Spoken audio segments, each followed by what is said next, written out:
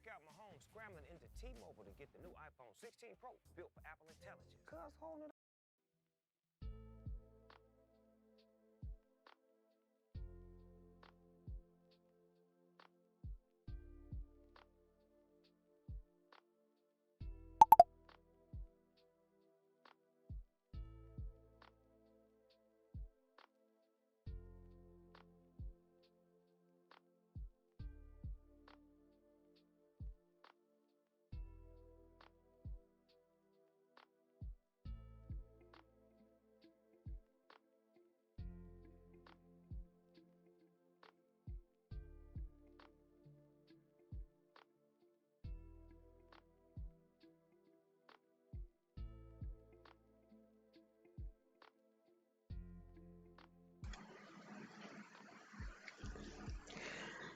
Hello, all my amazing, beautiful, lovely nail friends.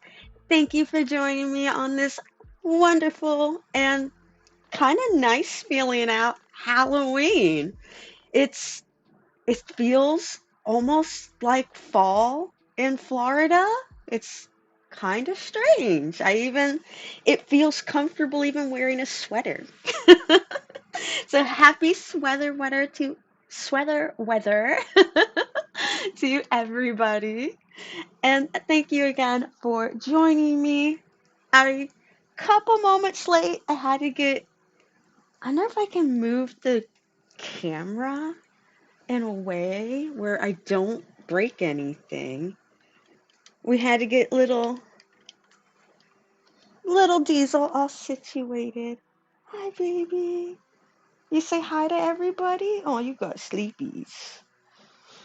But this is baby Diesel. We just had to get him all situated.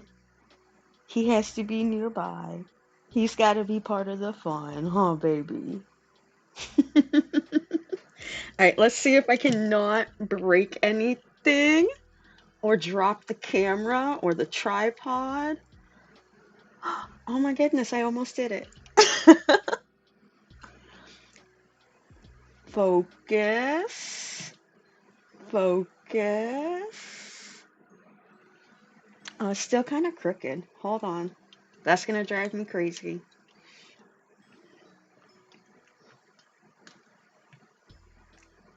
That's what I get for moving it.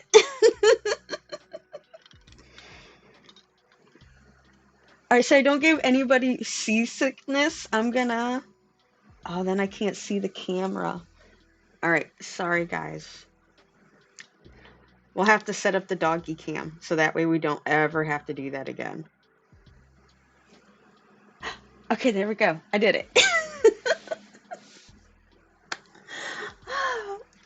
But today we are doing one last live stream for the month of October. That last little drive to 500. And let me know if everything sounds okay, if anything sounds off. I'm also fixing some screens over here in the background. All right, I think we got everything figured out. But today's stream is all about fall vibes and Fright nights. We definitely want to do some nail art today.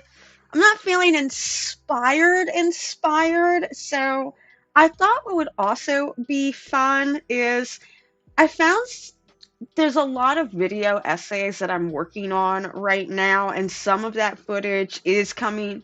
Some of those ideas even came from just doom scrolling on TikTok during the hurricanes these last couple weeks.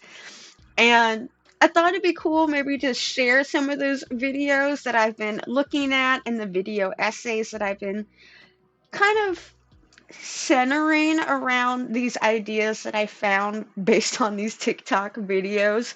And hey, maybe even when we're looking at the nails in the videos, it will give me some inspiration to help get me out of that creative slump. I haven't quite pulled myself out of it.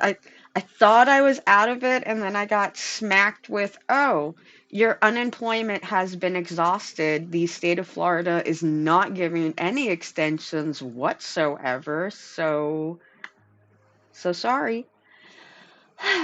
So right back into that creative slump I go, but hopefully I'm gonna pull myself out pretty quickly. Hopefully we'll see 500 subs before the end of the stream today. That would definitely help pull me out of this slump. We are so close. YouTube keeps playing with my heart. I think we're now back at like 483. Let me go look real quick. Yeah, it's about like I went to bed like a couple nights ago. I was at 485 and then it dropped to 484 and then went back up to 485 and then last night right before I go to bed it's at 485. I'm like, cool, whatever, 15 more. And then I wake up this morning and I'm at 483. Like somehow so YouTube is playing with my heartstrings so bad. It's not nice, YouTube. It's not nice at all.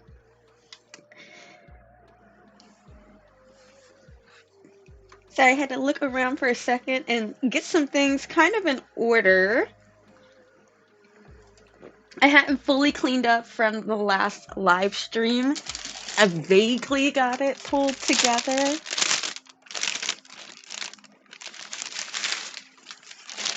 But how's everybody doing? Everybody having a good day?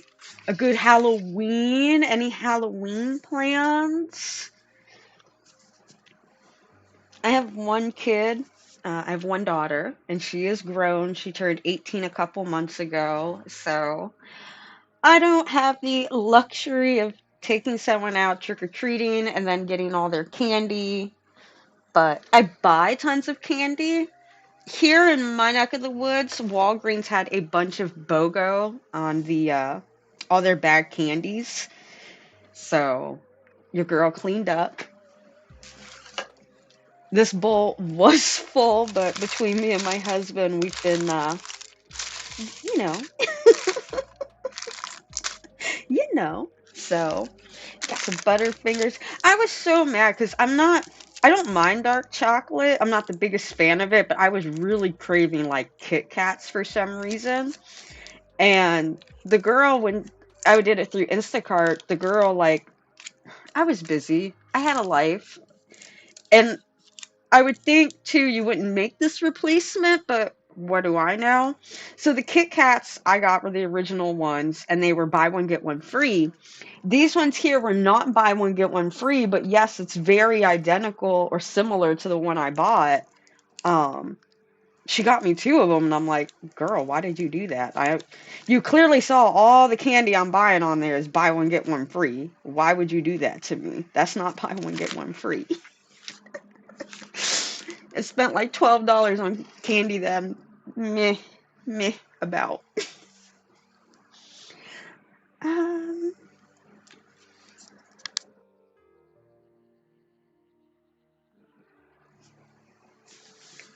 Everybody's so quiet today. It is pretty early still. I think this is the earliest live stream I've ever done. It's only 11 o'clock Eastern where I'm at, so whew. If I've got friends over there on the West Coast, it's really early for y'all. So, like normal, this stream will be left up as a video. YouTube always puts them under the live tab even after the live is over. So, if you missed it, no worries. We're going to have plenty more live streams, which leads me into what we're going to be doing this weekend. So, yay! Get ready. You don't have to get ready if you stay ready. RuPaul's Drag Race taught me that one. Uh, I'm sure there's somewhere else it was, but that's where I remember it from. I don't remember which queen off the top of my head, but I just remember her saying, "You don't gotta get ready if you stay ready." But back into what we're gonna do this weekend, because when it does come to the video essays, they're not scripted, but there is an outline that I like to, so that way I'm hitting certain points and certain ideas within that video essay. And as I keep trying to deliver it, it's just I keep getting stuck. Like I am right now. I keep getting stuck on words, or I'm just unsure of where I want to go with it. So instead of trying to force a video out to make the YouTube algorithm happy with me, because right now it doesn't seem to be very happy with me, but that's okay. That's okay. We're doing what we enjoy, and that's what makes this more fun. It doesn't make it so much pressure and stressful. We're just here having fun, hanging out. This weekend, what we're gonna do is so I know that Christine has done it. If you're not sure who Christine is, it's just a small channel called Simply Nailogical. They only have like a couple million subscribers. They maybe even have a nail polish brand. So, a small channel. You guys have probably never heard of them. Probably heard of me before you heard of her. But Christine is really cool. I have been watching her videos for years now. I think she's basically one of the OG YouTubers. She's been around like 8, 10 years now. While I'm not big into nail polish, she still gave really good design ideas with nail polish when she first started that I could translate over into gel. So, just because you don't use nail polish doesn't mean that you can't watch those people. I do own one Hollow Taco product. It's when Julian made a collab. Julian from Jenna Marbles. If you don't know who Jenna Marble is, I'm a little sad. I think she was like one of the best OG YouTubers ever. I know there's some stuff in her past, but who doesn't have some skeletons in their past? Who hasn't said like a joke that made you go, "Ooh, girl, what?" Especially if you're something like a roast comedian, like they got some jokes. They go hard. But so anyway, like I was getting to, I don't think Jenna ever did it. I know Simply Nailogical's done it. I think she's done it even 3 times now. There was the original Polish Mountain. I think there was Clear Polish Mountain, and then there was like the Lost Footage Polish Mountain. I've seen all of them. I'm pretty sure there was only 3.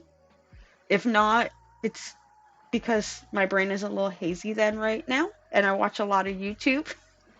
I don't like regular TV. There's nothing really on there anymore. Thank you for confirming the sound is good. And he can be a cutie. He's he's a little bit of a handful. He he was already like stage level Klinger 5, but now after all of the events that have happened within the last week or so, he's like 2 times clingier, which is fine. I'm really clingy. I want a lap dog. All of my dogs, to the well, like my last 4 dogs have all been lap dogs, so I'm fine with that. I like a dog that just wants to chill with me all day. But that's why I need a mod to like regulate me. Like, hey, don't look at the chat yet. I'll remind you to look at the chat. Talk about it. Talk about your other thing. Stop. Squirrel, squirrel, butterfly, butterfly, squirrel. Me and my dog are both that way.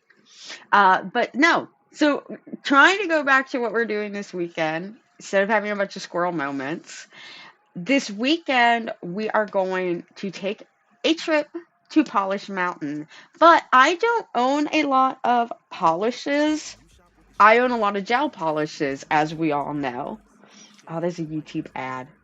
I I really need to get premium so that way I can stop all this YouTube ad nonsense. It's gotten so much worse. Okay. Squirrel. Squirrel. Um so yeah, I don't have a lot of nail polishes, but I have tons of gel polishes. I started doing a count, just the ones in my racks, and I have almost a little over 400. I think it was like 409 is what I got up to just in my racks alone. But on top of that, I still have like these 3 new ones I got from Twinkle Tea. I haven't added those in yet. I have a nice little grouping over here of polishes. And, oh my goodness, you guys. So, these are all polishes that I've like unboxed or I've used in videos recently or used to make sets recently, and I've just been way too lazy to go put them back. And some things in here aren't gels, like, excuse me, I needed to clean my desk off when the hurricane was coming. So I just threw everything also in this box that was in a bottle. So like my nail prep's in here, my dehydrator, my primer, some top coats in here. So it's not all polishes. There's some liners in here, and I will not use liners when I'm making gel polish mountain because, like, look at that. This would be such a pain in the butt to have to paint on. Oh my goodness, no. And I also have solid gels too. I don't think I have 100 solid gels though. I really don't. I'm sitting here thinking about it now. Because I have these ones and these. Let me go grab them real quick. They're not that far. You can probably still hear me. It might get a little echoey. Oh, I know they're out here somewhere. There's those. There they are, all hidden.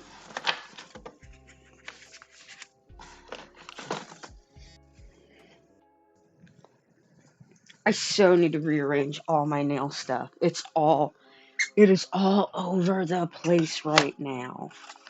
But I don't have a ton of like solid gel polish, like in the little pots and stuff. But what I do, I don't know if you guys have ever seen these. I got these, I think I got this one like almost 2, 3 years ago, and I barely used it. But these things were so cool when they came out. They're made by Model Ones, and they're called color cubes. I got this one first because it looked like a vinyl record. It was over when I saw the packaging. But look at that. Isn't it so pretty? And they're all solid gels. There's not, you know, you can see where I've gotten to the bottom of the pan on this one almost. So it's not a ton of product, but I was able to use this one here to make 3 different sets before I got down to this, where you're starting to see the bottom of the pan. So, and on the back they even tell you what colors are in here. I got so many of these things. Amazon at one point like had a lot of these on sale for almost $1. So I cleaned house and bought like, I think I even have duplicates or ones that look like duplicates. Like Urban City and Maple Leaf are pretty similar. Oh my god, I forgot I had this many of them. Best ever coffee time. But yeah, I haven't used a ton of these yet.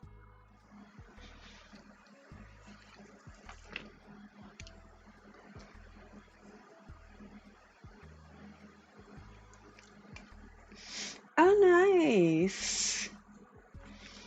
I like working from home. I've worked remotely from home for the last 20 years. I really can't go back to the workforce like normal, like being in a building. I have quite a few medical issues. One of them is I have seizures. It's not very fun. Um, the last bad seizure I had was pretty intense. We had just got done, or we were eating some food from this place called Taco Bus. And the last thing I ate was an empanada, so that just happens to be the joke around it. But I ate my empanada. No, I hadn't even ate anything else yet. I hadn't gotten to my quesadilla yet. All I ate was my empanada. So my husband asked me for something, and I get up to go. No, see, I can't even remember because the seizure is so bad.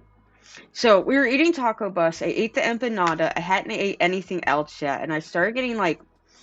So with my seizures, I can tell when one's starting to come on. Like my whole body will get really, really, really hot, but I'll also feel very cold at the same time. But I'll break out into a sweat because I'm hot, but I feel cold. And then it feels like I've drank like way too much liquor, like the whole world and room become extremely dizzy. So I go to stand up, and from there I don't remember anything. But from what I've been told is I stood up and then I just stopped at the door frame and fell over, and I fell like my husband has this piece of glass that goes over the side of his computer, and I fell right on the corner of that glass, and like the whole right side of my face was black and blue. And it was my birthday on top of it, so that was great. I had this like huge black and blue face. It was a nightmare. It was an absolute nightmare.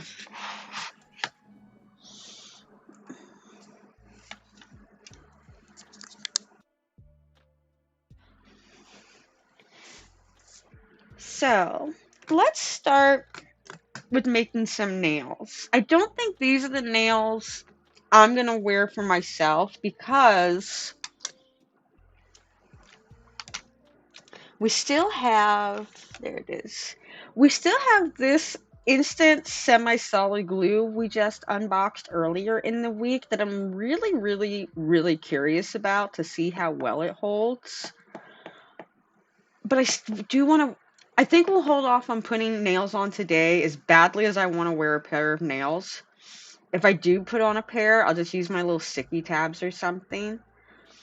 I don't want to wear the nails, the press-on polish mountains that we're making. I don't want to wear them for a long period of time, but I do want to wear them after we make them so I can see like what the weight of those 10 nails will feel like on my fingers.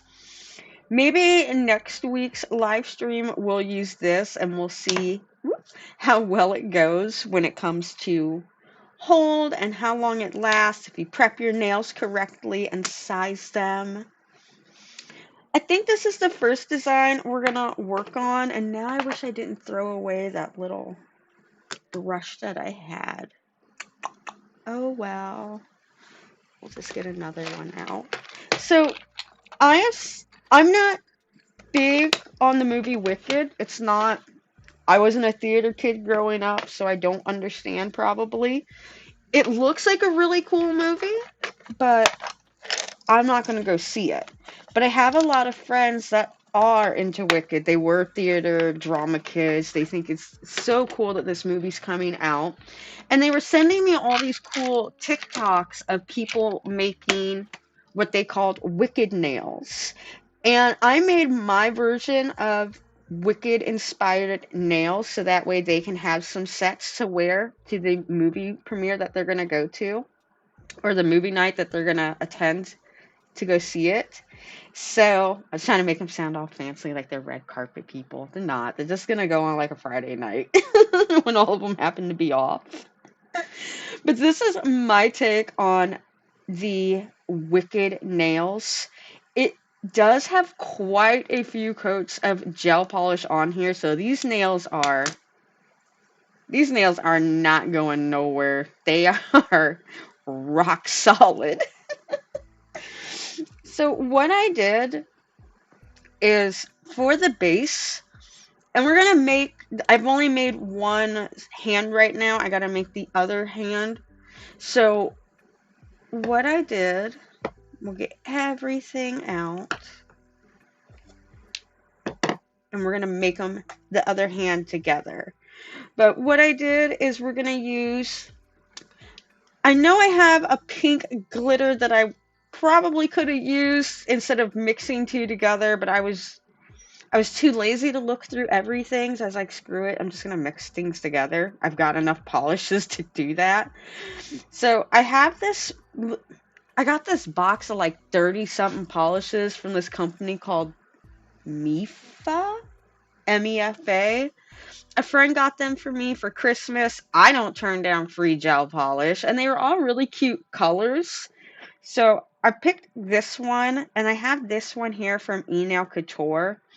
I don't remember what one this is from in the Fun Gel line, but it's 070. And it's just a super shimmery, glittery pink. It was just too much of a pink for me.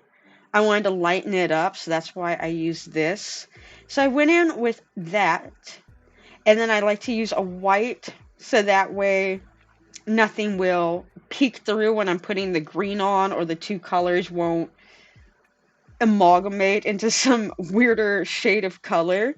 So I'll go in normally with just one coat of white, and then I had this beautiful green from Blue Sky. This one is called Jade. And I went in with a base coat of that. When I first started getting into cat eyes, like 4 or 5 years ago, I got these off of, oh man, where did I get these from? I want to say it was like eBay or AliExpress. It's XEI.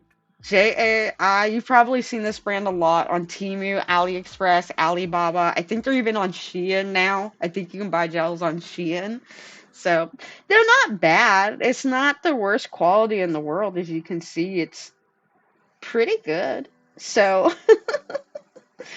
what we're gonna do is, like I said, we're gonna make the other side. This was the right hand, so now we're gonna make the left hand.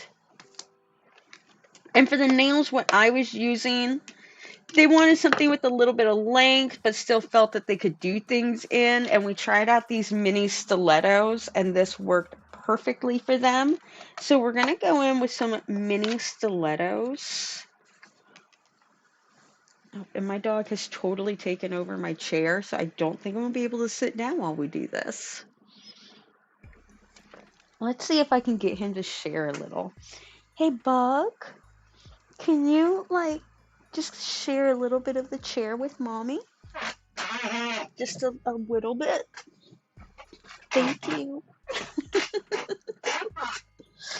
I also have tons of stamping gels, and I am feeling a little motivated to try and use my stamping gels, so maybe we'll pull those out here in a moment. Maybe that's what we'll do also on today's stream.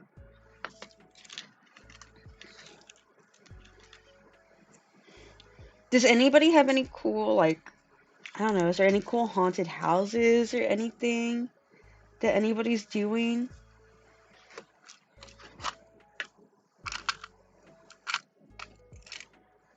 I don't have kids, so, and I'm not big into haunted houses. Like, I think they're cool and all, but I don't like being scared. That's not my thing. So, I'm a scaredy cat. I'm still scared of the dark. Like, that's why all my nails glow in the dark, the ones that I wear for myself.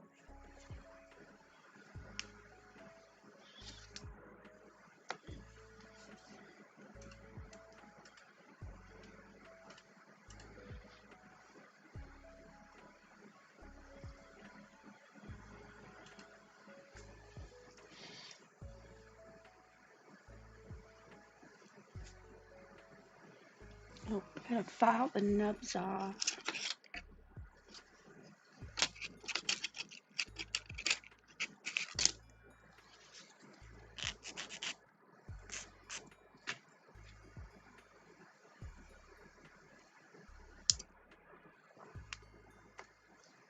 Something else cool I wanted to show while I was thinking of it, while I was reaching back there. The last live when we were unboxing those Twinkle Tea stampers, I didn't realize on their little plastic scrapers. That way you can kind of see it. It's a little hard to see because it's so faint, but it looks like a little credit card. It's so cute. It has like a little credit card number, and then for the name it says nail artist. It's so cute. It's so adorable.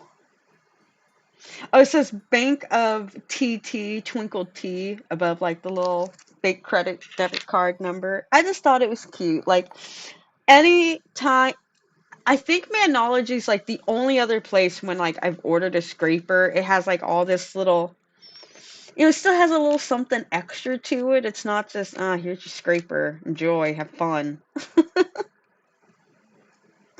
It has a little something something to it still.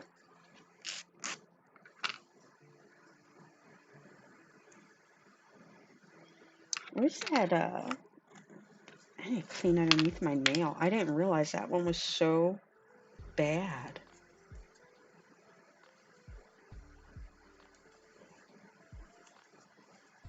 I was doing some work in my yard, and I thought I got everything out from underneath my nail, but apparently not.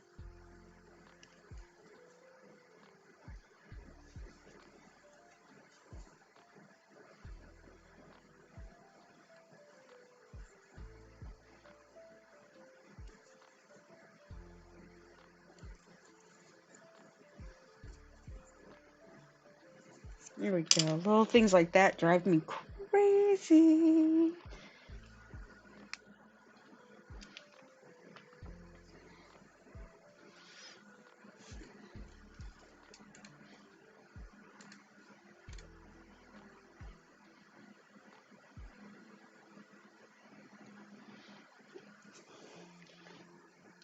So what cool costumes did you guys? Yeah, and if you're not watching this live, you can always write in the comments afterwards, because you know me, I like to go back and read the comments. It's fun. I like having discussions and just talking in general with people. What what cool costumes do you guys remember wearing as kids? Like, I used to normally go as like a witch or an angel. I admit, like, I was pretty basic. I was very basic when it came to, what I would wear for my Halloween outfits and things of that nature.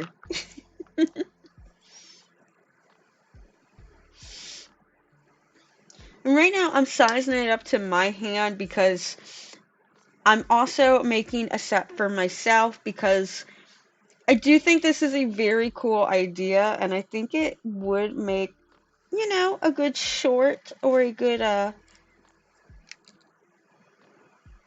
video or set to throw in the portfolio to show people what type of nails I can do. I forgot I already pulled stuff off.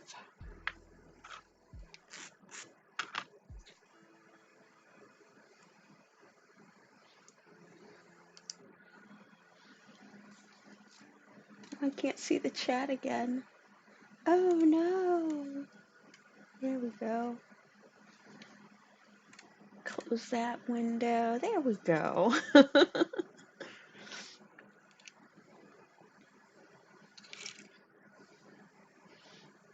Yeah, I was pretty basic back then with the costumes and whatnot. There's a few times I tried to get like unique with it. Like I went as like a serial kill, and that's when I got like older. I went as like ooh, how can you say this so YouTube doesn't get mad? I went as like Michael Myers' girlfriend, basically. Things of that nature. Things that were a little unconventional.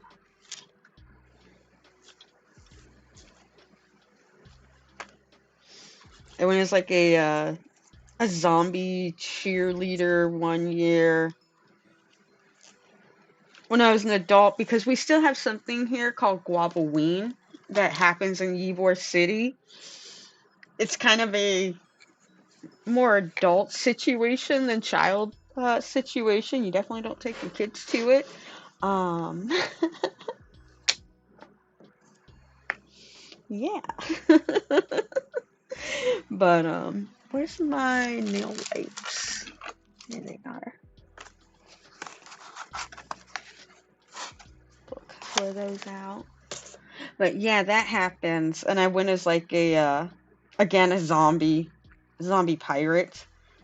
Zombies were the thing back then. Like, when I was budding into my adult era, I turned 18 in 2004. I was a senior in high school. Yes, I started school and I was born in August. So when my birthday fell and like how the school year started, it was always kind of weird. So when I was a senior, I was 18, I could sign myself out of school and all that fun stuff. Everybody was so jealous of me. I was like, ha ha, you're only 17, ha ha.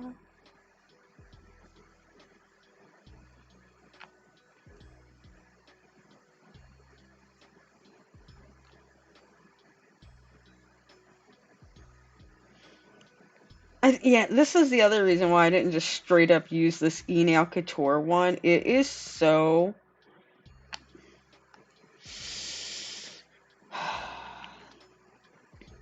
I used to love Nail Couture, and then I got more and more of their polishes and realized that a lot of them are.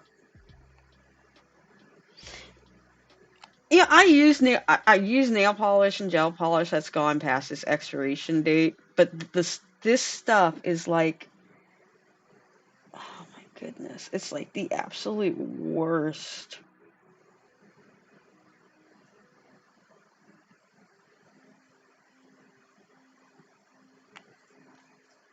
Let's see if that's enough.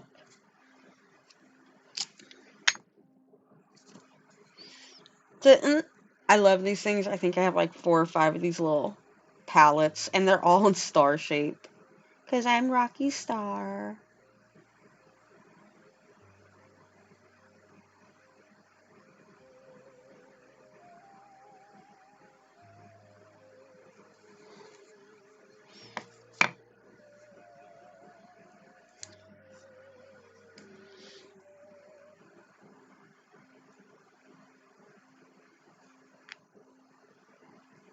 Today's music is also from Lo-Fi Geek again, but I have a different playlist on.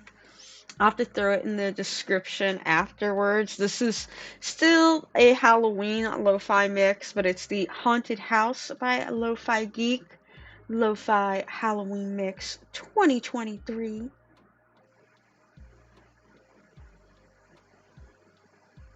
Alright.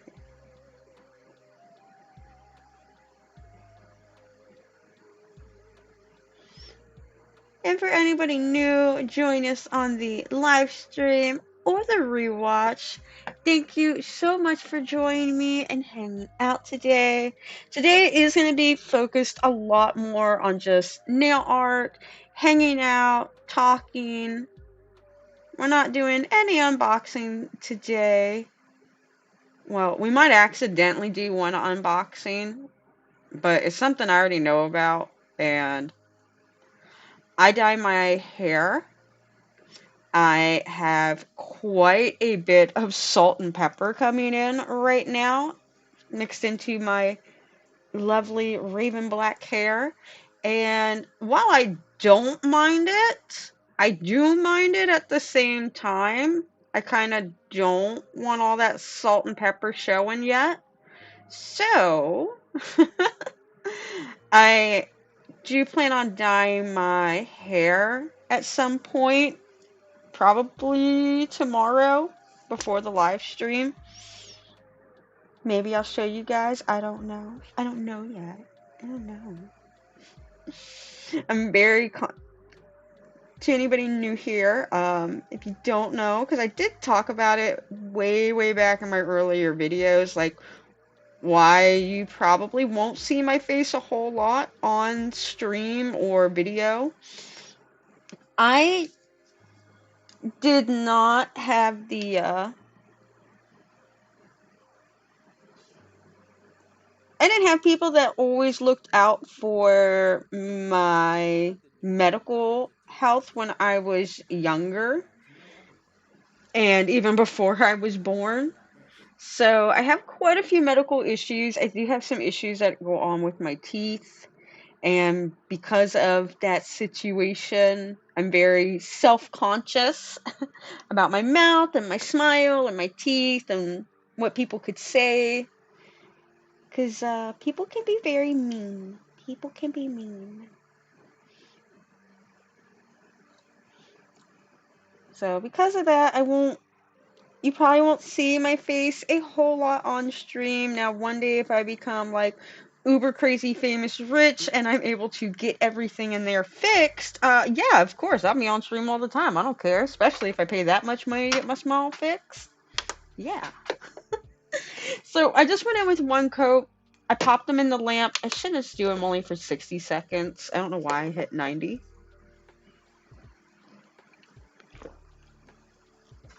I'm just gonna let those cure, do their thing.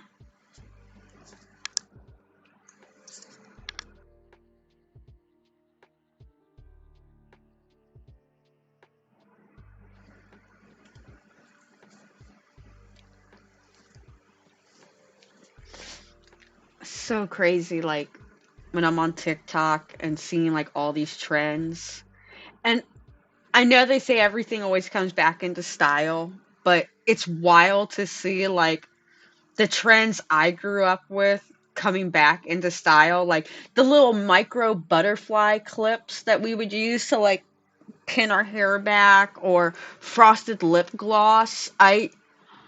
I cannot believe. Like I told my daughter I still had a bunch of Jinko jeans, like the big huge like 50-inch opening leggings, like the pockets like start underneath your butt and go all the way to the bottom, like original Jinko jeans. And she's like, "Oh my god, can I have those?" I'm like, "Why?" And apparently they're back in style. And I was like, "Well, here's what I'll do when I move on to a different form of existence. I will leave them in my will to you.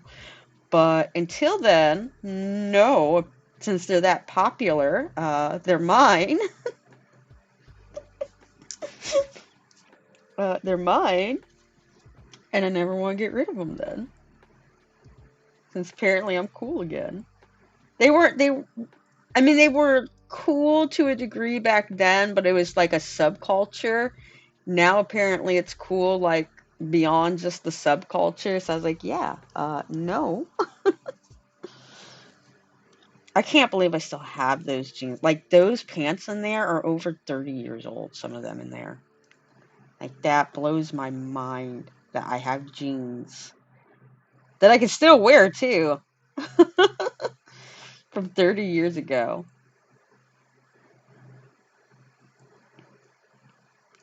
Like, and when you bought those pants and those types of clothes back then, they were meant to be, like, a little bit baggier and, like, not to fit perfectly. So, and I'm just going in with a second coat because I want to really just make sure that there is absolutely no peeking, no shadowing, no nothing at all when I put this white layer on and then the green layer. And you can do the same thing too. This is not a new concept at all. This, I think, is most popular when it comes to the, oh, how do you say it? Louis Vuitton, right? Right? For my fashionistas in the room. I think that's how you say it. The red bottom shoes, they're black, the red bottoms, right? Christian Vuitton, Louis Vuitton.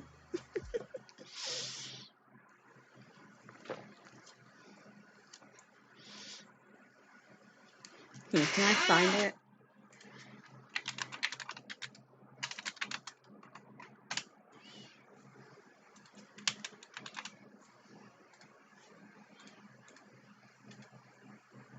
Christian Louboutin. Yeah, okay, I said it right. Here, just so you guys can see what I see. Monitor. Christian Louboutin. Christian Louboutin. I said it right, see? At least according to the Google uh, pronunciation thing, I said it right. So, yay! Yay! I got class. I'm fancy. She's so fancy. You already know. Alright, and that one coat is done. Also, I don't get to show it off too much. I've been decorating the nail lamp a little bit. Trying to make it so I don't lose the cord. I'm going to put some of those stickers on there that I got from Drip Lab acrylics. I got my INLP one that's been on there for a while. I got a Manology sticker that's been on there for a little while. I am a dirty, dirty vapor, so I do have a Lost Mary and a Raspberry. I'll quit one day. I really will. I promise I will. It's just so hard. My mom smoked with me when she was in the womb. I grew up and be a smoker. It's hard. It's hard. So what we're going to go in with next is I like to use a very opaque white. I love one that I can kind of get away with like one coat. And this Blue Sky one in white mushroom or mushroom white rather is really good at that. I normally don't have to go in with a second coat. So, and we want to keep all these coats. We don't want to be super thick with them either, because we don't want to get any warping and then have to rebuild. So worst case scenario, I'd rather do two thin coats of something than one kind of thickish coat of something. And then it has the potential to warp or bubble and wrinkle, and that's no fun. That's no fun.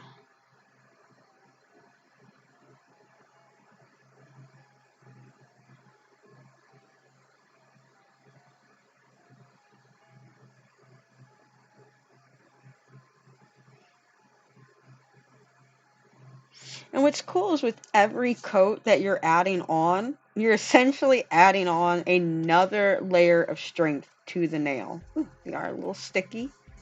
They're a little sticky.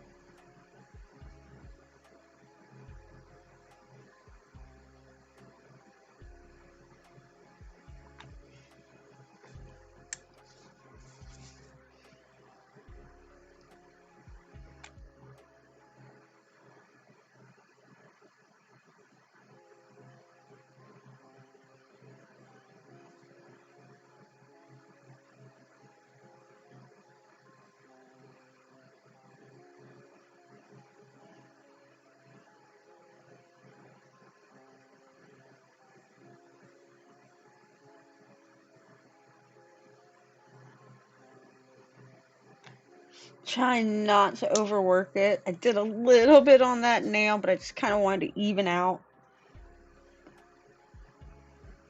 a little bit better. And this is a very nice self-leveling gel, but I still just like to kind of even things out myself a little bit too.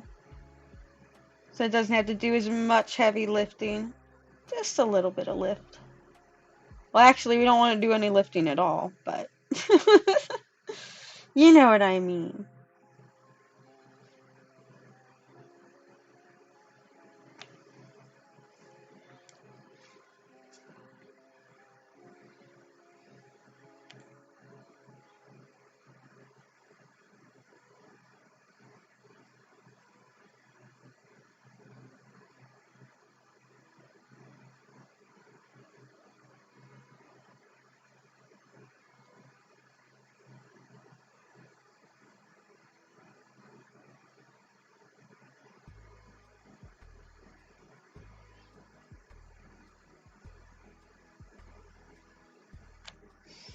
All right, so now we've got I think we'll be okay with just one coat.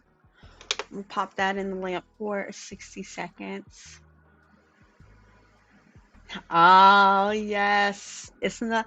I'm a Leo too, so I get it. I get it. We are. While we have a lot of bad traits, those bad traits can also be very good, like being assertive and dominant and being a leader.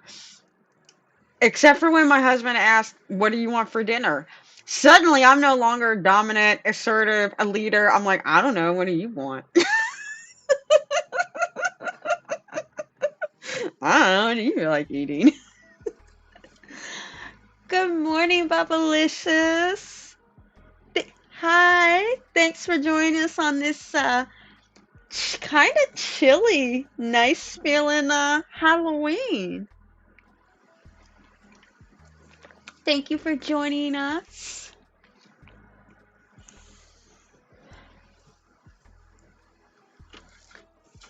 Right now, for anybody just walking in, what we're making right now are some Wicked inspired nails. I just got done putting down the pink base coat and then a white over it, so that way we can go in next with this jade green from Blue Sky.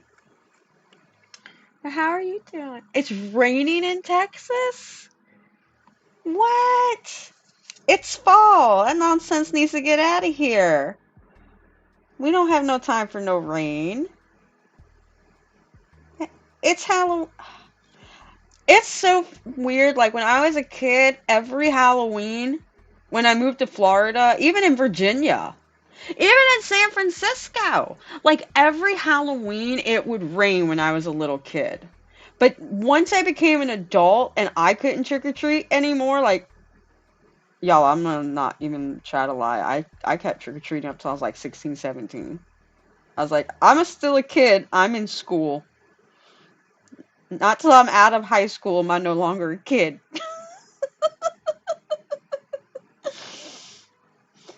But like, no cap, it would rain every single Halloween for me. But once I got over 18, once I was out of school, it never rains now on Halloween. Never ever.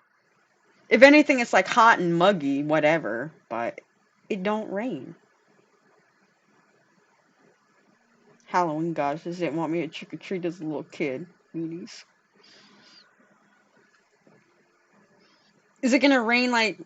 Is it gonna stop raining? Do you think in time to go out trick or treating? Do you have any little kiddos you need to go escort around?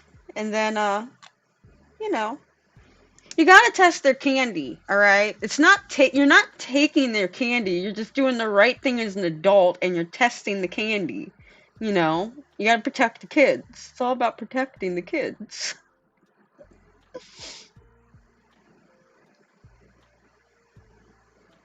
The kids are our future, right?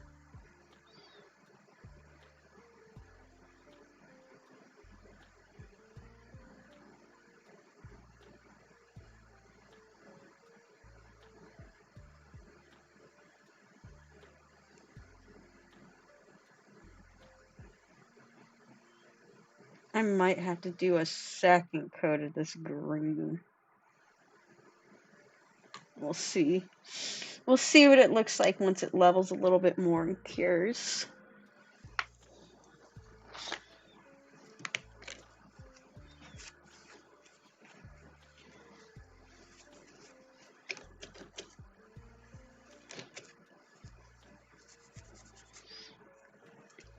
And today's stream is gonna be like if anybody's ever used to went yard sailing. I used to love going yard sailing, especially with my step parents. I don't know why. It was so much fun to go to garage sales and yard sales, but today's today's kind of like that. We are gonna we started at 11, and we're gonna go to question mark time. Till everything is gone. Everything is sold. Sold. Sold. Yeah, I'm not sure how long this live stream's gonna go. I know we're gonna go a few hours today, because why not? I don't have anything else going on today. Hey, did you know that Discover doubles your cashback at the end of your first year? You are cut off. You earn, we match. And Gap also Inc. Big hoping Cashback Match. Sometimes it can feel like there's no way out. being able to stream a little longer today gives more people the opportunity to come in, hang out. They aren't working for you. It's like you're going in circles. Oh, that's cool. At least they still get to enjoy Halloween on a party. That's good. No, definitely. I figured most people are at work today, so that's why I always leave the streams up as a rewatch so you can enjoy at your leisure.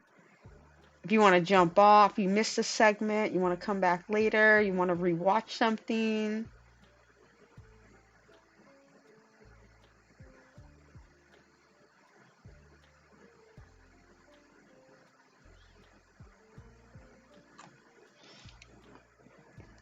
And we're going to be here, like I said, for quite a while today.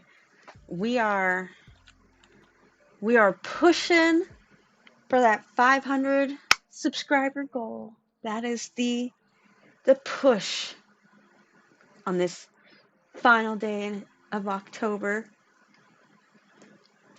on All Hallows Eve.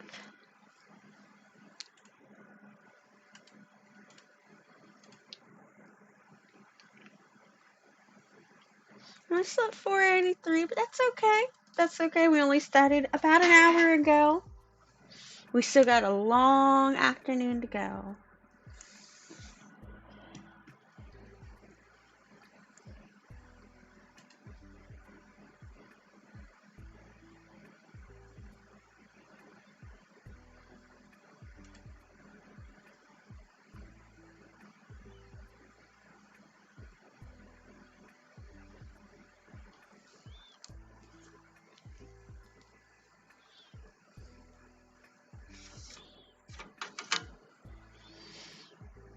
Mm.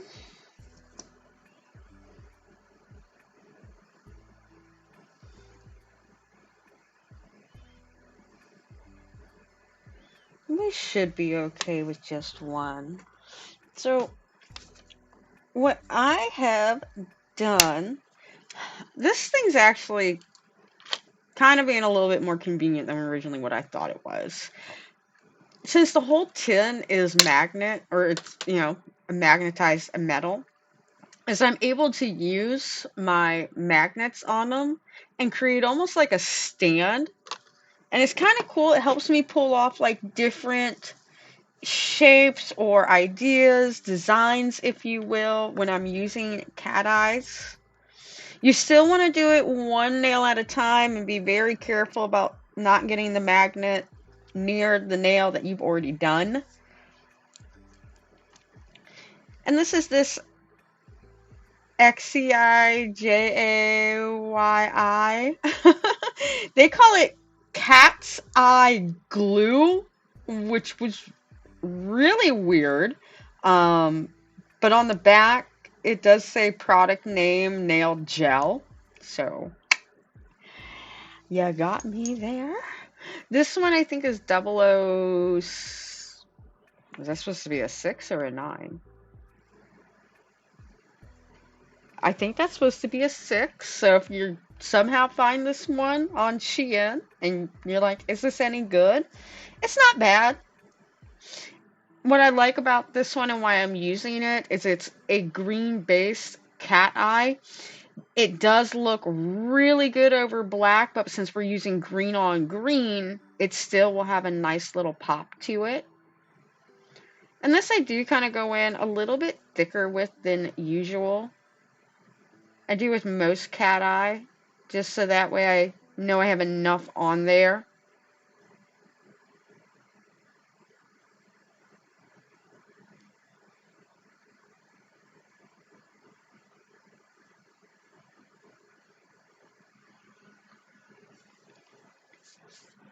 And then what I'll do next, we'll zoom in for a little bit more. So what I do next is I'm not sure how I want to do these still. There's been a couple ways I like how these come out. I like doing this side method.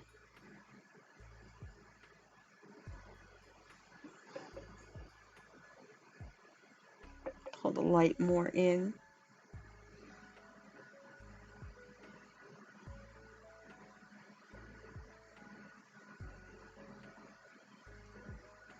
I think we're gonna leave that one. Maybe we'll.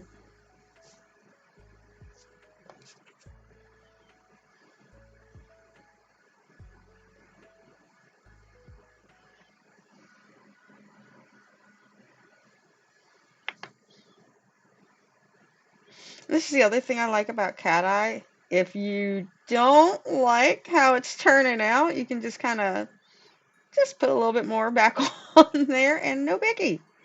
No biggie. We can fix it. Yeah, I've been trying a couple different ways with playing with magnets and how to design with them. This has been another little, I like to call it struggle bus for me. That looks a lot better. I like that better. So, we're learning though. Just like with anything in time or anything in life, if you put in the work, you got to put in the work. You can't just have everything handed to you. If you did, then what would be the point of living if everything's just given to us all the time? If you put in the work and you earn it, it feels even better when the results pay off.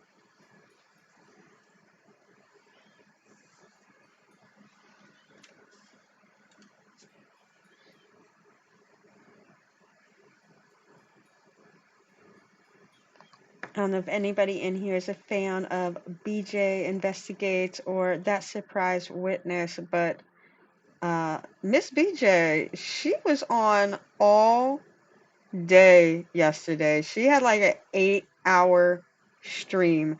Partly what motivated me to be like, hey, can I stream for that long? Do I have the willpower, the tenacity to do that?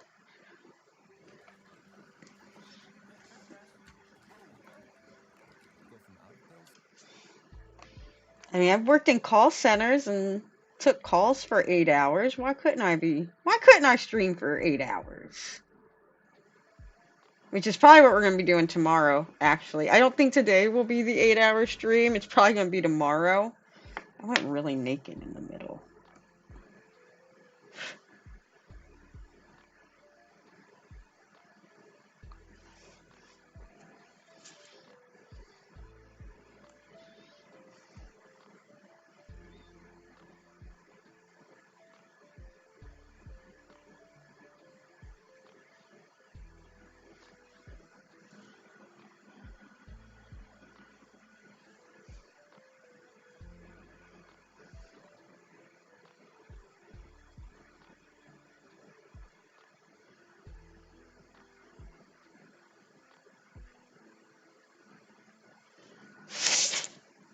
Oh my goodness, there's like this little bug like flying around and it just like tried to fly in my nose.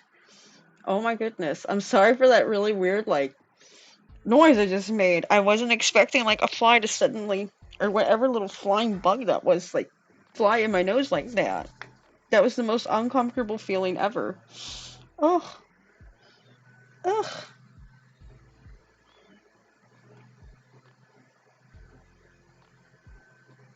That was annoying. I think it's still flying around here. Yeah, it's still flying around here. It does not want to leave me alone.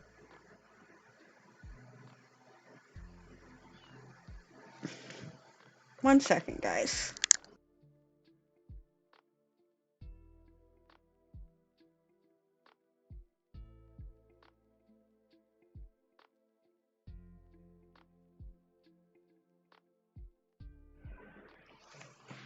Alright, I think I chased it away. I think we got to go away finally.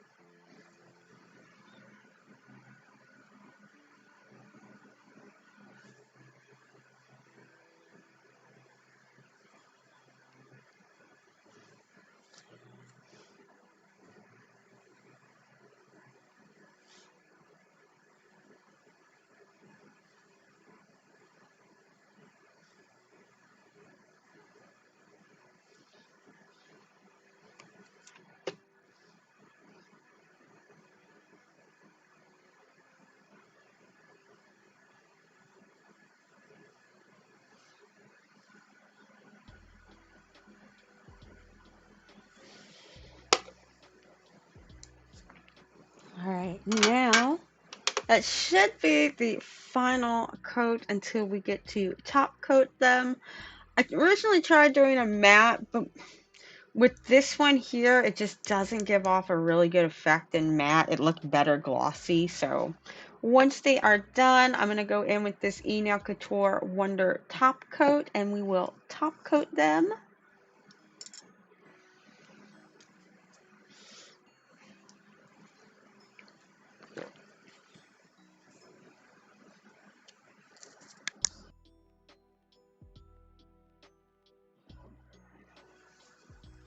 Also, not gonna lie, it's only noon.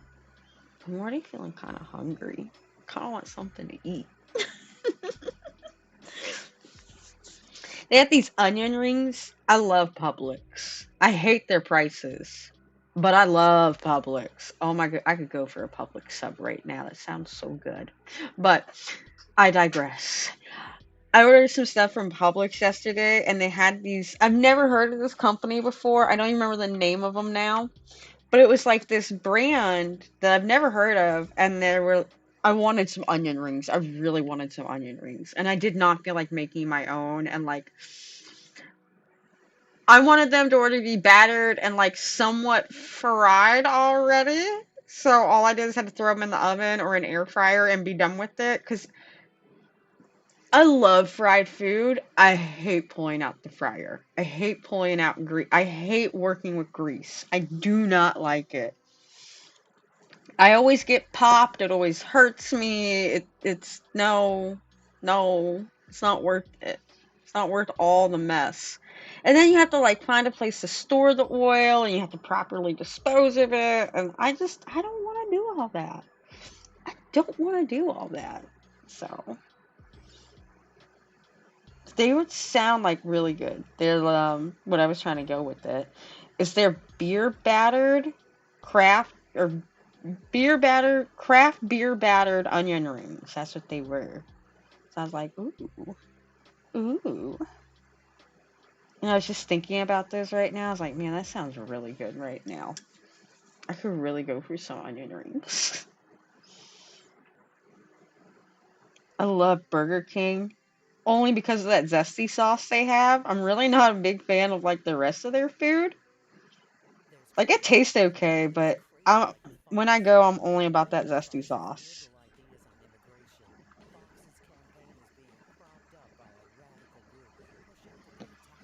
Oh, now they. Here's the other reason why I want to get YouTube Prime is or Premium now. Prime is the commercials. I guess maybe it's because it's the political season, but a lot of the political ads, it is not letting me skip. And even if it's the side I'm for, I don't need to be inundated with your political ads right now, okay? I get you're going after the undecided voter. I wish there was a way I could tell them I'm not undecided. I'm already decided. You're not going to sway me. Just please stop showing me these commercials. Please stop. Just show me Raid Shadow Legends and Heroes of War, or whatever that other crappy mobile game is that they always love to shove down my throat. Just, please. You're not even categorizing me right. Like the YouTube ads for me lately have been all over the place. I'm like, do you guys even know who you're data mining anymore? Because did someone hack my computer and you're data mining the hacker? Because this is not my interest at all. Like here, I'll show you an example once I get done putting some top coat on these. Alright, so here, let me show you this. This is wild. Absolutely wild. Now, too, that I'm trying to show you guys, it's like not going to be that way. Alright, so let me go to the monitor view. Let me go and open YouTube.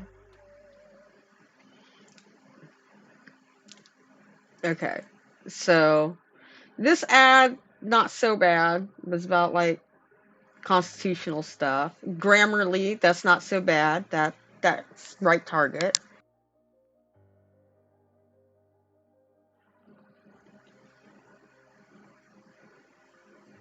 Eve Online, okay, you're targeting me correctly. Ah, here we go. Here, finally, there we go. Normally, I don't have to scroll down this far. Normally, it's like the first ad for me. Like, hello? Hello? The only other person that's in this house is my husband. Is there something he's searching for that I don't know? Hello? Hello? Like that, okay, whatever. This, whatever. Normally, they're alright, they fixed it now that I was going to say something about it. Because normally, I am slapped with so many of these types of ads. Ladies seeking men, like women over 50 in like some foreign country want to talk to you. And it's like, why? Let me click on. No, no, you're not going to listen to you, though, Tug. Well, I do like you. Yeah, and normally, like, up here, I'll have an ad, too. I guess maybe they're like, no, Tug, you don't get ads like that. If nobody's watched Big Tug, he says a lot of swear words in his videos, a lot of adult words that the censors don't always like. But these are our wicked nails after the top coat is completed. And what I'll do... Oh, do I have any sticky tabs around here? I don't think I do right away.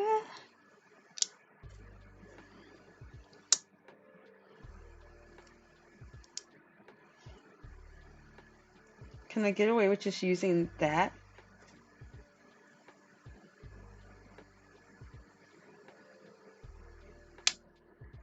No, it's gonna make me actually go find my sticky tab.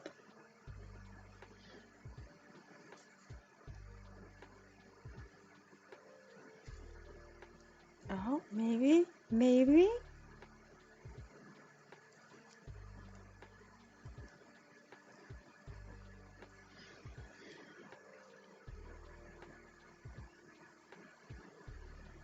Just pull that away. But there we go. Our very own set of wicked nails. And they are going to fall off because I am just using the sticky tab that I normally use on the nail stands. I do not have these secured to my hands in any way, shape, or form besides that. But look at that. It's so pretty. And then you flip your hand over.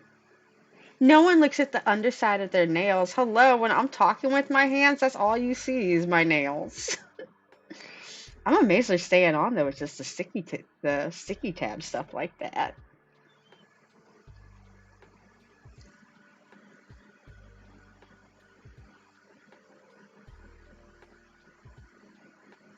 And then depending on how the light hits them, you'll see a little bit of that glitter magic from the cat eye. And then we have our little glitter underneath. So let's take these off. Get a box out. This is something else that I like to do when I make a full set of nails. I like to put them in a box so that way that set stays together. So when I do go to need to recreate it, or if someone wants that exact set, or if I need to go make some content again with it, I know I can go to that box right away, pull those nails out, and have a set ready to go.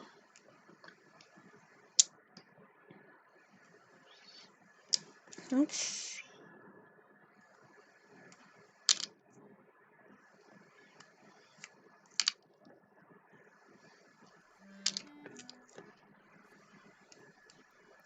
The thing about traveling with your kids.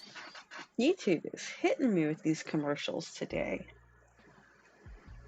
This stream that I have going, the lo-fi geek music stream, it is like a 3-hour stream or playlist of music or video of music, so they probably will have quite a few ads in a 3-hour video.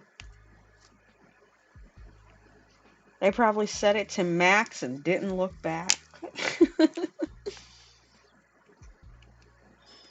And every single one of these nails is wanting to go in. Like,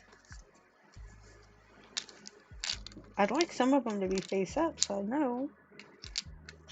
I mean, I'll know when I look at the box, because I know, but I want to know.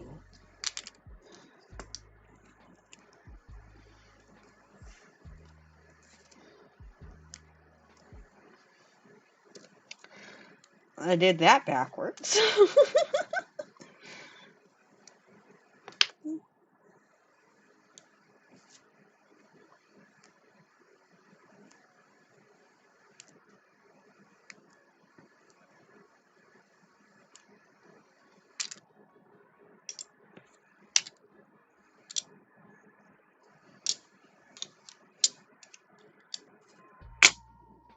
All right. So there's that set of nails. So I think what we'll do next, because I'm kind of playing some ideas in my head, we're going to go back to the monitor view. So I have had a few video essays in mind. I just need to kind of get to the point of when I make my outlines, I can expand and expound on them correctly. And right now, this creative slump, like I was mentioning earlier, has really put a damper on that.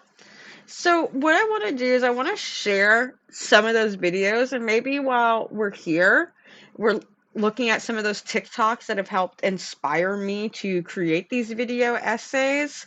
Maybe the words will magically formulate in my head for when I go to record the videos later this week. So right now we are on the monitor, and this person, so this is the first person that was popping up in my feed a lot when I just started TikTok like 3-4 months ago, and because I am very nail focused on there, TikTok loves to feed me nail stuff, and this was one of the first people that popped up for me. Their name is the Ryan J Show Official. They have 1.2 million followers. They have over 45 million likes. So, and obviously this pinned video was the one that I saw. It won't let me just click open a new. Okay. So let me pause this. So, for context, he is clipping off his acrylic nails. Look at how much they've grown out. Like, there's almost no growth. This is one reason here why I can't go back to doing acrylics anymore. Like, look. Can we get a better look at it?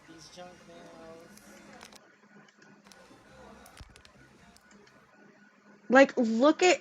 I know they're junk nails, but look at how much charm and like look how much material and time and effort had to go into building this nail. This is all acrylic. I've watched some of his videos where the girl goes and works on his nails, and like, yeah.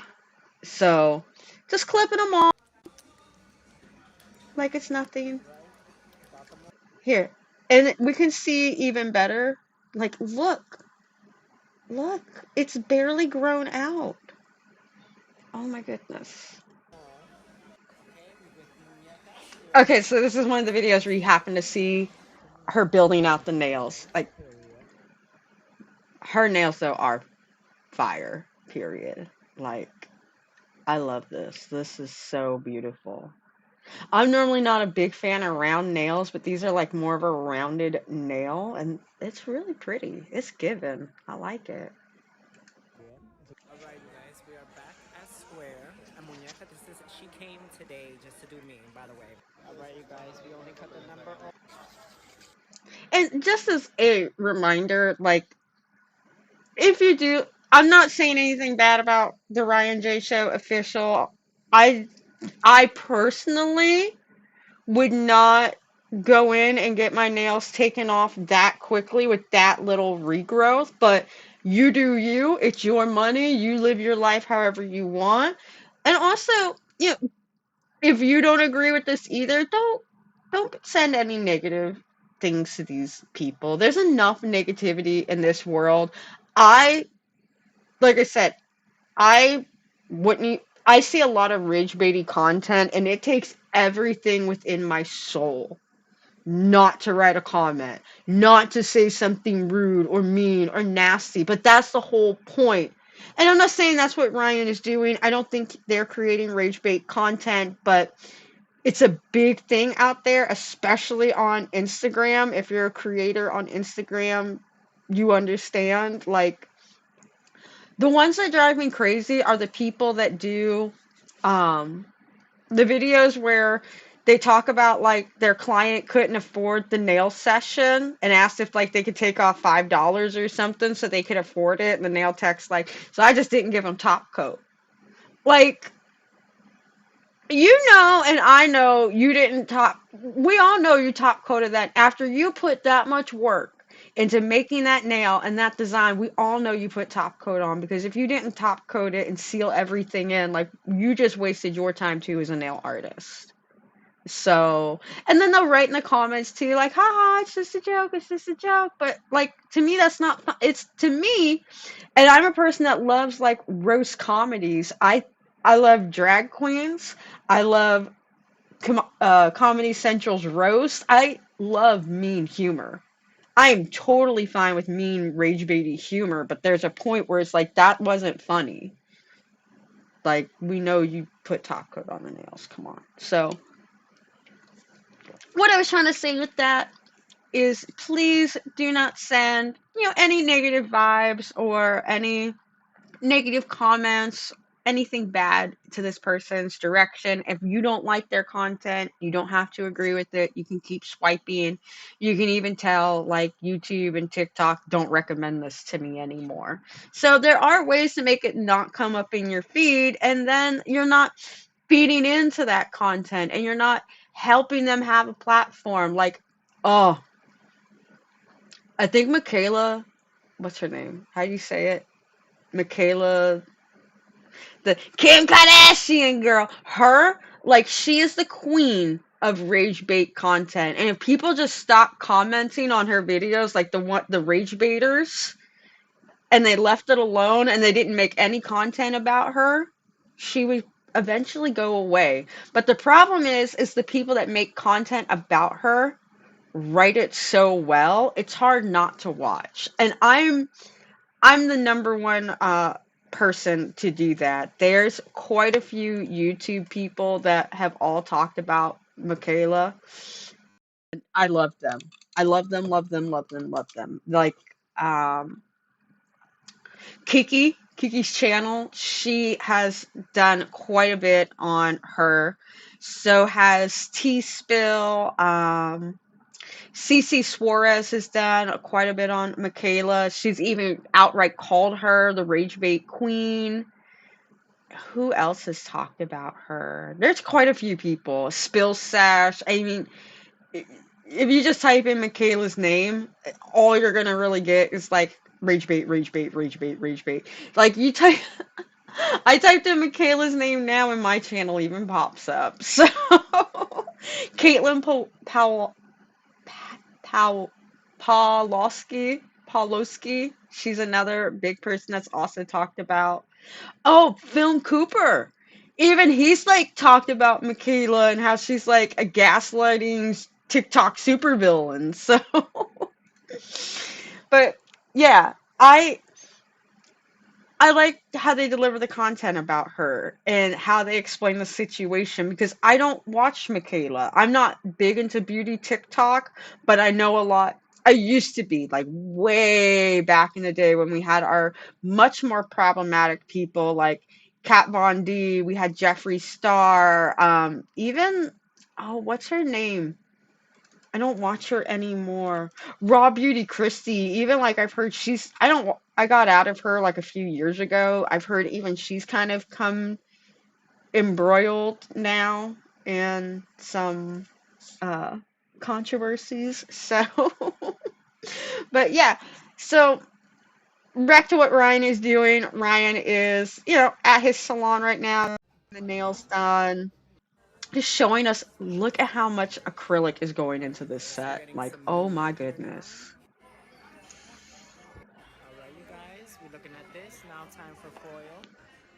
Yep, now we gotta get the gold foil. Alright, you But guys, gold time for foil's the pretty cheap. I mean, that stuff's not that expensive. alright, time for the Even if you buy powder. like the cheap, even if you buy like the cheaper gold foil, it looks just as good as like the more expensive stuff. So it's when you get to crystals. That's when you can sometimes tell poor quality crystals over like poor quality crystals. So, but foil, the glitter, that stuff relatively inexpensive. The acrylic could be depending on what brand they're using, but that is still a lot of product to make that nail. I would say that nail is easily, I would say that nail is easily probably 6 to 8 inches long. Like that, there is a lot of material that went into that nail. It's time to fire. Shape is perfect. Beautiful top. Like, look at how long these nails. Like, look at how. I mean, I'm gonna admit I have length blindness. I love long stiletto nails. Nothing gives me more energy than a pair of long. I feel like a Disney supervillain. I love it. I feel like I have all the power in the world, but like pretty much every set I've seen from Ryan on his TikTok videos or on their TikTok videos, they have all been like extremely long sets like this. And I bought blue sky or blue street crystals before. Very good crystals, a little high end. They do cost a little bit of money. So they are definitely paying for them crystals. Them crystals are definitely gonna jack up the price a little bit. Alright, time for the crystals. Blue streak. Alright, you guys, time for the crystals.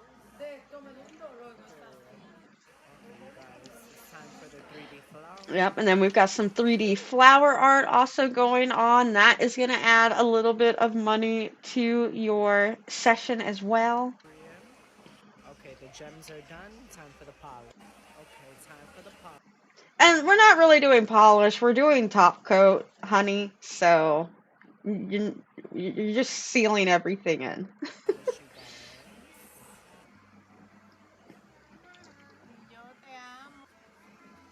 Look at them nail. Like, Okay, y'all. Time to cut. it's just crazy. Like, it is absolutely wild. There was another. Let me see if I can find it now. Maybe if I do it by most popular. Here's one where they talk about like the actual. So everybody just keeps asking how much is the nails. And you know what? It's only that flat. $900, my love. And guess what? Hold up, let's break it down. $900. Hold on, let me adjust the volume so you can hear that a little bit better. Hold on. Let's open the volume mixer. Let's run that. So everybody just keeps asking how much is the nails. And you know what? It's only that flat, y'all. $900, my love. I'm And trying to guess like. what? Hold up, let's break it down. So let's just clear this up real quick. My nail tech is a celebrity nail artist, my love. You can find her on Vogue. Okay, you can find her many places. I'm trying to pause it so I can see. I wish she would like just kind of stand still for a second so you can see the nails. So, and that is the other thing. He is going, like they said, they are going to a celebrity nail artist. This is someone that is featured in a lot of magazines. They probably do like, they're like a Jenny Bowie who does. Jenny Bowie is known for doing Cardi B's nails. So, okay. I mean, but still, $900? And she ain't. Like, that work is amazing. But $900 for a set of nails? Go ahead and look through my page and look at, the nail tutorials I have her tagged, and I'll tag her at the bottom of this too. She's not only mine, but the Marc Jacobs nail tech page. So yeah. Unless Oh, okay. And she is Marc Jacobs nail tech. So that explains a lot too. That alright, a so lot you guys more are always asking me sense. how do I But there's a couple of videos where they tell you how much their nails are. Another one. alright guys. The thing is this set, they are using Swarovski crystals. So let's go Swarovski nail crystals. Let's go take a little peek. Because remember, we got these from Daily Charm. Blue Streak is very well known for their Swarovski crystals also. So let's go take a look at some Swarovski crystals. So right away, we can already see these are not going to be a joke. And this isn't Daily Charm, like overcharging for them. This is what Swarovski crystals are like. They are extremely expensive. Like here we get, I mean, you still get quite a few crystals for $120, but you're only getting 40 SS3s. You're only getting 40 SS. I mean, you might be able to, depending on how long the set is and what they're doing. And normally these are going to be bigger charms, so they are going to be much longer sets. So you're probably going to use a couple charms. Like you may only get a few sets out of this $120. So that is going to cost a lot more in the session if you're asking for Swarovski crystals instead of just, taking the random generic crystals. Blue Streak is someone I've bought through before, and like, look at this. It's beautiful. It definitely is beautiful. Oh, I have to sign in to purchase. I don't have an account, not anymore. Back in the day, they used to not do that to you. So I'm sure the price is quite a bit. If it's $120 here, I'm sure these crystals are quite a bit over there. So that is fair. They are Swarovski crystals on here. That's definitely going to jump the price up really quickly. Plus, if this is still the same artist as before in the other video, and they're Marc Jacobs artist, a celebrity artist, yeah, I could see why. But like this person here, oh, yeah, I'm not logging into TikTok on my computer. You can't data mine that. Uh, Imagine breaking a nail. That's $100 right there. Like exactly, Jackie. That's boom. That's not cool. $1,000. Now it makes more sense why she said $100. $1,000 for those nails. Yeah, no, I'm good. I'm good. There's so many other things I could spend $1,000 on than that. Like they're beautiful, but no. I think this is the one that they have picked.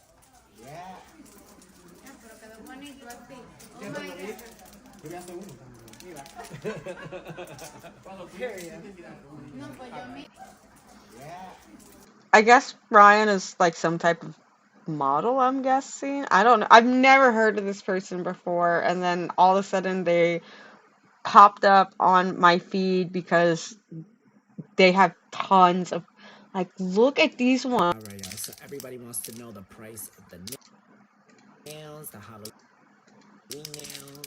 Y'all know these nails are never cheap. can't ever pause it like in time just to Y'all can call them see it. anything y'all want. They're never cheap. And no, you can't call them anything you want because there's certain things that y'all try to call them they just can't be because they're not cheap. But anyway, we're just gonna break this down real quick. Wow. Okay. He's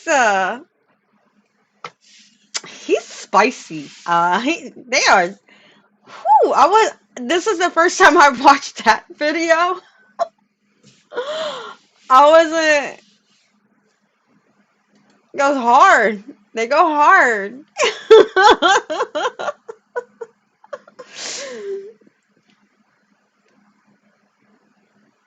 So Mark really does nails like this all the time?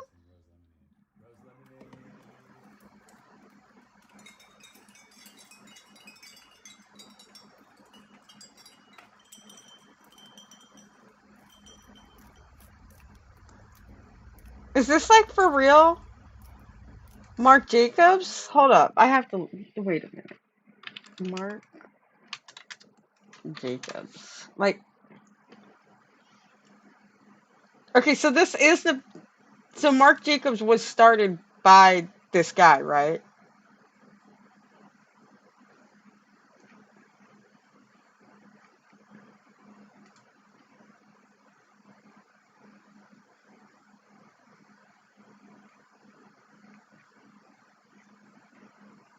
Who knew we would go down this rabbit hole together?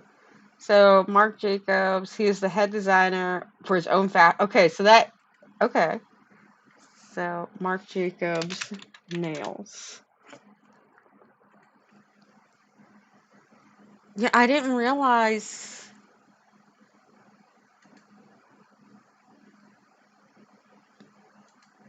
I didn't realize Marc Jacobs gets their nails done like that. Like,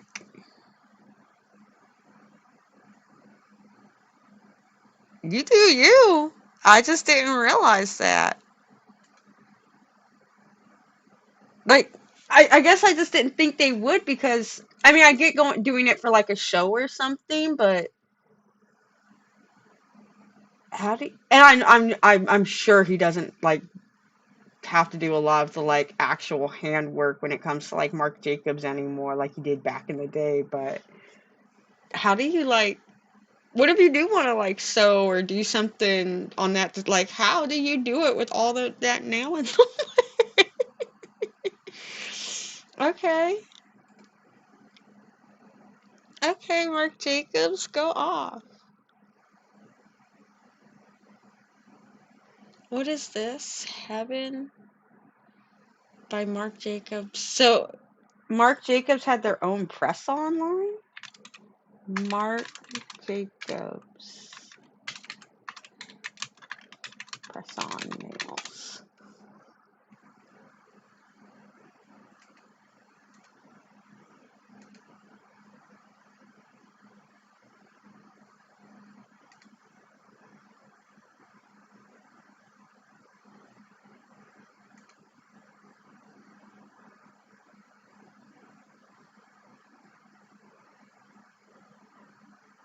That's why La Nuit French tip press-ons are the perfect set for those who want.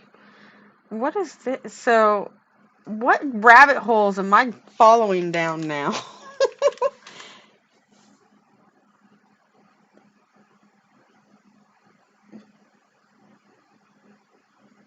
So that's you're trying to tell me Kim Kardashian wears some $12? I don't believe you. I don't believe you. I don't believe she wears $12 press-on nails. But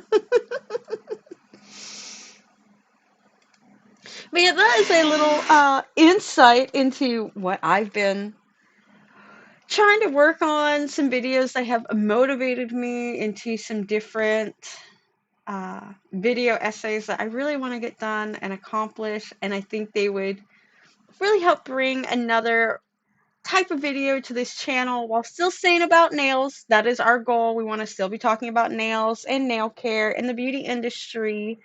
But, you know, we gotta mix it up a little bit. We can't always just be nail designs and unboxing, nail designs and unboxing.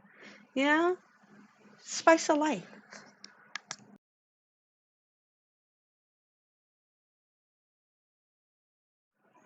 I am gonna put up a quick little 2, and we'll call it 3-minute break at most. I'm gonna do a quick 3-minute break. My dog needs to go outside real quick. It's been a few hours for him. So don't go anywhere, everybody. We will be right back. We're just gonna go grab a drink, go to the potty, and then we're gonna kick back in, and hopefully a design will magically spring into my mind. If not, then we'll just start pulling out nail transfer foils and just start having some fun and see where it goes. But hang around, everybody. We will be right back.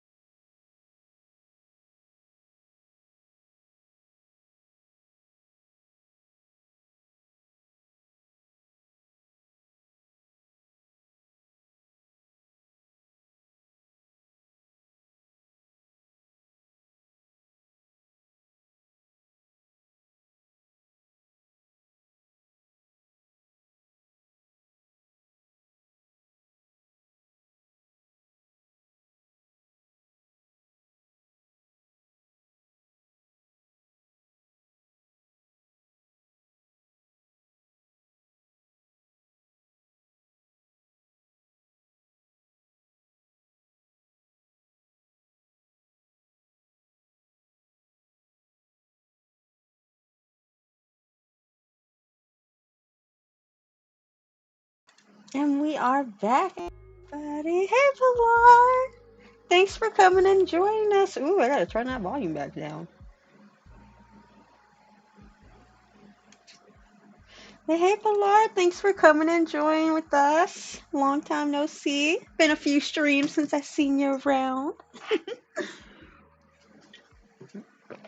So, inspiration hasn't hit quite yet, but what I do have that my dog is walking all over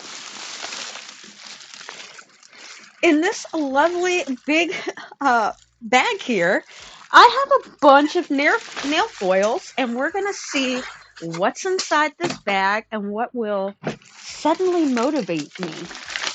Let me move them all off to the side here so I can open this bag. Whoop, Diesel, careful. The dog's like trying to walk under my feet because he saw me drop something and he thinks it's food. It is not food, Bug. I promise you. If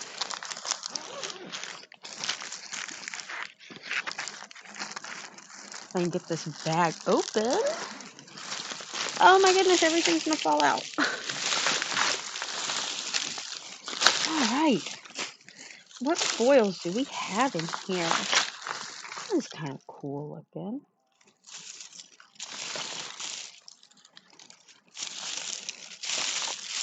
I'm just gonna grab like a big handful of foils. Just grab some handfuls. Why not?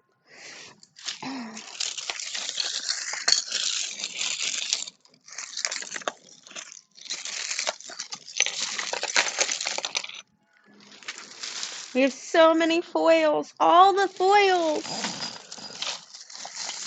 And these are ones I haven't even sorted through yet. Oh my goodness. Everything is tumbling out.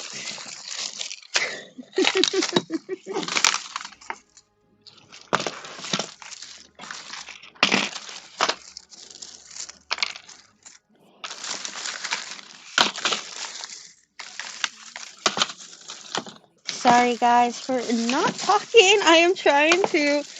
I just had a huge mess happen off screen, and I am trying to pick that mess up right now.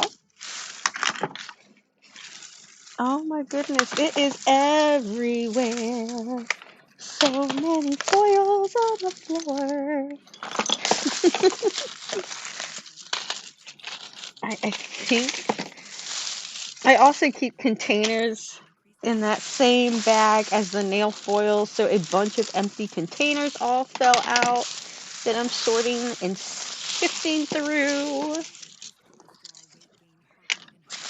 Alright, I think we got it all figured out now. And we'll bring the rest of the foils over that fell out, and we'll just go through them. We'll just see if one magically speaks to us, and we'll try it out.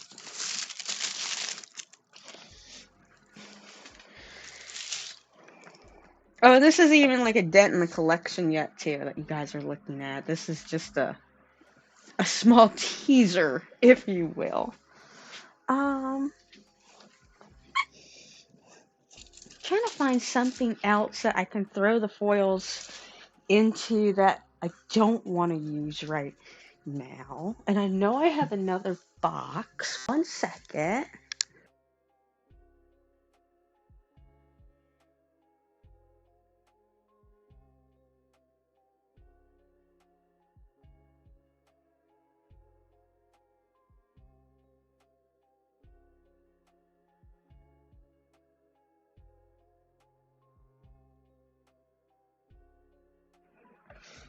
Alright, got a couple boxes. We're good. We're back. We're good. We got this figured out.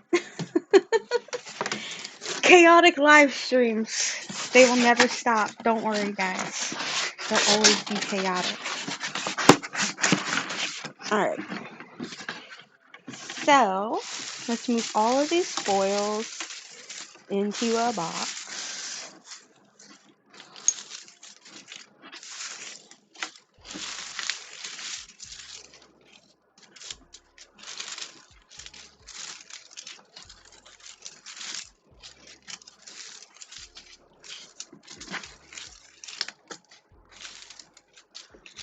People are like, how many foils do you have? Oh no! Too many, because I just ruined one without even paying attention. I forgot about that nail palette thing back there. Can we save it? Can I maybe use a little bit of rubbing alcohol and save it? That one has acetone on it. Can we save you, baby? I don't think so. Oh, I can maybe save it, maybe.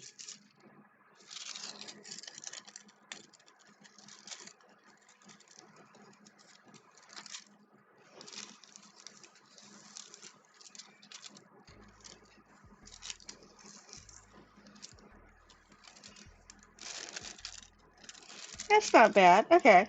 It's still work. It's still fine. It's fine. It's fine. It's fine.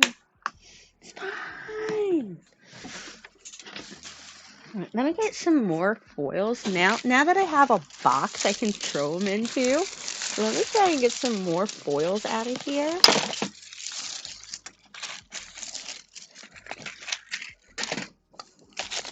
This is why I keep saying too, I need to organize everything. Because it's just, everything is all over the place. I don't know where anything is anymore. Some's here, some is there, some's over there. Some's in the container down the street. Like, literally everything, everywhere, all at once.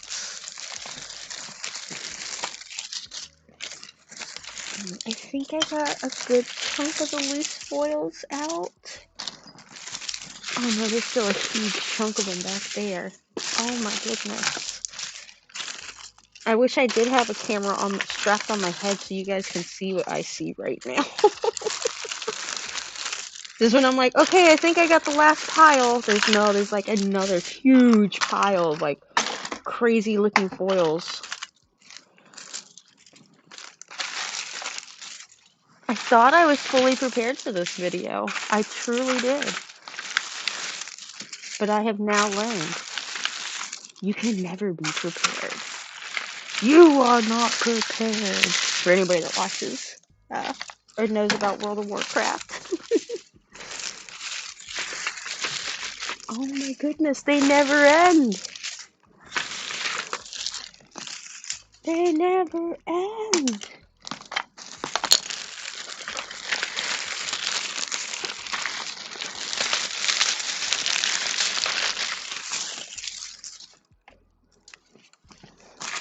The poor guys are over there just like, what is she doing? I just hear a bunch of rumbling around. In due time, good viewer, in due time, you will see.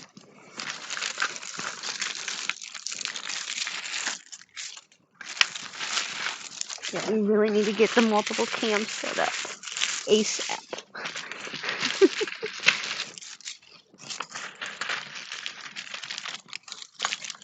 I guess I should have put the we'll be right back thing again, too.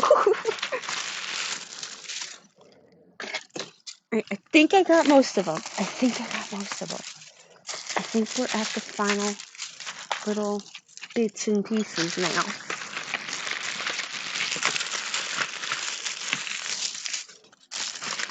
I have a lot of duplicates in here, too, so...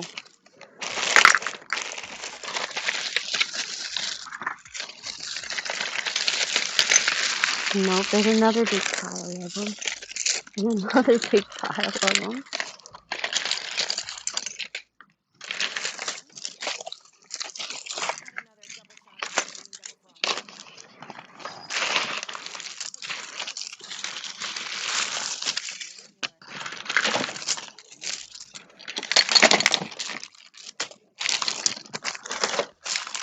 I promise, dear viewers, I am almost there. I almost got all of the foil.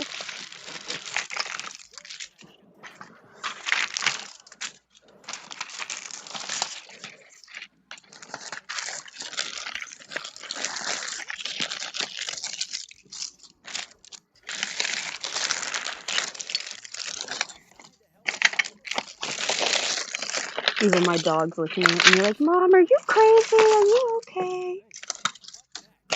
All right, we did it. We did it, guys. We got all the foils. At least all the foils that are in that bag. This is not the end of my foils. So I said I really need to organize all of them. Diesel. No. All right. So we pull this back.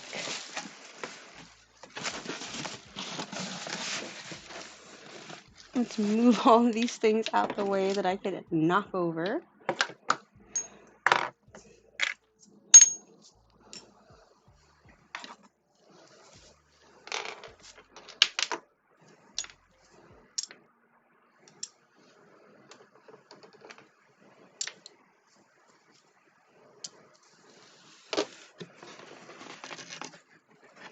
Alright, so here is the foils I just pulled out of that bag. I have so many, like so many. Of all types of colors, shapes, designs. We got this even down here. We've got some funky looking patterns.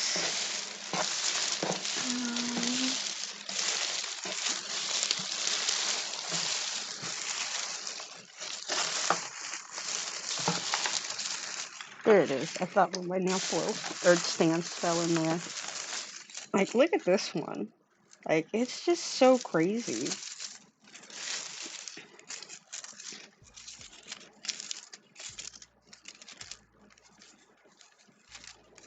There's another, like, cool looking one. Got this one here. Yeah, I have, like I said, I am the queen. Like, look at that one. Isn't that neat? It's just so, like, weird. That's why I, like, had to get it. Like, again, like, some of these are just so weird and unique that I couldn't say no to the thought of them. So let's kind of dig through here. I see I got a couple of these ones in here. That one's kind of cool looking. I'm trying to really get into animal designs or animal print. It's something I don't wear or design a lot with, but I would like to kind of get into it a little bit more. That's kind of neat. Let's use that one.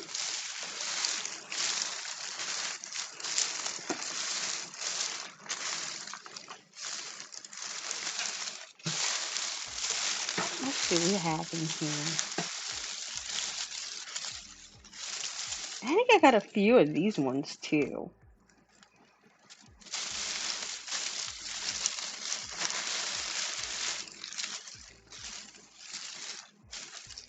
I know I've got a few of these floating around in there. That one's kind of cool. I'm going to do something with that one. These are so pretty too. I love this. Love that style.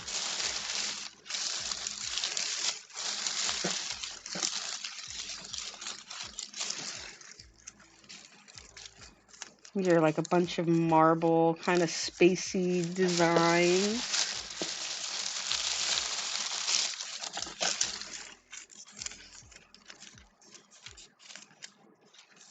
Oh, gee, doesn't that look very familiar from the Daily Charm one?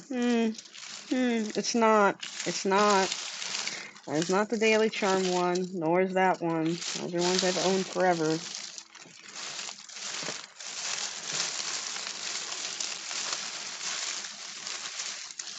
I know, I need a better system besides just pawing through everything like this, but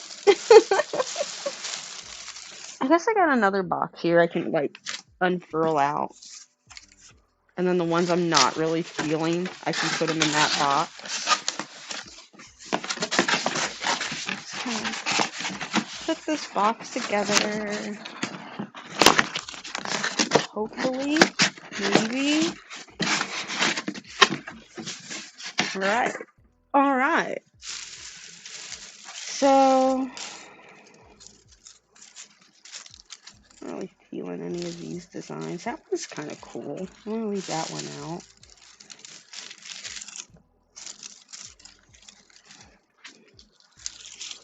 I'm gonna leave that one out too.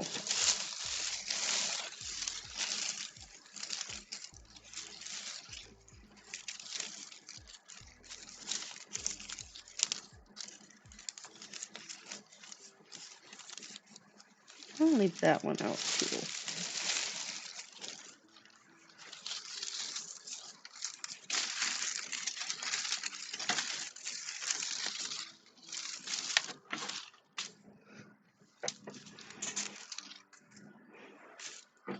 Like, this box kind of over here near me.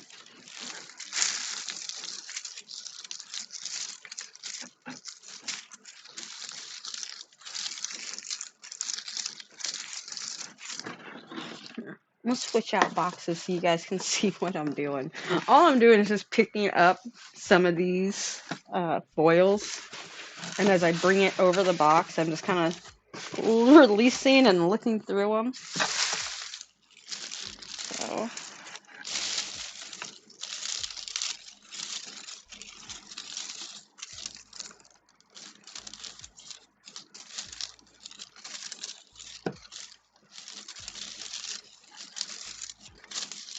there's a couple that I saw when I was pulling them out that really had caught my eye, and watch, now I'm not gonna see them again.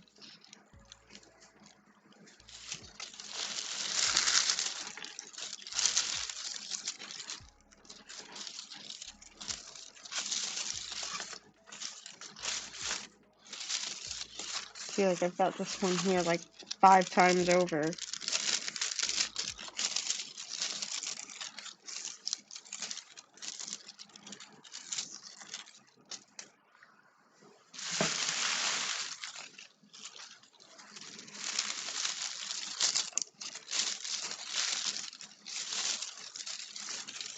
And maybe it was in the other container. I have another container I was looking at that has a bunch of foils in it too, but they're ones that I kind of already have an idea for. So I really don't want to go pulling them out of that container, messing with the idea I already had for them. Yeah, since I got so many of those, I'm gonna pull that one out too. Why not? Why not? Because I have so many of them.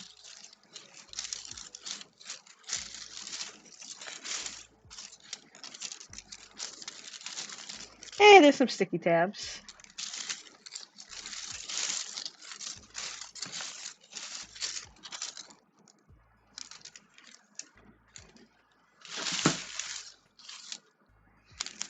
I really like that one too. I'm gonna use that somehow. Alright, I should have enough foils here to kind of mess around with, see if we can make something with them. And as I say that, I get distracted kind of looking through this box again of what else is in there. Ooh, I like that one. I'm going to pull that one out too. Alright, let's move these out of the way.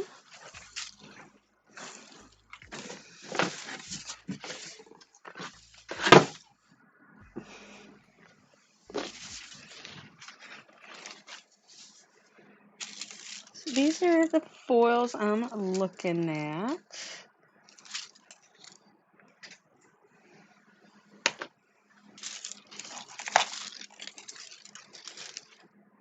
And I also got some Halloween foils somewhere over here.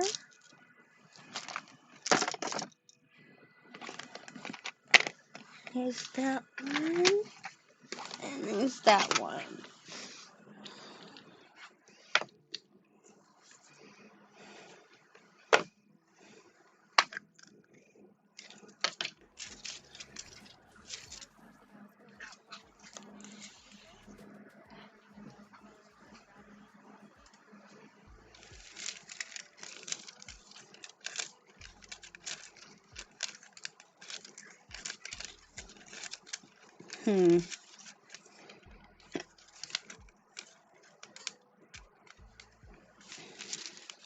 Maybe we'll do some reverse foiling with those.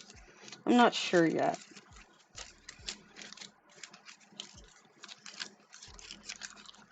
See, that's the problem. Like, my brain's not creative enough, like, how to...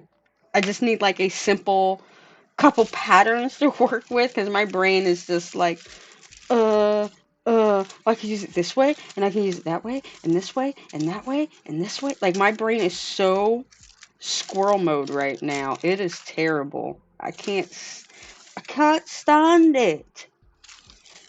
I think we're going to start with that black one, because that's going to be, like, the easiest thing for me to, like, kind of work with. Get my brain to do something with it. We do need some foil glue. So let's see if we can find some foil glue in this box. I do want my glow in the dark top. I got a matte out already. I need, let's see, a black down there.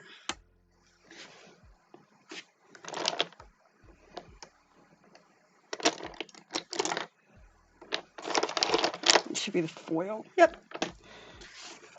All right.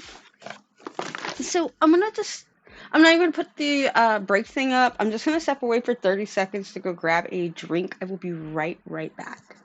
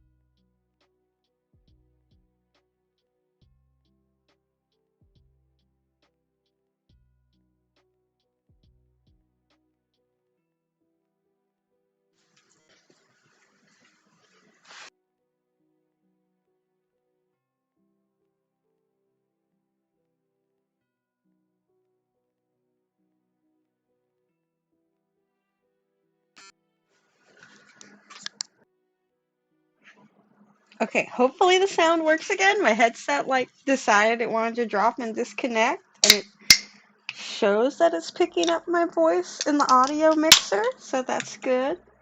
No, it's not a beer. I'm just opening a can of cherry Coke. All right, so let's get started on some of these nails. let's start making some nails. Let's get those creative juices flowing. You guys have your snack? Are you ready? Good. Let's go. So, first we need some nail stands. And we're going to start off with probably a very simple, easy design, but you know what? That's pretty out. Sometimes it's more elegant and classy to, you know, have a tone back nail design sometimes.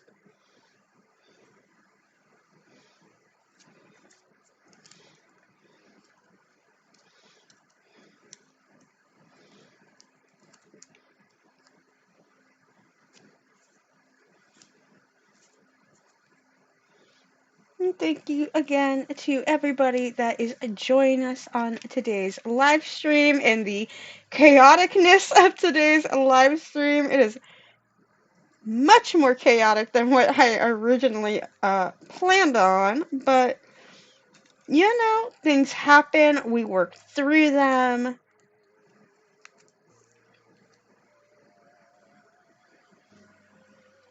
And I just realized you guys cannot see very well what I'm doing, so let me zoom back out some. All I'm doing right now is just sizing these nails up because this will, if nothing else, be used as a press-on set for myself at a later time or used in content somehow or in my portfolio.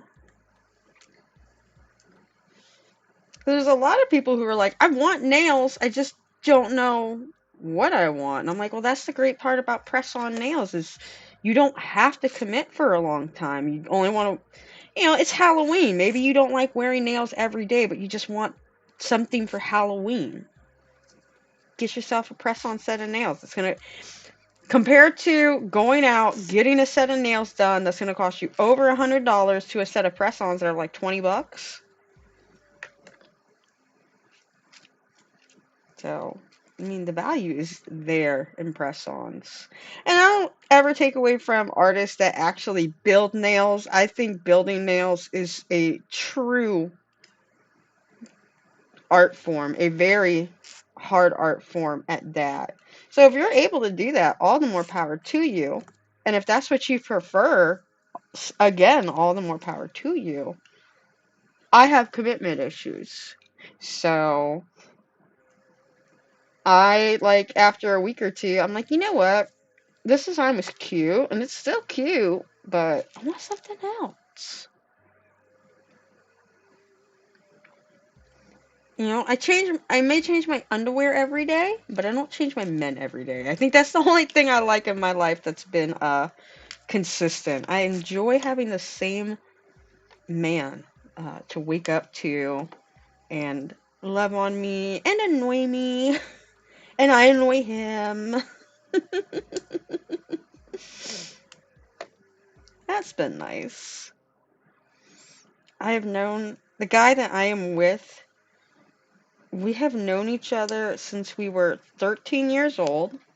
We became, you know, good friends once high school started.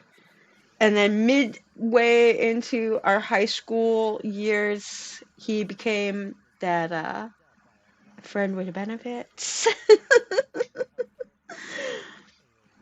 And then once we got into our 20s, so low key, I call him my husband. I am technically, by way of law, I am technically not married to my husband.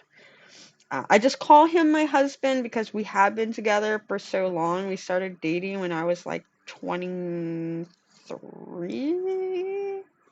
We were 23, 24, and I'm only 2 months older than him. So it ain't like I'm like robbing the cradle or dating way older than me.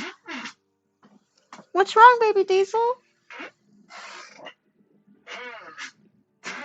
Diesel wanted to yip back there. I love my dad.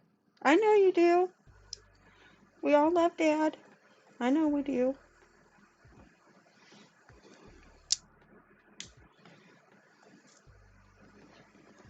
I like to use a smaller stance for my pinky nails. If you're wondering, like, what is she doing? Why did she just have that total brain glitch on screen. I like to use the really small, thin ones or the thinner nail stand for my pinky nails, and like I like to leave the bigger, thicker ones for like my index, my thumb, middle fingers, things like that.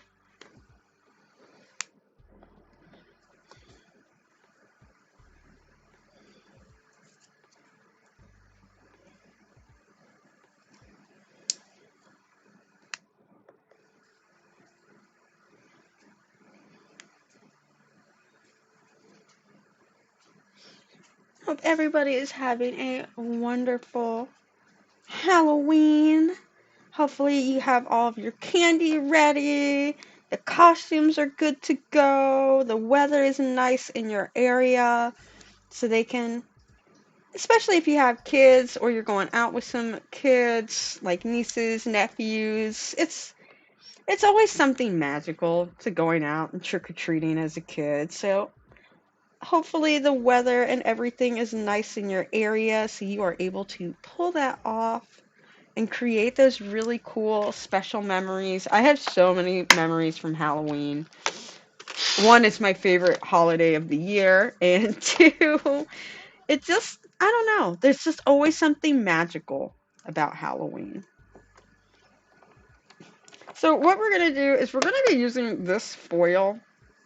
Like I said, it's a very basic foil. It's like a black with a gold crackle through it. And what we're going to do whenever we use foils, it is always nice to try and put down a base color that matches a majority of the color in the foil. So that way, if you do have a spot that doesn't fully stick correctly or lay like it should, hopefully that background color that you painted down will hide those little flaws. And Diesel right now is going crazy. He is winding up a storm. I'm not sure why. So we might have to take another little doggy break. Oh my goodness. Diesel, you're distracting me, honey.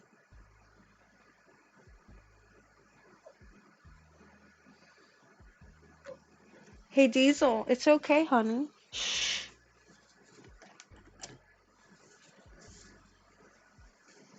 He's very upset lately, you know, with everything that's been going on. Because when we got Diesel, he was a puppy. There was three siblings total, so 4 dogs, including him. The girl had already found a home, but there was just him and another boy left. And I really wanted to take both of the boys that were left, Diesel and the other one, but my husband said, no, we can only have one dog. And I said, okay, fine, fine. And Diesel is the one. So Diesel's just always been around other dogs. He's just, the very first night we brought him home, the guy even told us, like, he's only known sleeping next to his mom and, like, his brother's sisters. He doesn't do good being separated from them. So it was good that we had Buster here for him. So that way he didn't feel lonely. He had a little friend right away. But now that his little friend is not here right now, we're both still very upset. Just I can vocalize through my feelings and rationalize what has happened, unlike Diesel, who, doesn't get that as a dog. It would be nice, though. I feel like I laid this on way too thick on this nail. I think this one's going to wrinkle on me so bad. I feel it coming, kind of.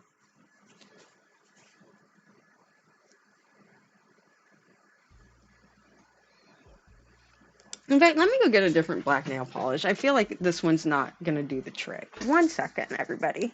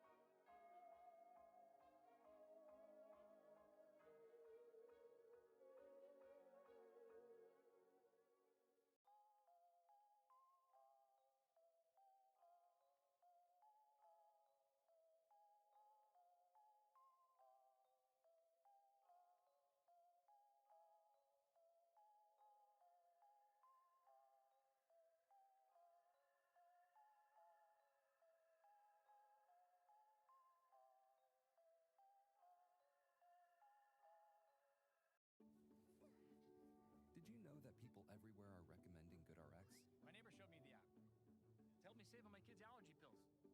Dropping off a prescription. Americans everywhere are sharing the savings. We're all set. Another good reason to check GoodRx.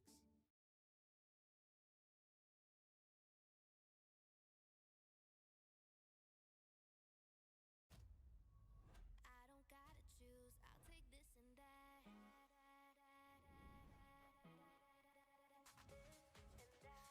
I want this and that. The Sephora Savings Event starts November 1st. Are you ready?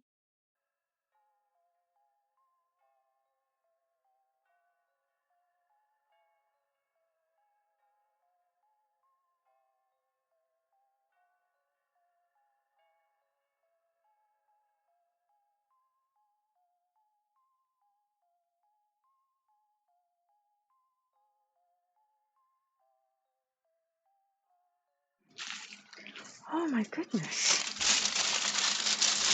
Diesel makes it extremely interesting to do things.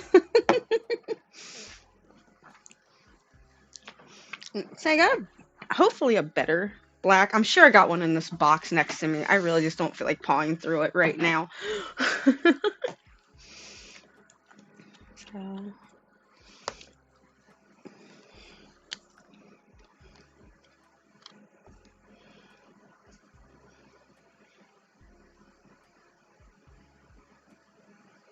that feels a little bit better.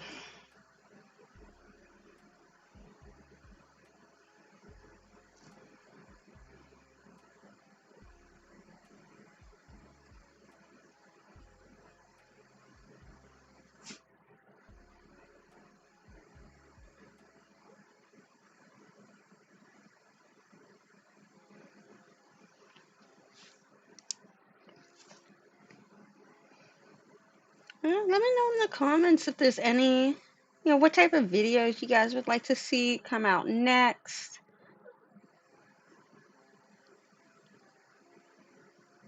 What type of things you would like to see me talk about in another video. Maybe it'll help me get those creative juices flowing. Diesel is getting very, very upset right now. I'd like to not end the live stream yet. I'd like to go a little bit longer because I feel like we barely got to do anything so far. But he is adamant about needing some attention right now. Very adamant about it.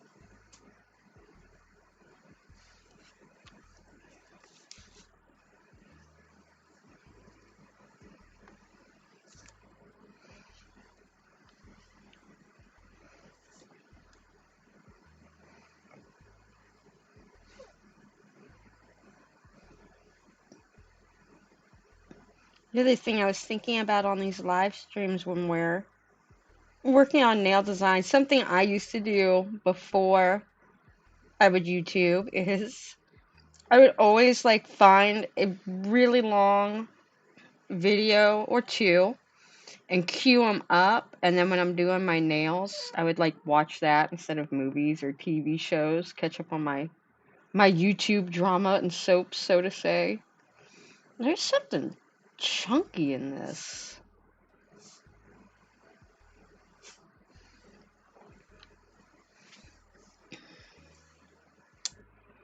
I don't know why I find little chunky bits inside this polish.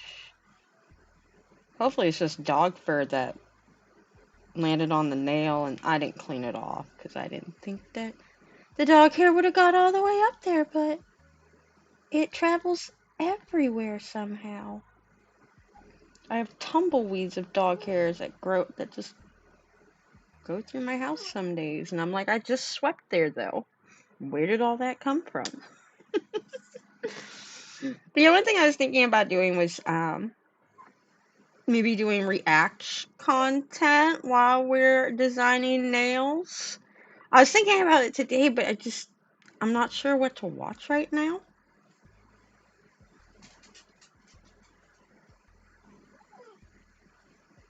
Maybe we'll take a look here once I put these in the lamp, see if we can find anything that looks interesting. So we're going to put all those in the lamp, and we're going to let it cure for 60 seconds. All right, let's see what we can find over here on YouTube. In fact, you know what? Since we were talking about Kim Kardashian, Michaela.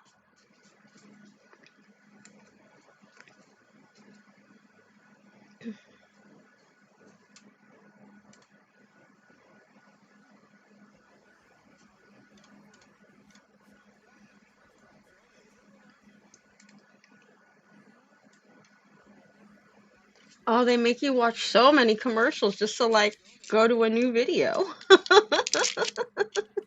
It's insane. Skip. Stop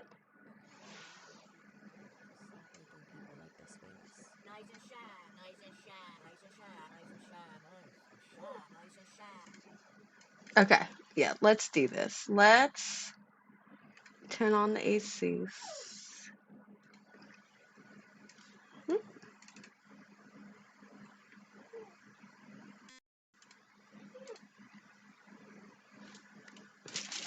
And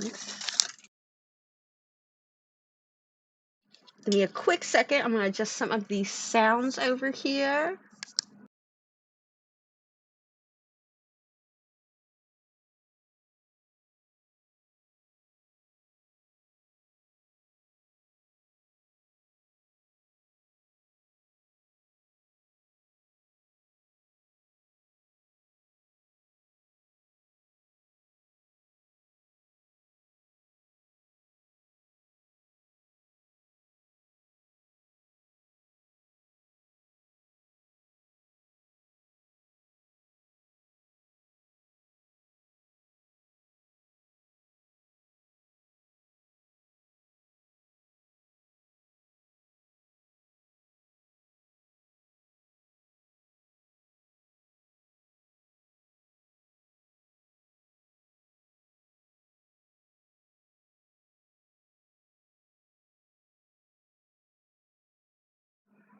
All right, so as we were talking about Michaela Naguaria earlier, we may not get through this whole video, but I do want to watch some of it with you guys. This is Cece Suarez. I really enjoy some of their content. Some of it I can't always get behind because it's just not a topic I'm interested in. But how I found out, oh, excuse me, how I found out about CC was they were breaking down and not reviewing, but they were like demystifying all these like companies like Monet and companies like that where it's MLM marketing basically. And they do a really good job of exposing those companies as just being MLM marketing companies. So I thought while we're doing this set of nails, maybe we can watch a little bit of this video, react to it along the way, what we think about Michaela and her antics on TikTok. Would you do any of those antics if it meant the views and the promotions that she gets and all the PR? So let's go ahead.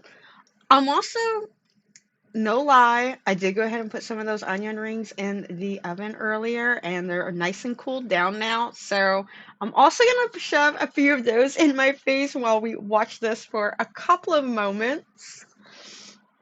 If you're not able to hear the sound from the video or anything, let me know and we can readjust it. But I think I've got it all set up to where it should work.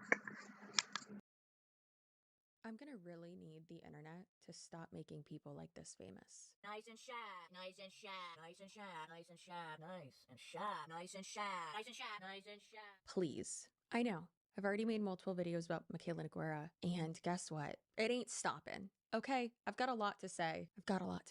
Because I'm just a lady with a bulldog, a camera, and too many opinions. I don't know if you'll be able to hear that bulldog snoring right now. He's really just found his home in the wingback, my podcasting chair that's in my reading nook. I just posted a short last week of him in the ball pit by himself. I moved it. He found it. Anyways, let's get into it. Last video that I did about Michaela Naguera was very much so just focused on her filtering. And yes, I want to touch on that again, but mainly today I want to talk about how she is, in my opinion, the queen of rage bait at this point. And you might be saying, but Chelsea, just pearly things exists. Let's say actually, I think we should ban divorce too. Yeah, I think that should be banned. that's a little bit silly. You have to acknowledge that, right? Okay. I watch a lot of Just Pearly things, not by choice, but they were just trending so much online. Some of the things that Just Pearly said are. Let me adjust the volume on this. My microphone decided it wanted to go to 100 real quick. So there we go. But yeah, when the things that Just Pearly said, like, I could not believe that these were, like, someone had to have fed her those ideas. Like, how do you think of stuff like that? Just, so rage bait content is not new because of Michaela, and it's not new because of it happened even long before Just Pearly things too. Just, I feel, and I think CC will get to it also and help explain it a little bit better than I will. I just feel like they've created their whole brand, so to say, around being rage bait queens and rage bait content. Just, they say the most divisive things possible that they know the majority of people are going to get upset about, but they know there's that 1% that's just like, oh no, you're just hating, you're just mad because you don't have the numbers they have. And yeah, you know what? I am slightly upset.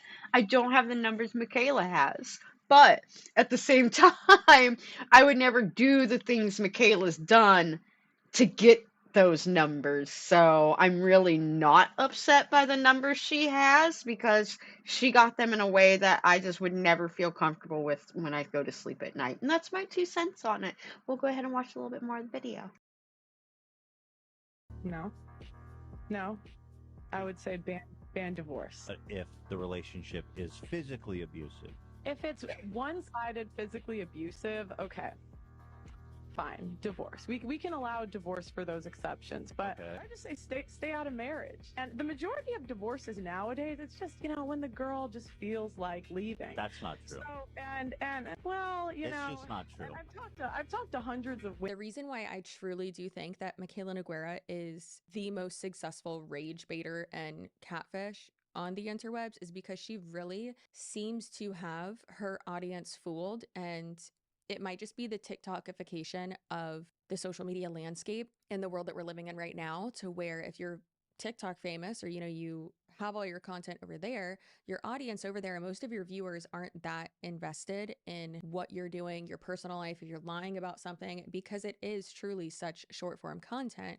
So you're not sitting there watching 30, 40, 2 hours, 3 hours of someone's content per week, Do not go harass anyone, please.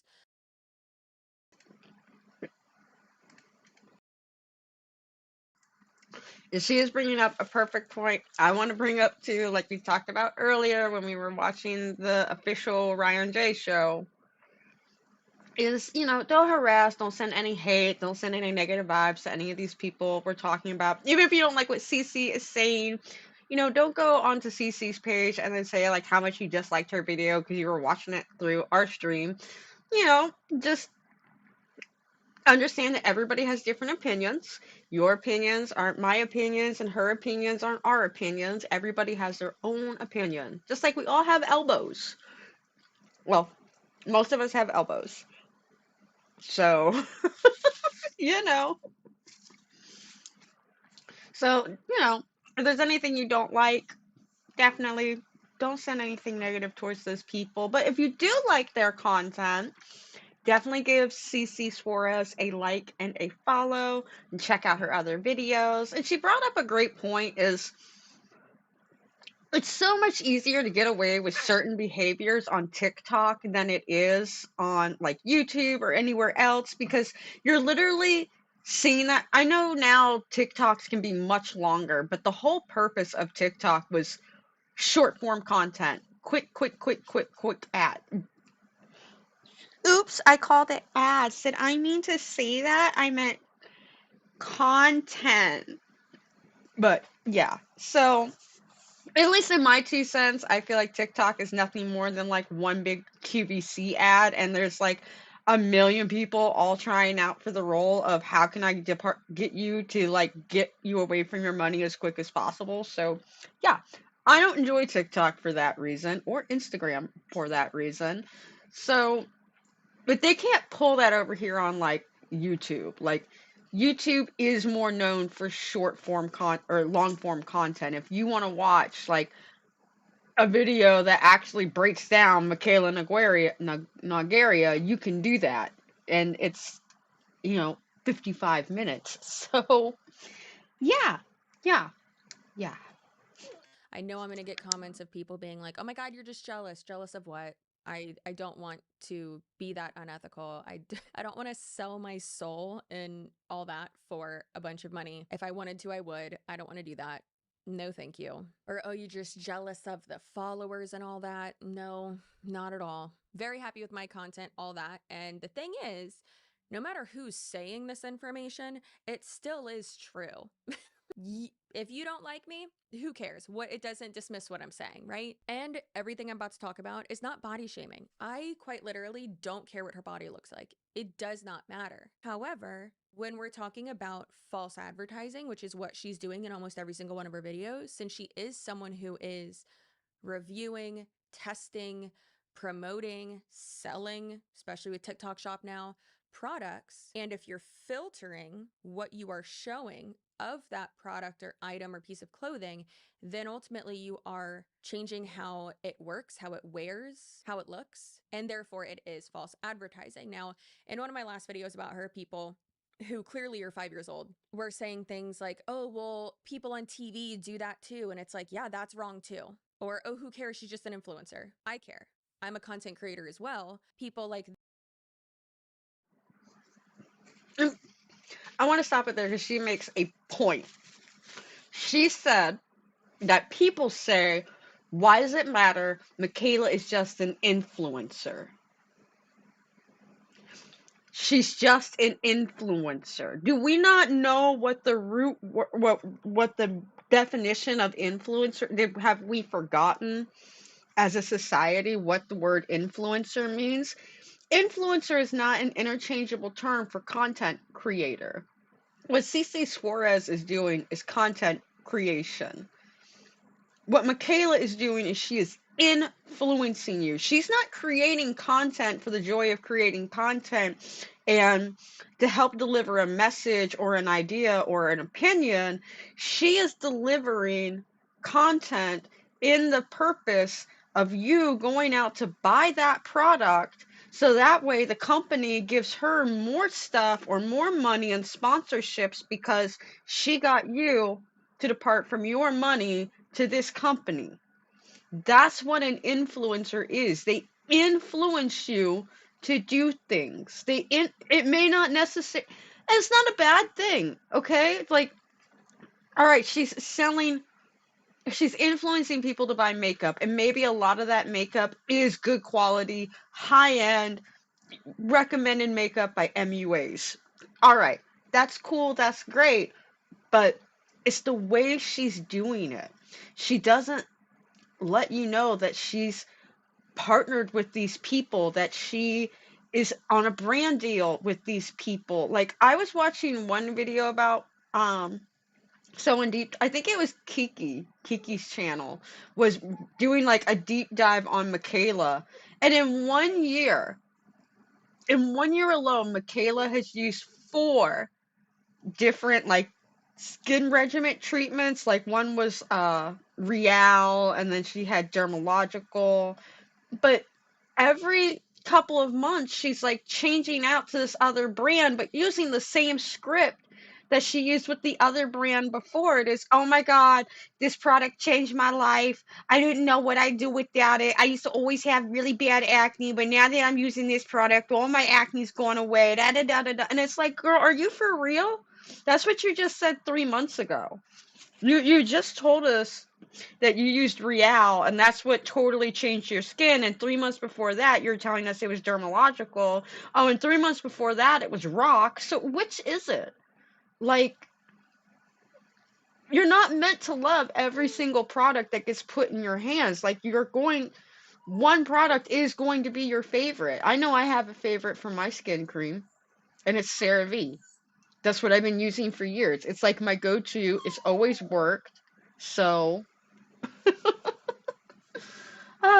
let's look a little bit more in the video. Diesel still needs a little bit more attention before I can get back to these nails. So let's see what else Cece has to say on this Rage Bait Queen situation. This are giving our industry a bad name, and I don't understand how someone who constantly, almost in every single video, is lying to her audience, in my opinion. How do you still have an audience? And yes, some of the brands are to blame as well to a certain extent because they are going to continue working with her. Then again, capitalism, baby. Of course they're going to keep working with her because unfortunately she moves product. Which is crazy because she lies so much. Wild. Looking back on Michaela's internet career, it seems that many people are unaware of her having a whole nother life when she was a teenager and she was internet famous on Tumblr. And she was seemingly just as problematic. And we can say all day long, yes, she was a literal child when she was on Tumblr and when she had her first taste of internet fame. And everyone says and does really dumb stuff when they're a kid. I get it. Completely understand that. However,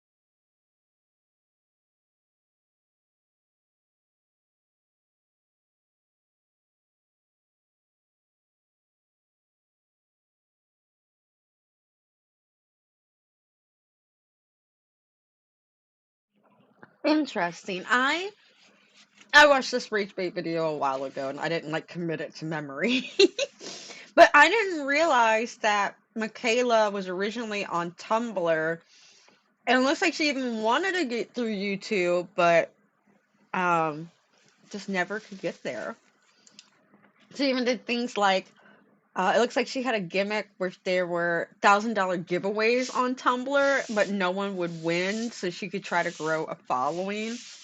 And I offered giveaways too. I thought about it in the beginning. I still kind of keep toying with the idea of maybe doing a giveaway once we hit like a big milestone, but it just it feels so messy sometimes.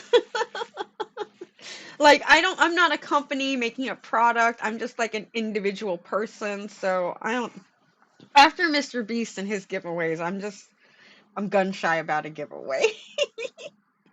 when you're doing the same shit, but much worse a decade later, I would say that this information is quite relevant. Allegedly, Michaela would do fake giveaways for gift cards, Apple product, etc. on her Tumblr page in order to gain followers. And it said that she also had a generally really shitty attitude towards everyone. And multiple people who went to high school with her have said that she was a bully as well. Michaela would also back then post heavily filtered, color graded photos and say that she wasn't wearing makeup when she was. Again, we can blame that on being a kid. But she has also multiple times when she was younger said that she was a makeup artist and took clients. And then even more recently, since she has been an adult and has had her second round of internet fame to quite a massive scale, she was interviewed for quite a big publication and said that she has been a professional makeup artist and taking clients for a certain number of years. But if you did the math with that, that would mean that she was professionally doing makeup for clients when she was 10 years old. Just because your parents buy you an Urban Decay makeup palette, that does not make you a makeup artist. Stop it. Something else as well from her past that's extremely disturbing is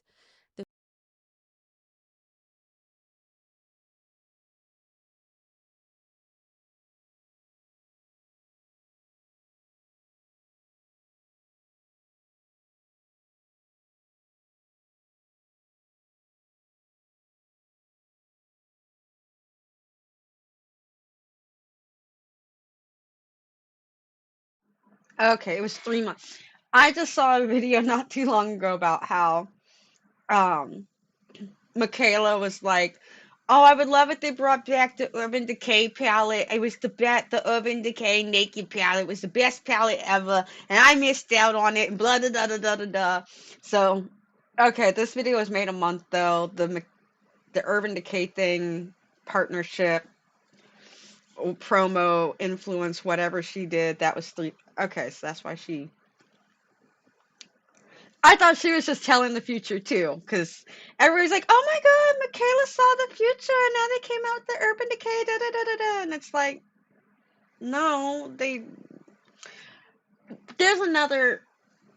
We'll have to maybe watch that video after this one. There's a good one by Robert Walsh, where someone sent a what do they call it?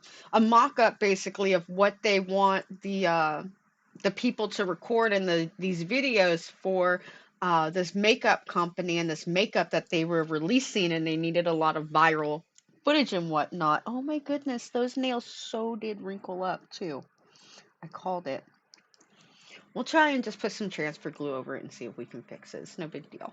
The fact that when Michaela was 13, 14 years old, she was dating a 20-year-old that she met through Tumblr. Whoa! What? Whoa, wait a minute. What? Yup, she just lied about her past. Her past is messy and very sad. Listen, she was caught up defending this guy who was almost 20 and she was 15. Everyone at the time was trying to tell her it's not okay.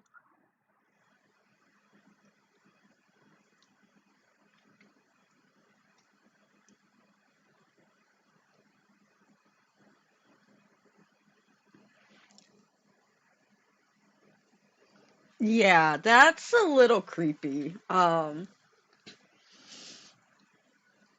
would not be happy if my 13 to 15-year-old daughter was dating a 20-year-old. I would whew, but then again, what type of parent would I'm not even gonna go there. I'm not even gonna go there.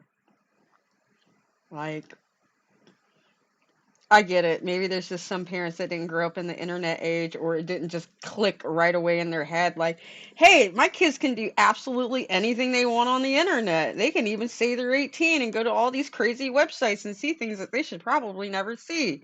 Even if they are an adult and of that age to see it. So, yeah. Yeah. Not a good look so far. Not a good look. That is not cute. Let's go ahead and watch a little bit more of the video while we're painting these nails. And her parents knew about it. They have multiple pictures together. Like her parents. Oh, I should have let the video play out for a couple more seconds. Her parents knew about it? Her parents, sorry for moving the camera like that. I was trying to pull my chair back up to the desk, but her parents knew she was dating a Nope. Nope. Nope. Nope. Nope. Nope. Nope. Nope. Nope. Nope. Nope. Nope. No. Oh hell no, not in my house. Oh my goodness. I just realized I'm not on camera as I'm trying to paint this nail. And all we're doing now, these are the same nails I just painted black before we started watching the video. I'm just going in now with some nail transfer foil glue and trying to calm my dog down some. He's very upset right now. Honey, I know you're upset. You can't sit in my lap while I'm doing nails, okay? You're gonna get dog fur all over the place and it's gonna be a mess. Stop.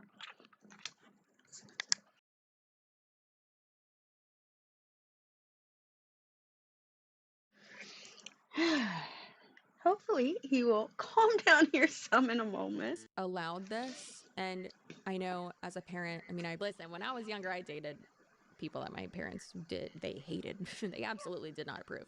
None of them were over 18 when I was a child. Now, there have been quite a lot of people who have come out since Michaela has gotten quite famous regarding her accent, her being just generally a shitty person, a Yes, pathological let's talk liar. about the And many accent. people who grew up down the street from her, went to high school with her, know. Let's see. Michaela acknowledged that Dawn had her message in the specific video she posted is iconic, fantastic, amazing. We love it. If only she would stop lying about the filtering, and start being FTC compliant. Her family quite well, one who was friends with her older brother, and then they had mutual friends as well, and all of them have alleged that her accent is completely fake. Could you imagine how exhausting it must be being Michaela Noguera, faking your accent and filtering yourself into a whole different person? Michaela, just be yourself. People don't care. They literally don't care. Hey guys, so I just got off the bus and I was at school, so I'm gonna start doing like random vlogs. And so today I just wanted to do like a vlog to show you my chickens because they are so amazing. So let's walk over here. This is my Now, instantly when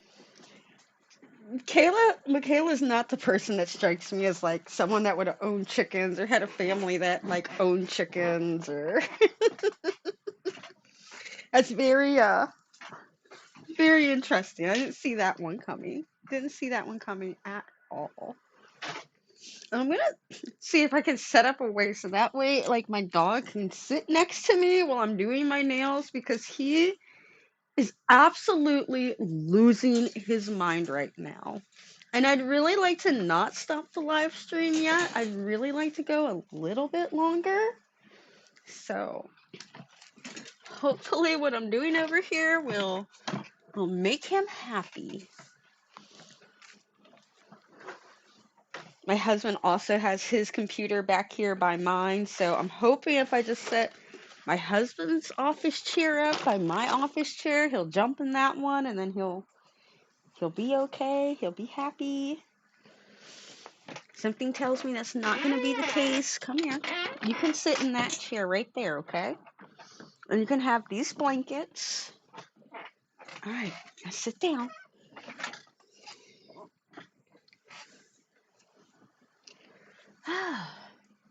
People thought having kids are hard.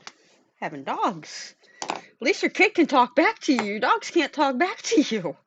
They can't tell you what's wrong, why they're upset, why they're mad.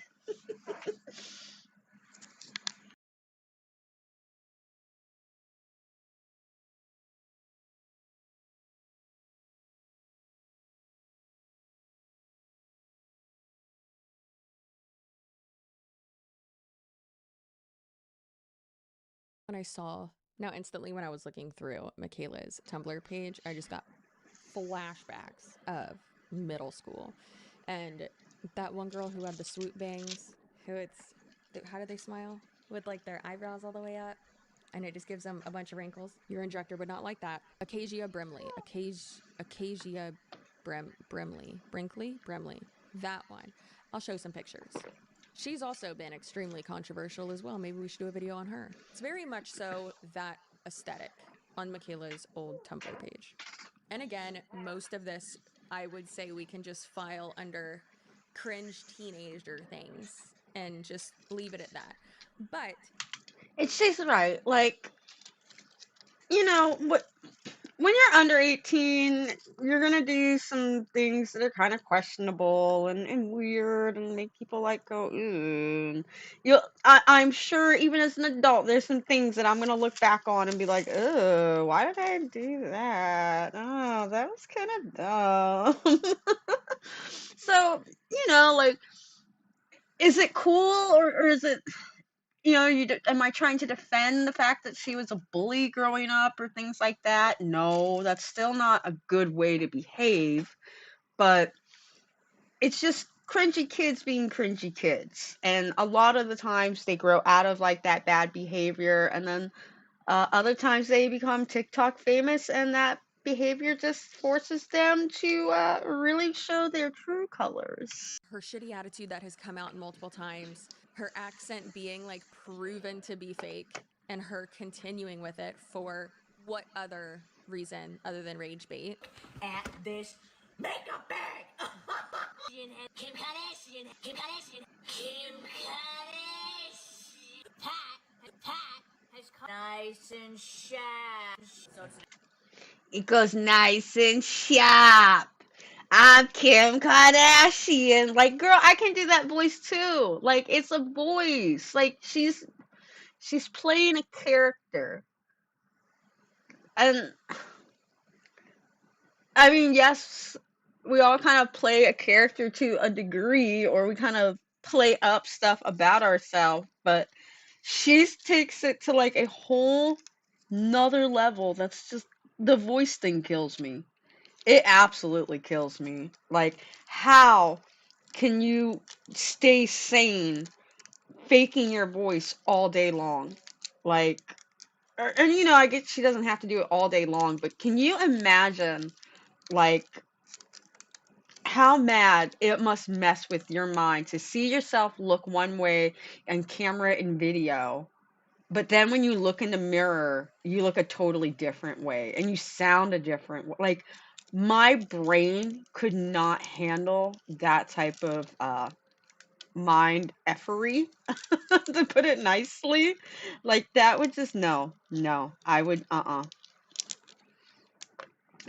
this is why I said, like, I'm not jealous of what Michaela has. The amount of show she has to put into this character that she's created, that's too much. That is too much for any one human being to have to do. Like, she's method acting for TikTok, but she's probably making just as much as Christian Bale and Brad Pitt, like some of the best method actors out there. So, you know. today I went to the Pat McGrath Lab. I interviewed Google AI experience. AI, is it good or bad for the world? Wait, AI or AR? AI. Oh, wait, is it AR? It's augmented reality. It's not AI. I think AR. And then also continuously filtering her body and face into, again, a whole different person, and then doing undisclosed ads on top of it. It's like, okay, then that it is relevant.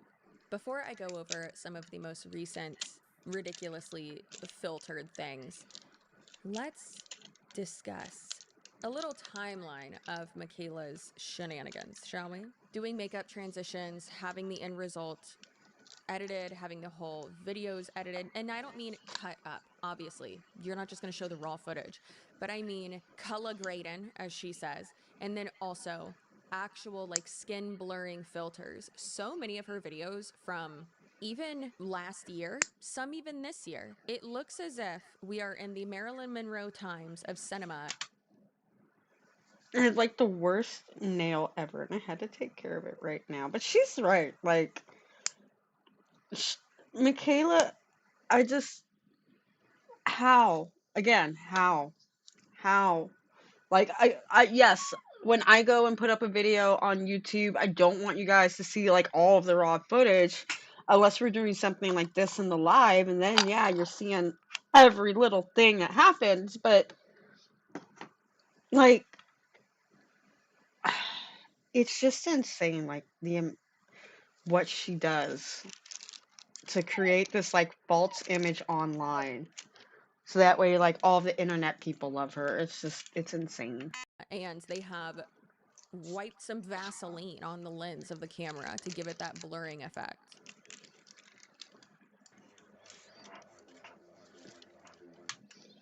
Like, look at that. Look at how egregiously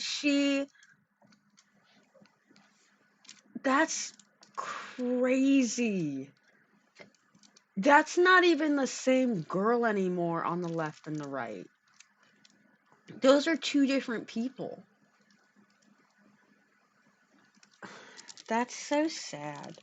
Like, I'm a little overweight. I'm a little chunky. I'll be the first to admit it. I'm only 4'11" too, so like weight, I'm gonna put on weight a lot quicker and easier than someone taller than me. It's gonna show up a lot easier. So it just means I have to put in a little bit more work than a taller person would. Does it suck? Yeah, I wish I was a taller person, but whatever. I'm not gonna edit myself until I don't even look like myself anymore. Like, if I were to send someone a picture of a high, if I were to send someone a picture like that where I'm like, oh, this is me, but it's like edited to my hair's not real, I'm sucked in like 4 sizes. Like, no one's gonna believe that.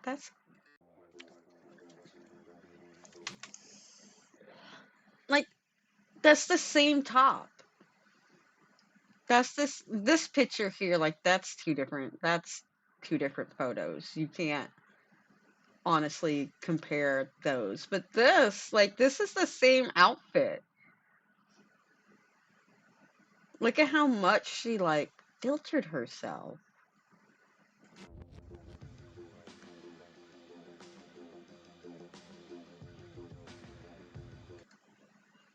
Yeah, this here, like when you're watching her mouth.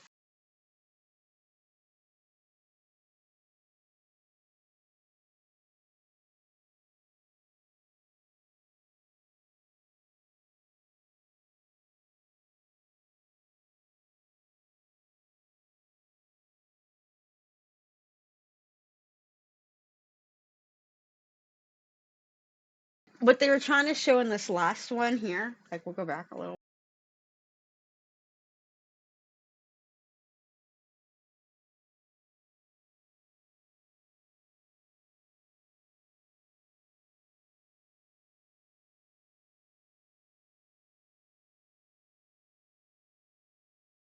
She's talking because filters can only do so much when there's movement. Like you can see how much blur it is.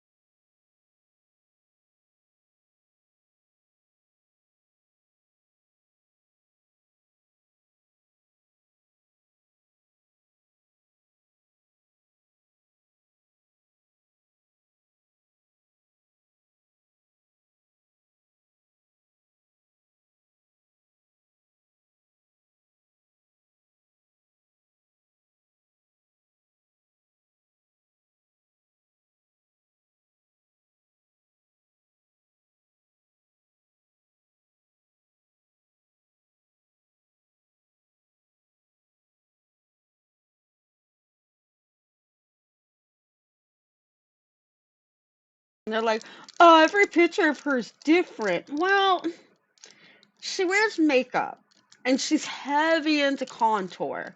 And depending on how she contours her face that day, yes, she is going to look different in every single photo, especially depending on how she did her contour, and I'm not trying to defend.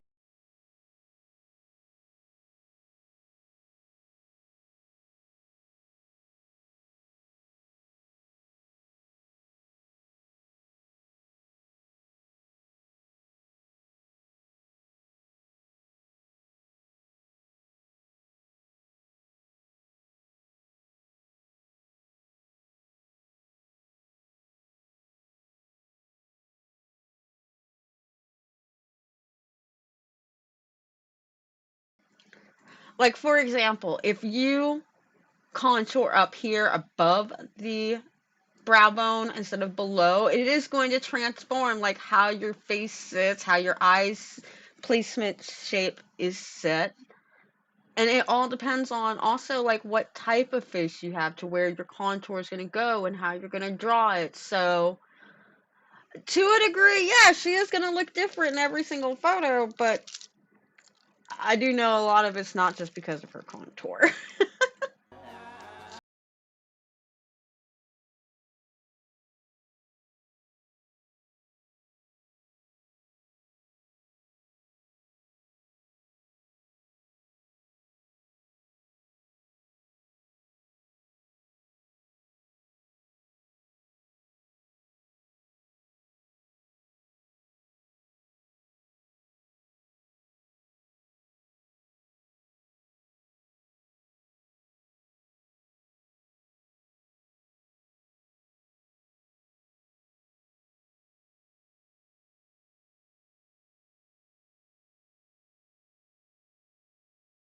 lip plumping makeup you're using, your lips aren't gonna plump. They're not.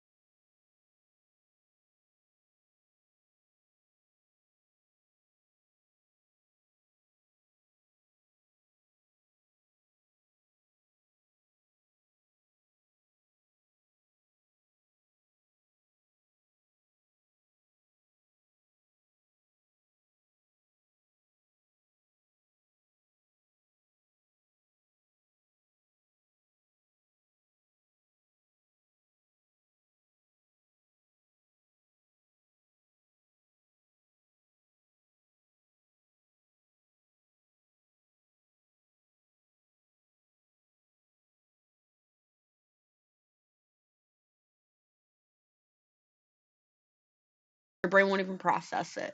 But if you're like me or these other people where now like that's what you're doing, you're editing videos and photos, like you see those little things a lot quicker and a lot easier.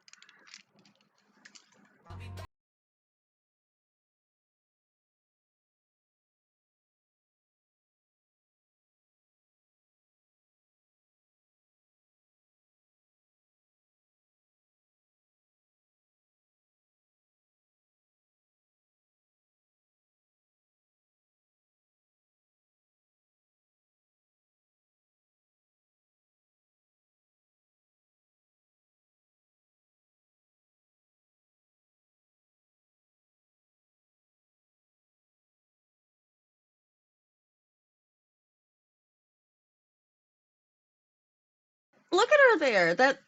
This is probably her in her most natural form. Like her eyebrows aren't done, her lips look she's a good-looking woman. She looks fine.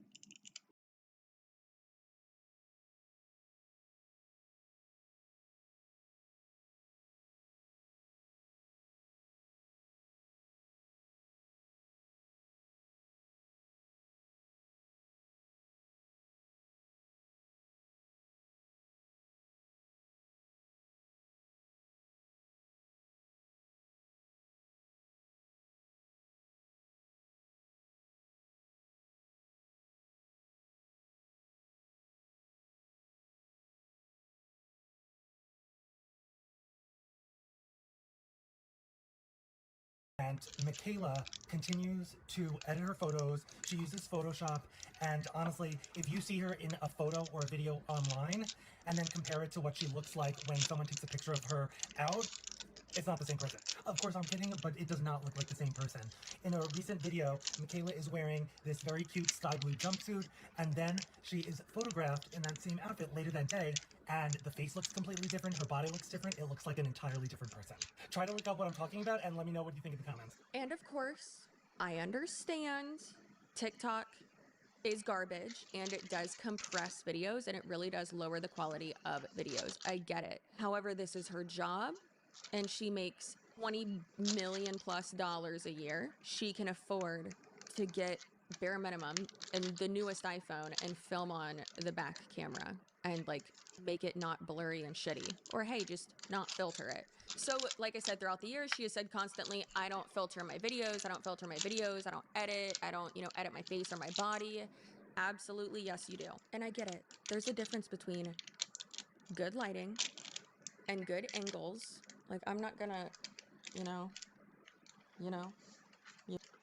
Exactly. Like she's bringing up the perfect point. Like we get it. There is lighting, there is angles, there's contour like I was talking about. Like she said, I'm not going to sit there with like my neck all pushed back into my head because that's not an attractive angle on anybody in any lighting with any contour. But there's also only so much lighting, contour, and angles can do until you need the help of Adobe or a filter to come in. Right? Sitting like a shrimp. Hello. Always sitting like a shrimp. Hey, yeah, I'm always sitting like a shrimp because I'm always doing nails, okay? That's the nail way of life. Shrimp posture for life. She don't even know. She don't even know. This design's actually coming out way cuter than what I thought it was. I think I am gonna matte this. I don't think we'll do any glow in the dark top coat on it, but I do think I'm going to do a final coat of matte.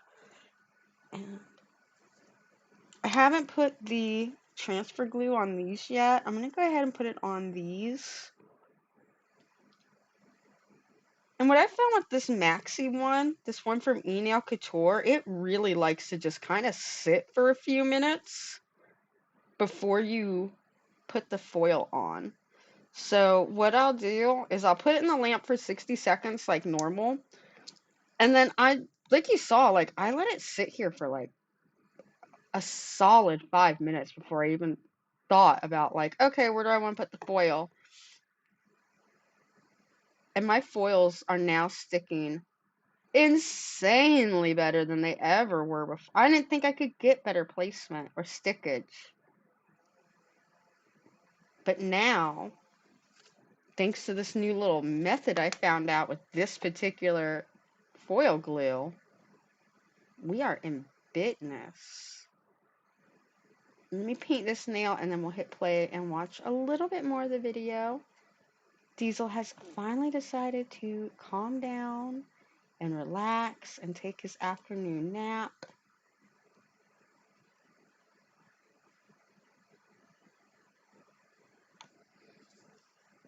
Let's hit play and watch a little bit more of this video. Shrimp. Unclench your jaw, stop sitting like a shrimp. Straighten up those vertebrae, okay? Thanks. And wearing shapewear, posing, all that. Wearing things that flatter your body. I get it. Someone who hardly leaves their house, and when I do, I usually look like I'm working in a garden because that is what I do a lot of the time with my kid. So, child labor. So I get it. We're all not slaying constantly. Oh my but goodness. Also, I that's not the started same painting person. the wrong nail. That's not the same person. Stop it, please. Stop it. And people all day long can say, well, it doesn't matter, leave her alone, blah, blah, blah. Oh, no, it does matter. You just don't have a problem with it. Other people are allowed to be upset about it. It is unethical, as she is a public figure, and she does constantly post and review and do undisclosed ads and all that. But more so than that, babe, if she wants to be a role model or not, she is. And yes, my biggest problem with it is she's, other than like the whole false advertising regarding selling a product and, all that, is that she's lying about it. Not okay. Not okay at all. Just like how I didn't want to go too far into the cringy and annoying things that she said when she was a teenager, because again, you're a child. And that's my thing too. Like, do I care that she's selling product? No. Get your bag. Sell whatever product you want. But I don't like the fact that she's lying. And there are a lot of younger people that use Instagram and TikTok, and I never thought in my lifetime I would hear young kids, like when people used to ask us when we were growing up, like for context, when I went to kindergarten, it was 1990. I was born in 1985. So I'm right there in that.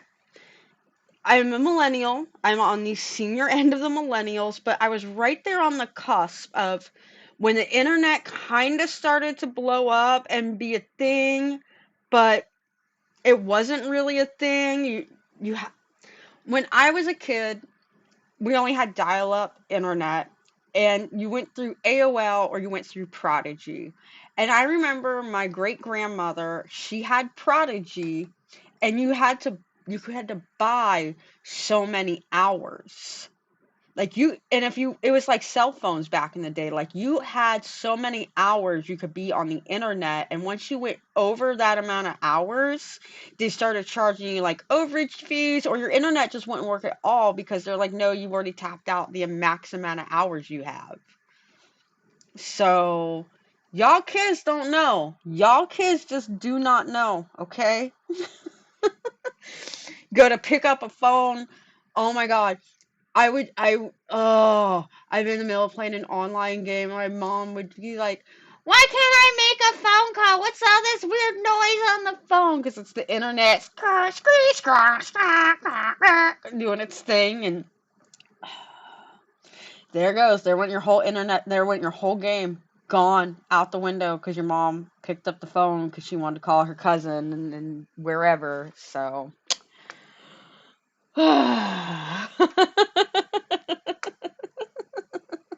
That was a thing. But yeah, like when I was growing up, the internet wasn't really a thing yet. It was kind of coming along. We definitely didn't have YouTube or TikTok or Vine. MySpace wasn't, I think MySpace didn't even come out until I was almost in college. Let's go officially look. When did MySpace officially come out? When did MySpace? So yeah, MySpace came out the year my junior year of high school.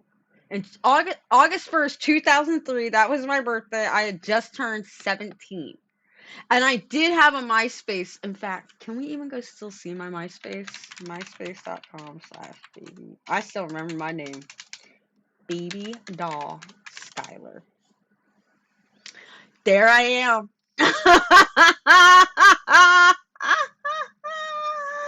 Oh, that was me in college. That was I think I just turned 21. Will they let you see any other pictures, photos? I'm so mad, like, everything is, like, basically gone from your MySpace. Like, all my posts, it says there's none, but that is such a lie. Oh, I'm so mad. I'm so mad that it's all gone. But, the internet wasn't really a thing back then. People didn't say they wanted to grow up and be like influencers. Even when we had MySpace, like people weren't growing up and saying they wanted to be like influencers or MySpace girls or, MySpace models. That wasn't a thing yet. Okay? We needed a couple more years to cook. But now, when like my daughter went to school and my sister-in-law's like my nieces and nephews, like their kids all started going to school, like half their class all says like they want to be influencers or YouTubers or something that involves like YouTube, TikTok, just creating content. None of them are saying like I want to be a lawyer, I want to be a doctor. And that's what people forget. It's like you're influencing a whole new generation. You're influencing a whole new era of professions and everything else, and you're showing them like the most wrong ways to do it. Like we already have big business that does wrong by us all the time, like Coca-Cola and Pepsi and any major company out there. Hershey's probably has a whole bunch of dark history behind it. So we already have like a whole bunch of people that are gonna, no matter what, always be unethical because of the big business that they've been born into. But as influencers, we have a chance to make that different. As content creators, we have a way of making that different, of not being unethical, of being upfront and honest and who we are. So that way, as we're molding this next generation that wants to be influencers and try to take the reins and make this a job, they know the right way to do it, the ethical, moral way to do it, not just, oh, what's going to be the way that's going to get me the most views as quick as possible so I can have like Logan Paul money. Like, that's not cool. Not cool at all in my eyes. Child, you're gonna say dumb stuff. You haven't really lived life. You're ignorant. I'm not saying it's okay. Like, your parents should do better, obviously, but like, my fellow millennials, are you very happy that your MySpace has been lost to the ether? You see? See? I called it. Us millennials are. I am so lost that I am so mad that it's gone. And the thing is like the Wayback Machine or the Internet Archive doesn't archive those web pages because you have to sign in to access those web pages. That's why, like, a lot of Instagram and places like that won't, when you try to go back on the Wayback Machine, won't show up because you have to be signed in for it to archive. So, yeah, all of those photos, all of that stuff that I did on Instagram is gone. Not Instagram, MySpace. It's gone forever. Damn you, Tom. Suing you for emotional pain and distress. And had I known, I would have downloaded all my pictures off of there before that happened. Me too. Oh my god. There's this one picture of me on there that I thought I slayed so hard. Figured out how to do self-time. Yes, exactly. That's why I'm low key mad, because I know there is a couple pictures, dirty bathroom mirror and all, but girl, I slayed. I look so good. You could, nah, can't tell me nothing, nah.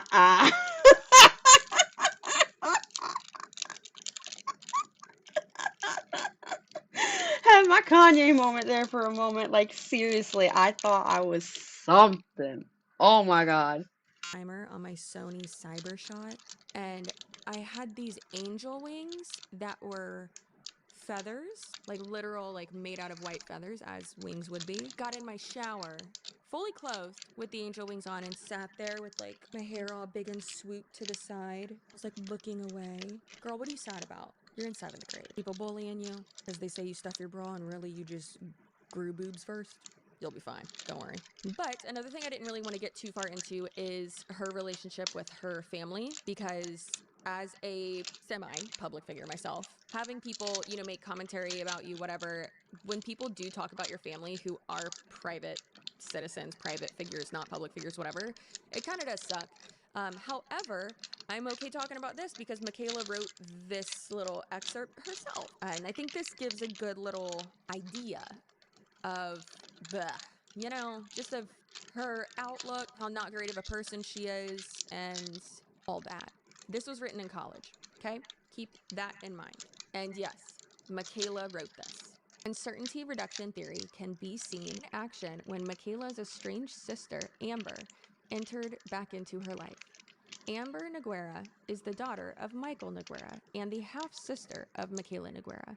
They have the same father, but different mothers.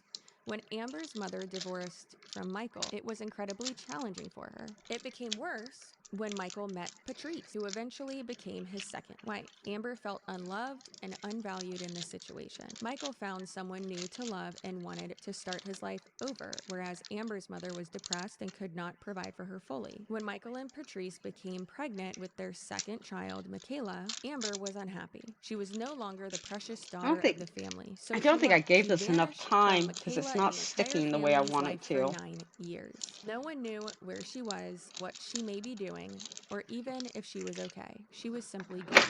So, just assuming the age gap that Alright, came let's up clean this here thing off because is I'm Michaela just making a suggesting mess with that this goop stuff. her half sister just left the family. No one knew where she was, what happened, blah blah blah. You didn't look for her? What? She was younger than like 14 years old. What? Excuse me? Years after Amber disappeared, she decided to come back into Michaela's life. It was a cold day in December when Michaela was looking through her unread emails and saw one subject line, "I'm your sister." When she opened it, it was a long email from Amber expressing that she was incredibly sorry for vanishing after all this time. Who was Amber? To Michaela, she was a complete stranger. She had no idea who she was. She vanished from her life when she was only 3 years old. Never spoke of her. It was hard for Michaela to read that email for the first time. She even had to ask her parents who Amber was because she did not There we remember. go. After her parents became aware of the email, they decided to invite Amber to their home. It had been 9 years since Amber had stepped foot in the Noguera home. So for Michaela, it was really a stranger visiting. The initial interaction between Amber and Michaela was bleak and dubious. Okay, Miss Thesaurus. Because Michaela had significant cognitive and behavioral uncertainty. They engaged engaged in small talk and sat a far distance from one another across the couch. Michaela did not really know what to say to this stranger who was apparently her sister. Michaela began to ask questions in an effort to learn about Amber and feel less uncomfortable.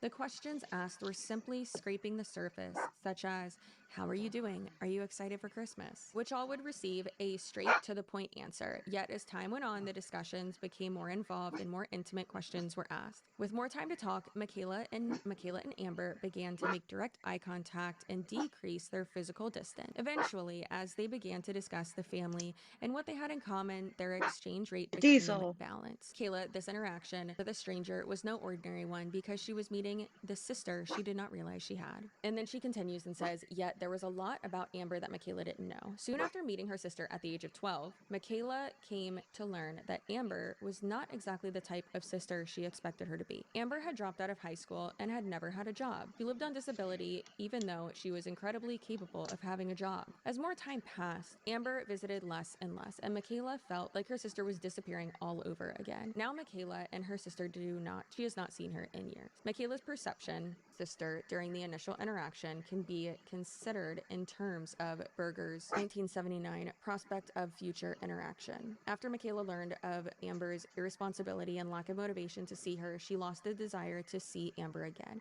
Therefore, Michaela lost incentive and had no motivation for future interaction. She dropped out of high school? You don't like that she dropped out of high school? Well, apparently she was homeless. And you didn't like that she can't get a job and seems like she's physically capable of getting a job and she's on disability. Hey, guess what? Unfortunately, if she doesn't have a GED, there isn't a whole lot of jobs she can get. But also, does she have kids? Pretty sure she actually does have kids. You have kids, you don't have a job, can't get a job, have someone gotta take care of the kids.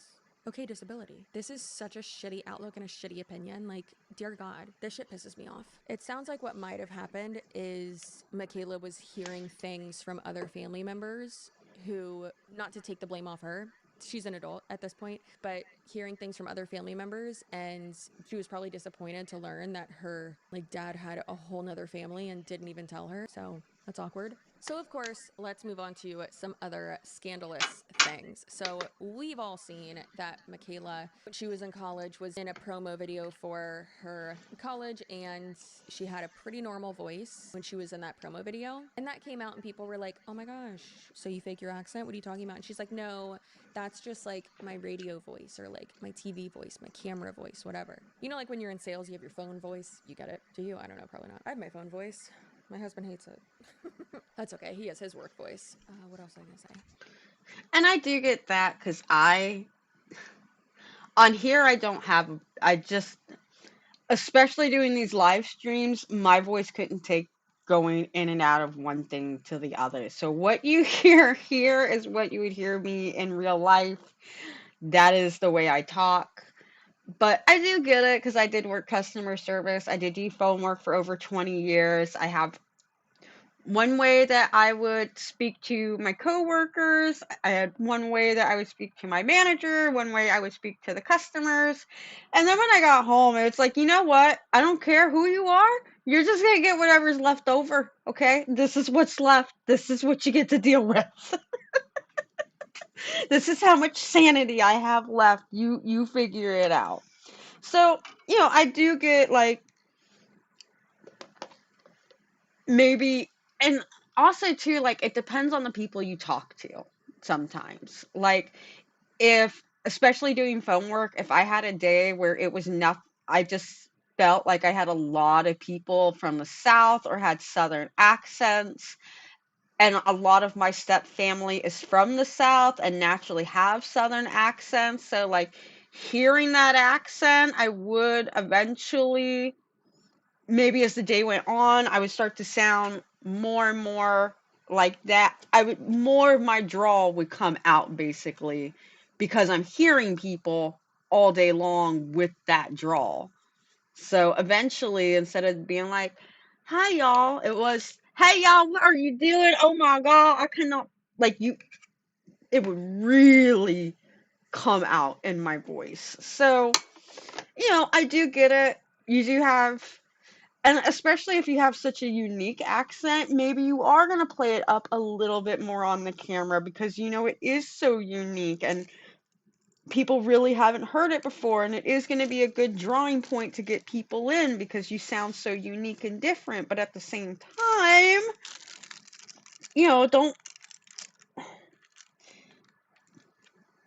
don't lie. I have such a thing. I don't like liars. My number one thing is I don't like people that lie. I don't like liars. I don't like if you cheat, and I don't like if you steal. Like,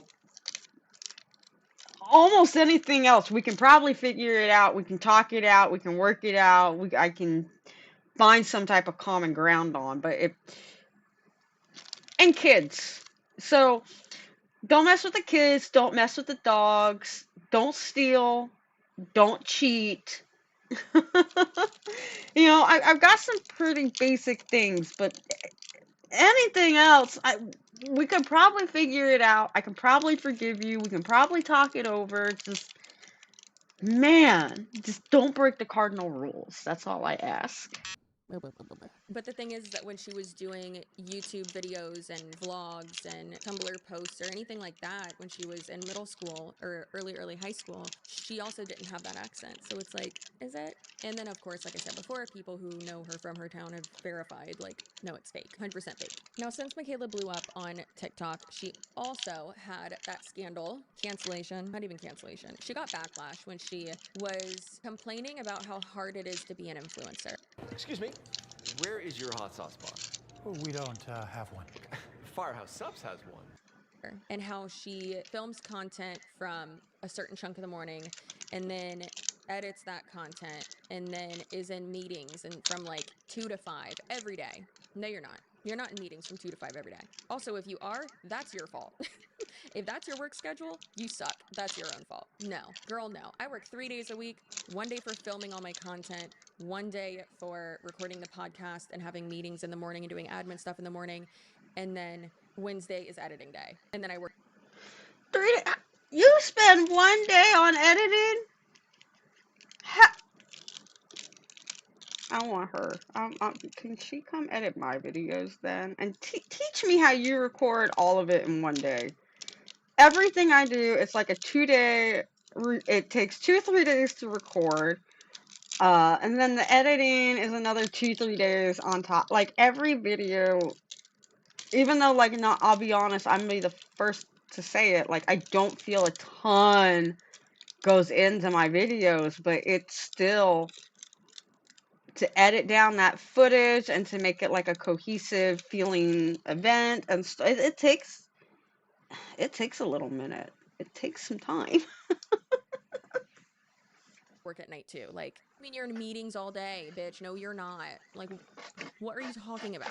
So dumb. And also the short form, like as someone, and of course not to compare to me, I'm sorry, I know it's annoying when I do that, but that's like the only thing as an influencer I can compare it to. But when you are someone who makes short form content, yeah, a lot goes into editing those videos, especially when you're batch filming, batch editing, all that. However, hey girl, maybe if you didn't have to spend so much time filtering your body and face on your videos, That maybe it wouldn't too. take as long.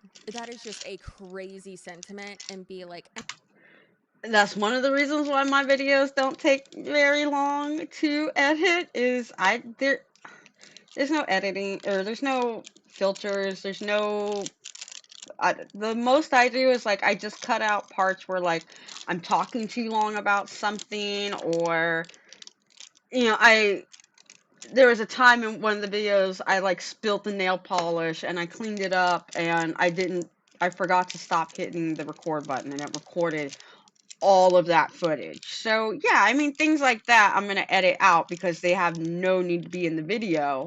I mean I could have left it in the video for humor purpose, but I didn't. It didn't.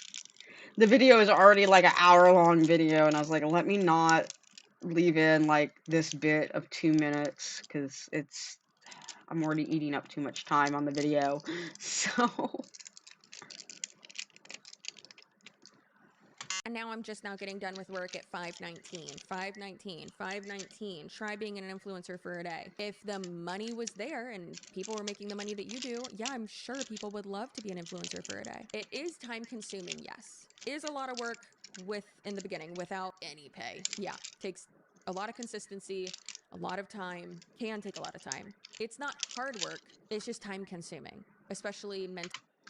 And she brings up a great point. If you don't make content, it's not a lot of work. It's truly not a lot of work at all, but it is so time consuming. Like when you're recording content, you can't go and do your dishes and do this and do that. It's you are now dedicating anywhere from what maybe only 1 hour up to sometimes I record 6 to 7 hours in a day. So that's basically like a full-time job. And what makes it really despairing, especially I can talk about this part really easily, is when you're putting in 7 to 8 hours, 5 days a week, but you're not making any money off of it. You're not seeing any type of income or revenue whatsoever.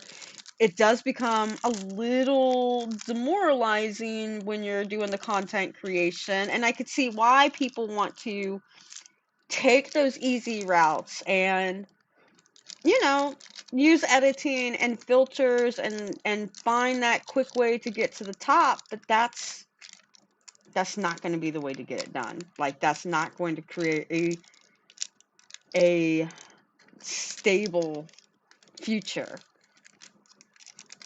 You're then always going to have to be keeping up with this trend, that trend, this trend, that trend, instead of just I tried to do the trend stuff a little bit and it's just not me. I can't do it. So instead I'm like, here I am. This is who I am. If you like it, cool, we can hang out. If you don't, there's easily 1,000 other nail artists on YouTube, TikTok, Instagram that can probably do what I'm doing, probably do it even better than what I'm doing.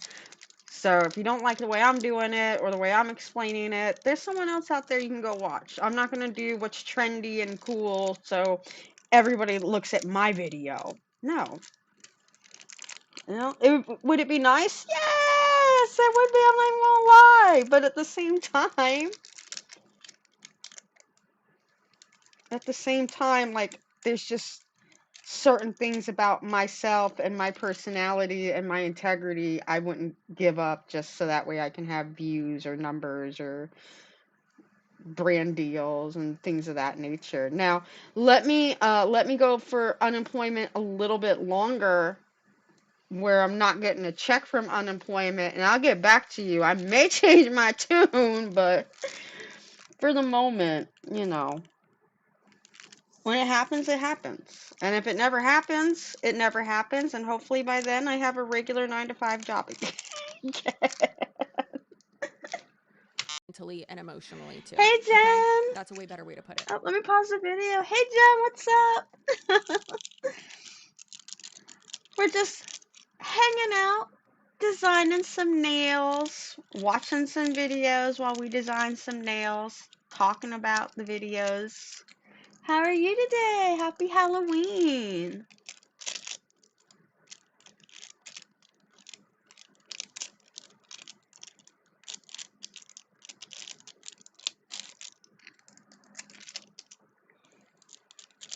Right now we're just kind of working with some nail foils that I've had my eye on for a while. And I just want to go ahead and start busting out some nail sets. There we go. Got one more nail to do, and then we will put on our matte top coat, and we're going to start on our next set of nails. Hooray!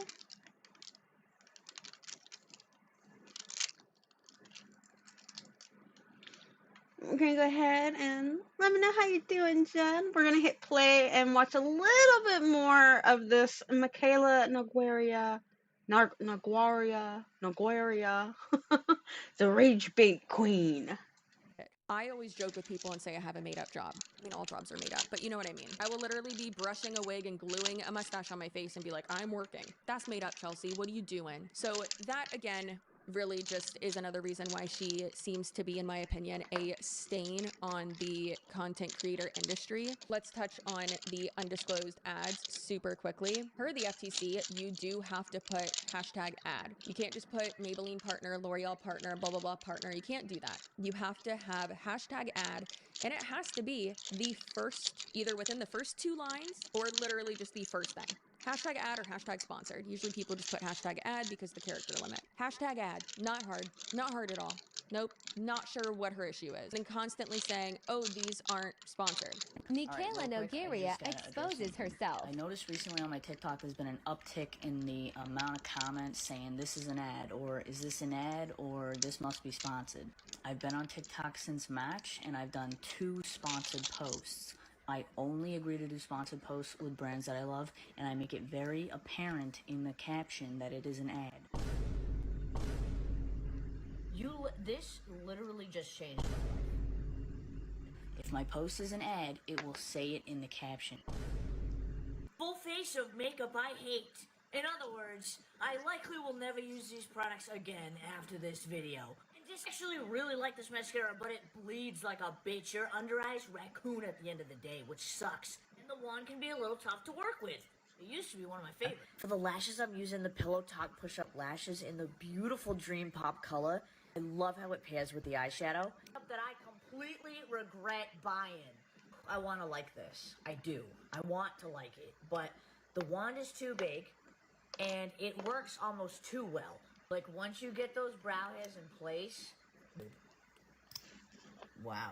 Alright, this has fragrance in it, and it smells like really good. Really nice and cool. I mean, it doesn't look like it's gonna go anywhere, but as you can see, it very easily combed through. Didn't know my brows look so good. Holy shit. I think that was the same product too. I didn't catch it well enough. And I think I've heard about this controversy once or twice. But I think it was Essence too. It was some type of eye product. Either as mascara or something to do with your brows. It was some type of eye makeup. And I remember her using it. It was called Essence, and she trashed this product. I mean, drug it through the mud, talked about how it feels like cheap drugstore makeup and how it's so terrible and she'll never use it again and na. Then, like a month or 2 later, Essence reaches out to her and they're like, "Hey, Michaela, why don't you talk about our product? But this time we're going to give you money." And that time, oh my gosh, she talked about how it was the greatest product ever, and she doesn't know how she was able to do without it before, and they must have changed the formula, and and it's like, girl, goodbye. The only thing that changed your opinion was the amount of money they gave you. That's all. That's all. I can see through that. Get out of here. Acting like it's the greatest thing in the world when you know you hated it just a couple months ago because they didn't want to pay you, but now they're going to pay you. And you're like, oh, well, I love it now. It's great. They look so fluffy.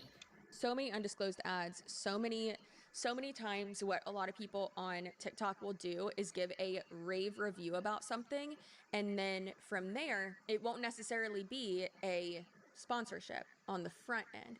But what you can do on TikTok is you can actually go in and in your settings, like if you're a creator, you can go in and make it to where brands can buy that content from you and buy the rights to it, and then it's whitelisting is what it's called. Then they are buying that ad and putting it on their own pages. So that's why a lot of people are like, I've blocked Michaela and I keep seeing her face everywhere. So brands will pay more for that. For instance, I believe I have a deal like that with Colin Broom, and then there are a few others that I did too, and it bumps up the price of your sponsorships a good bit. So with TikTok, they've made it to where brands can do that. They can give you money for that. So if you're reviewing a product with that in mind already, then the brand buys it on the back end. Yes, that is then a sponsored video. So you need to go in and change it. Absolutely. You have to do that. That you're being paid for that content. And again, yes, it's afterwards, but it's still not ethical for you to not have on there paid sponsorship. Also, I just think it's very interesting that Michaela was using the new Pineapple Refresh cleanser from Rhode Skin, Hailey Bieber's skincare line, and she gave it a very favorable review, and she basically said it's one of the best cleansers she's ever used in her life.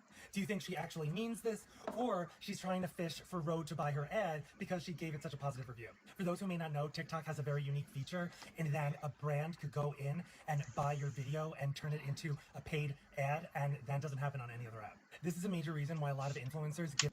So, and that's something I didn't know either. That explains now why TikTok just feels like a big, huge QVC to me. Because it's not just people posting the products that they've already been paid to go ahead and sponsor and do ads on. Oh, no, no, no, no, no. It's now just anybody at all or the grandma hopping on there, making a review, and making it so that way the brand can buy it on the back end to turn it into an ad. Like, that is why, and apparently, like they're saying, this doesn't happen on any other platform. This now explains to me why TikTok is nothing more than the modern QVC channel. Everybody on there is trying to hawk a product or hawk to the company to buy their review so that way they can have some. Oh, and this is why sometimes, like, this is why I want to do content. I want to bring a level of maturity back to it, a level of decency back to it. Like, yeah, it'd be great. Yes, I want to earn money off making content. Do I want to earn money off making nails and nail content? Yes. All day. Nothing would make my inner soul happier than being able to do that. But I have a moral compass at the same time. And that moral compass would not allow me to do something like that. And I don't even see anything wrong with, like, if you want to post something up to TikTok because you want a company to buy it and turn it into an ad, cool. Fine. That's okay. But like they're saying, you need to then go back into that review and now put that it is paid for, that someone has now paid for this content. It's not just you giving this opinion. Someone paid for this content of you giving this opinion after the fact. And that is the reason why they're now seeing this ad or seeing this video even more, because it's not just a video. It's an ad. But before we go on more about this, I didn't think we were going to this road of topic, but it does fit up into the video essay, and it is giving me a lot of food for thought for my words now, so this is helping a lot. But this is the second set we have completed. I think they're really cute. It's just a nice little simple black and gold crackle design. I did finish it with a matte top coat because I felt like this just looks so much more elegant and sleek and matte over like a glossy finish. So let's take these nails off. And I do have some Halloween type nail foils here that I kind of want to mess around with. I know technically Halloween is over with, but I want to play around with a couple of them. I've got some longer nails maybe we'll use. I don't know yet.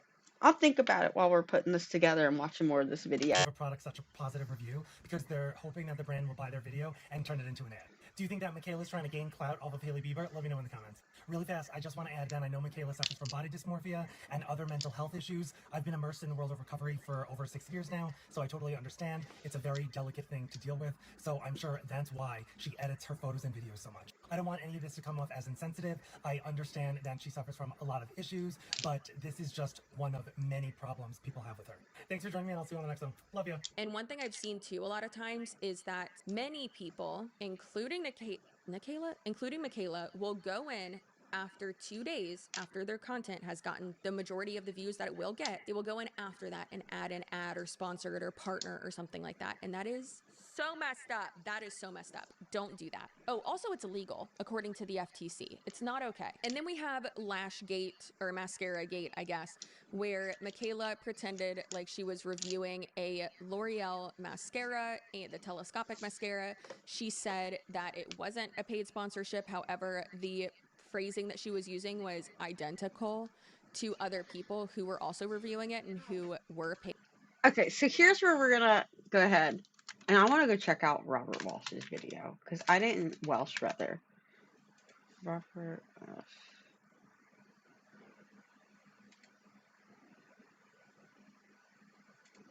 Because this one video, I really think.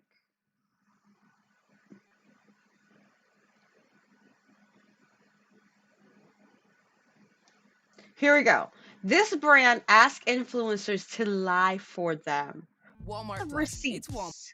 With receipts, hunty. I don't like watching stuff that don't have receipts. So when we watch it, they're gonna come with the truth. So this is Robert Welsh. If you don't know who Robert is, he has been an MUA for a very long time, a makeup artist. I believe he's based out of like the UK, England, Wales area. I don't follow him in the sense of like all of his work and his life history and his career as an MUA. I'm sure he is highly decorated because he does talk about all of the different times he's worked with Mac and all these other like very high end major companies and working on the runway for different models and different celebrities. So I fully believe Robert's again another one of those more OG beauty YouTubers. He's been around for a while. He has a twin brother named James who also has a YouTube channel now, and they do videos together sometimes. But this video, I started watching it. I didn't get all the way through it, so I think we can watch it together. And it's a much shorter video, so we'll be able to get through it a lot quicker together. This one, like I said, this is a brand that asks influencers to lie for them with proof. So, and he'll get more into like how he got this proof and whatnot. I'll let Robert explain it a little bit while we set up the nail stands for the next set of nails. Hello everyone, welcome back. Thank you so much for joining me. I have something that I'm personally shocked by to share with you today, and I'm smiling because I can't quite... So I'm going to stop it right here. I was not shocked at all when I saw this. I can totally believe that something like this would happen. And let me go into explanation as to why I can believe this, okay? So, many moons ago, I mean, this was even before the pandemic. This was like probably close to almost my dog was still very young. I think he was only 3 or 4. So this was probably close to 10 years ago. Amazon really went big on reviews. Like what helped places and listings move up in the Amazon results were the reviews that they got on their product. So there were, and I'll show you one of them because it's still one of the websites. It's not as good as it was anymore, but there were these sites. This is one of them called My Vipon, Vipon. And what these sites would do, there was also groups on Facebook that I was heavily involved in for years. And this is, I mean, it can be nail related because I did get a lot of nail stuff this way too, way back in the day.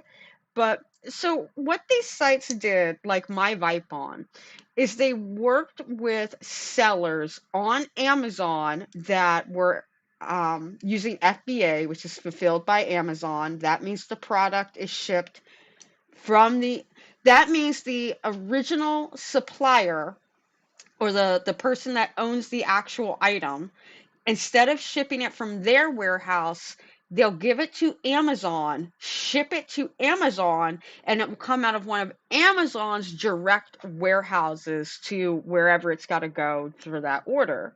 Instead of, like, let's say I'm selling MagSafe car mounts. Instead of selling it directly on Amazon and fulfilling the order through my warehouse, I send my product to Amazon. Amazon has it in their warehouse and they deliver it through their courier system or through the whatever system they're going to use to fulfill that order that the person did on Amazon. What exactly? There are some perks to being FBA over fulfilling your own orders. I don't know all the exact little details because I never got into Amazon drop shipping or Amazon FBA or trying to list on Amazon. I just worked on Etsy, Poshmark, Mercari, and eBay mostly. And I did some Depop, Vintage, a few other little oddball ones. But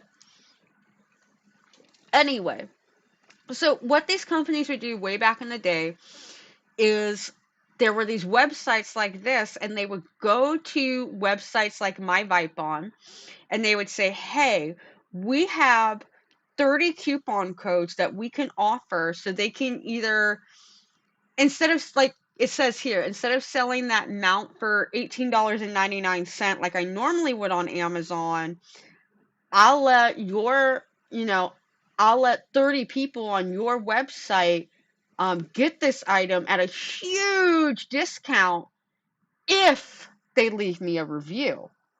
Now they were smart. They never said it has to be a good review or a 5-star review. Let me take that back. 96% of them were smart. There was a select 4% of them, especially when the item was like a big ticket free item.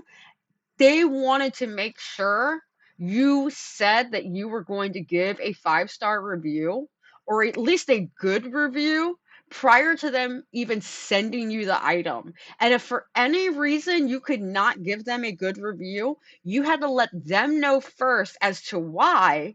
Like, say maybe the item came broken. Things happen all the time in shipping. So if something got broken in transit, obviously you can't leave a good review because it's broken. You can't even try it out to see if it's a piece of crap or not.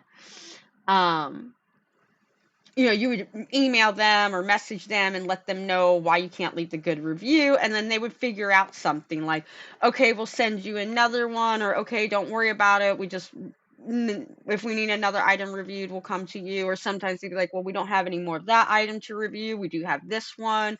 Could you review this one instead and give it a good review? And you know, so it's a very shady world, or it was. I think it's gotten a little bit better, but I'm going to tell you this much. Take Amazon reviews with a huge grain of salt.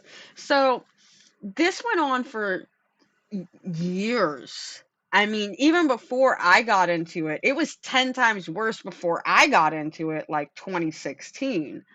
Um, people were, people were just leaving straight up 5-star reviews on every single item and figuring out the way to write like the most glowiest, beautiful looking review without it feeling like it was paid or asked to be done that way. It was insane. And like I said, I was involved in Facebook groups. I'll have to go pull out like the archived Facebook messages. In fact, yeah, let me see if I can. Let me open up my Facebook over on a screen where you guys can't see it because I got some messages in there that do not need to be seen. So, can I? Here we go, archive chats.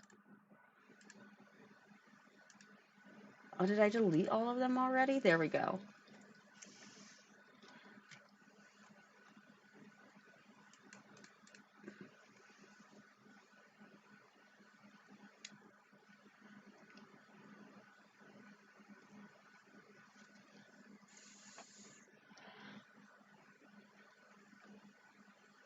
Some stuff I was trying to sell.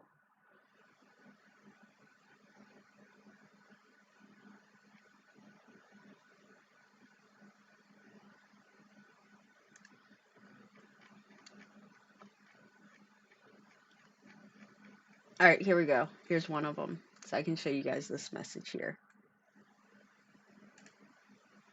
Oh no. Okay, cool. The message still comes up. So here's one of the messages here. And this was, what was this even for? You always had to fill out some type of form to let them know, like, this is my Amazon profile, and then they would go look over your profiles.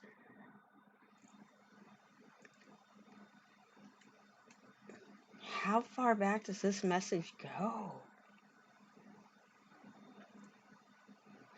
And when you made a review, you had to go fill out a form, so that way they knew. They would pull everybody into these little groups, and you would have to write in like what you did, when you did it, da da da da da. I don't even know what this was for. Does it even tell me? It. I guess this was just one of those chats where they were like, we haven't heard from you yet. You haven't filled out your, oh, that was one of the reasons why I left, because they always want you to fill out these stupid forms, and it's like, why? Why? I sent you screenshots of me doing it. Why? Like,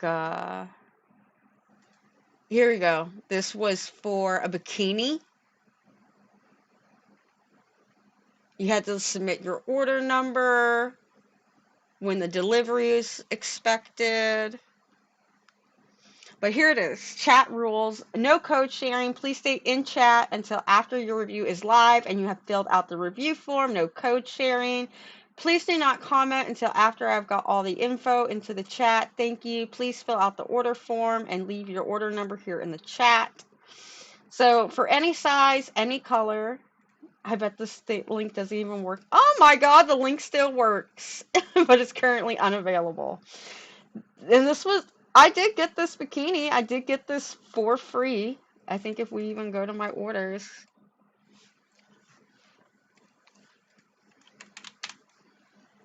Yep, there it is. Order details.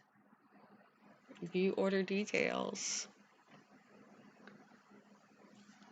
So they gave us a $11 promotion, and it made the, instead of it being $18.99, we got it for $7.99. But there's multiple times where I got items.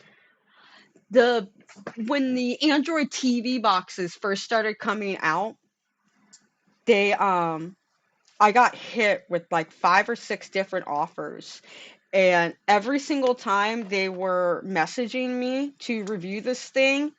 Because these back then, they were selling for over $100, even like the name brand ones. So they wanted to make sure you were going to give a good 5-star review. And if for any reason you could not, they wanted to hear it. So yeah. This all just spawns off the first, like, what, 15 seconds of the video. I can fully believe a company did this. I can fully believe a company asked someone, hey, will you make sure you're leaving us nothing but good reviews, and this is how we want the review to be worded. This is what you have to say. This is the key words that need to be in it. I believe this. I 1000% believe this. And if you want to know more about that Amazon stuff and how the Amazon reviews used to really work back in the day, if you'd like a deep dive on that, we can go there. I've got firsthand experience in that department. Believe it. I'm just gonna go ahead and get into it. Subscribe if you haven't already. Give this video a thumbs up and share it with people. Just as a warning, a brief for a company was leaked, and I am gonna go through it today. It was leaked to me by a content creator who was doing some work with this company, with this brand, until they saw the brief, physically asking them to lie and stage the results of the product.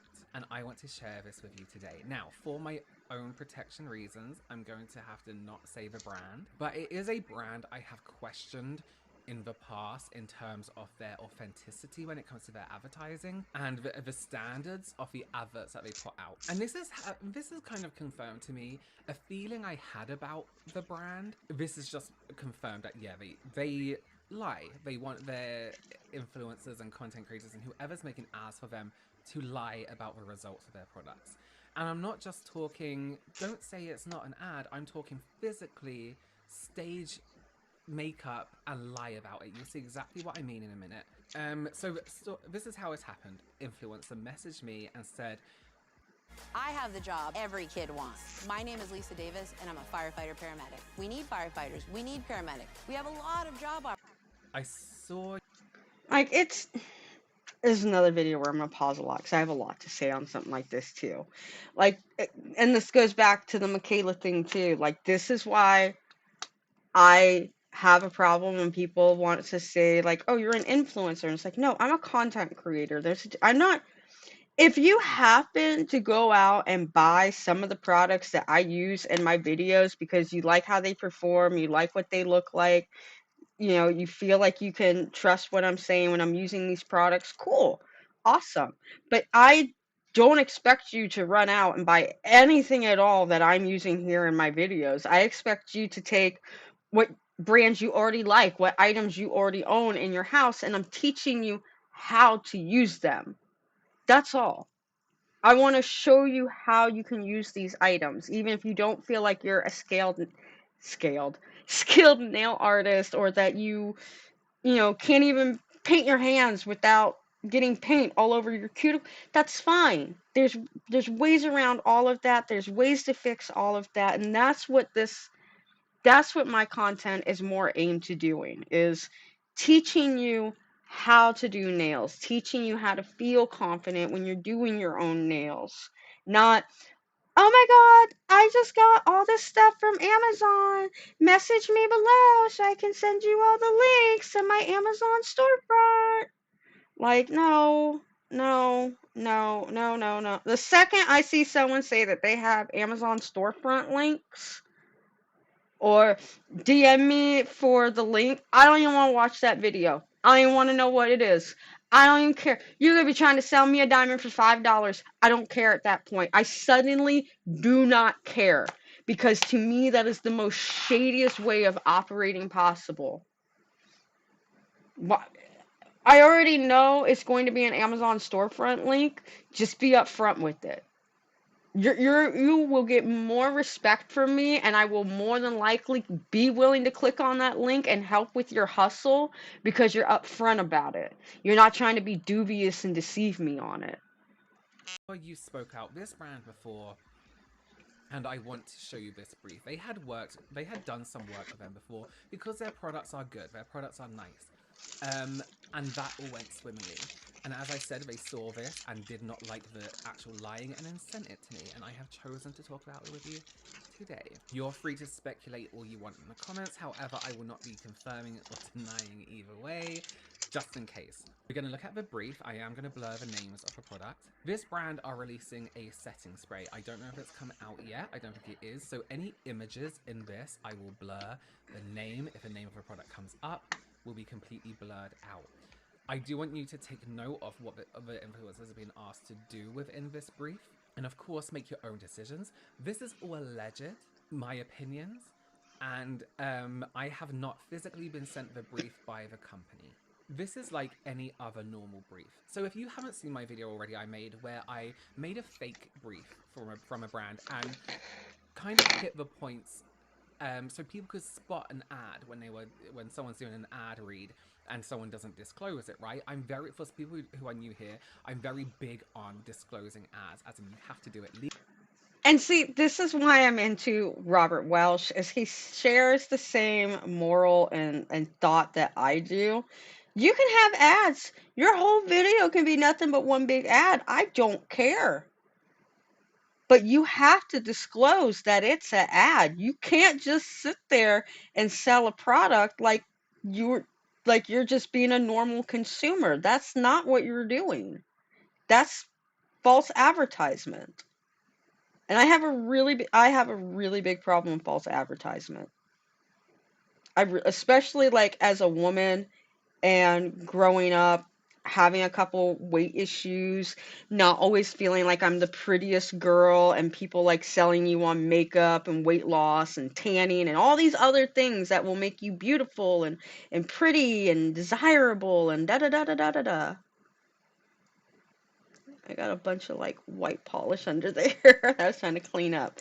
But yeah, like they'll sell you on all these things that are supposed to make it so much more like so you're a more, better woman and beautiful woman and da da da da da da da. But none of it is true. Like it's all fake, or it all depends on your body and your medical condition. Like none of them tell you. The Kardashians are the worst ones for me. Kardashians, like you have the audacity. You have the absolute audacity to tell me that you just happen to line your lips with a certain color in a certain way and then follow it up with a lipstick in a certain shade, and that's what's made your lips look 5 times bigger, like you got something put in there, like there's an injection in your lip. Goodbye. Goodbye. Please do not. No. No, no, no, no, no, no, no, no, no, no. Like, Kim Kardashian's gone through 7 different noses since I remember her hanging out with Paris Hilton over 10, 15 years ago. So, I mean, when Paris Hilton was hot, that's hot. When that whole phase was going on in the simple life, I was a teenager moving into adulthood myself. I was like 17, 18 years old. And that's what was influencing me back then was not Kim Kardashian, but Paris Hilton and Nicole Richie. And they were probably some of the early people all about false advertisement. You know, like the way they would make their lives look so beautiful and so glamorous. And oh, all I do is I just work out and I eat really good and I happen to have a really good plastic surgeon that nobody will ever know about. Legally in the UK, I have a management team that all my sponsorships go through, and they will ensure that I have ad on my content. There was one time I accidentally forgot to do it. That's content I made myself and posted it because it was for my own brush set from Sigma, and I forgot to put ad on it. And people called me out on it, luckily, because I didn't realize, and I hate that. I felt so fucking stupid. I was like, oh my god, can't believe I did that. My position on ads is you should always disclose them. Ads, people don't disclose them because people don't trust influencers when they do ads, and that's the influencer's fault for not disclosing. And that's why, like, when I have affiliate links, I don't have ads. Hopefully one day I'll be big enough to where someone wants to, do a sponsored video and we can have an ad on this channel. I would not mind that type of revenue. But one, it has to be a product I actually use, I like, I can get behind. It's not just, oh, they're going to offer me $10,000 to talk about their product in a good way. Well, sign me up. No, I don't have that type of moral ambiguities yet. Yet. But no, and I never will either, because I know if I do hit that point where people are looking to me for things of that nature, for like, hey, what product would you recommend? What can I buy that you use? And they're okay with me making a little bit of money off of that order because it's through my affiliate link. I always want to be honest about that. I always want to be upfront, like, hey, if you click on this link and you order something through here, I do make a small percentage off of it. Or, hey, I am talking about this product because they did sponsor the video and they did pay me to talk about it, but I'm only talking about it because I do use the product myself and I greatly enjoy it. Like, there's a few people out there, Raycon used to annoy the crap out of me. But there are some content creators I know personally who do use Raycon and they are sponsored by Raycon and they do really like the product. They do prefer their Raycons over their I have Samsungs somewhere around here. I have these Samsung earbuds. And a lot of people that I've talked to prefer the Raycons over the Samsung or the Apple earbuds. So, you know, There's nothing wrong with there's nothing wrong with the sponsorship. There's nothing wrong with taking one. But is it a product that you can actually believe and stand behind? That's a different question. Like, you will never see me, like, even if NordVPN and ExpressVPN come to me, I don't use a VPN. I don't ever, and I know the importance of one or why it's good to use one. It'll allow me to watch like TV shows in other parts of the world that I can't watch here, and it's like, but I don't do that. And if my viewers do, if I found out like tons of my viewers are overseas and they all use a VPN, then yeah, okay, I will.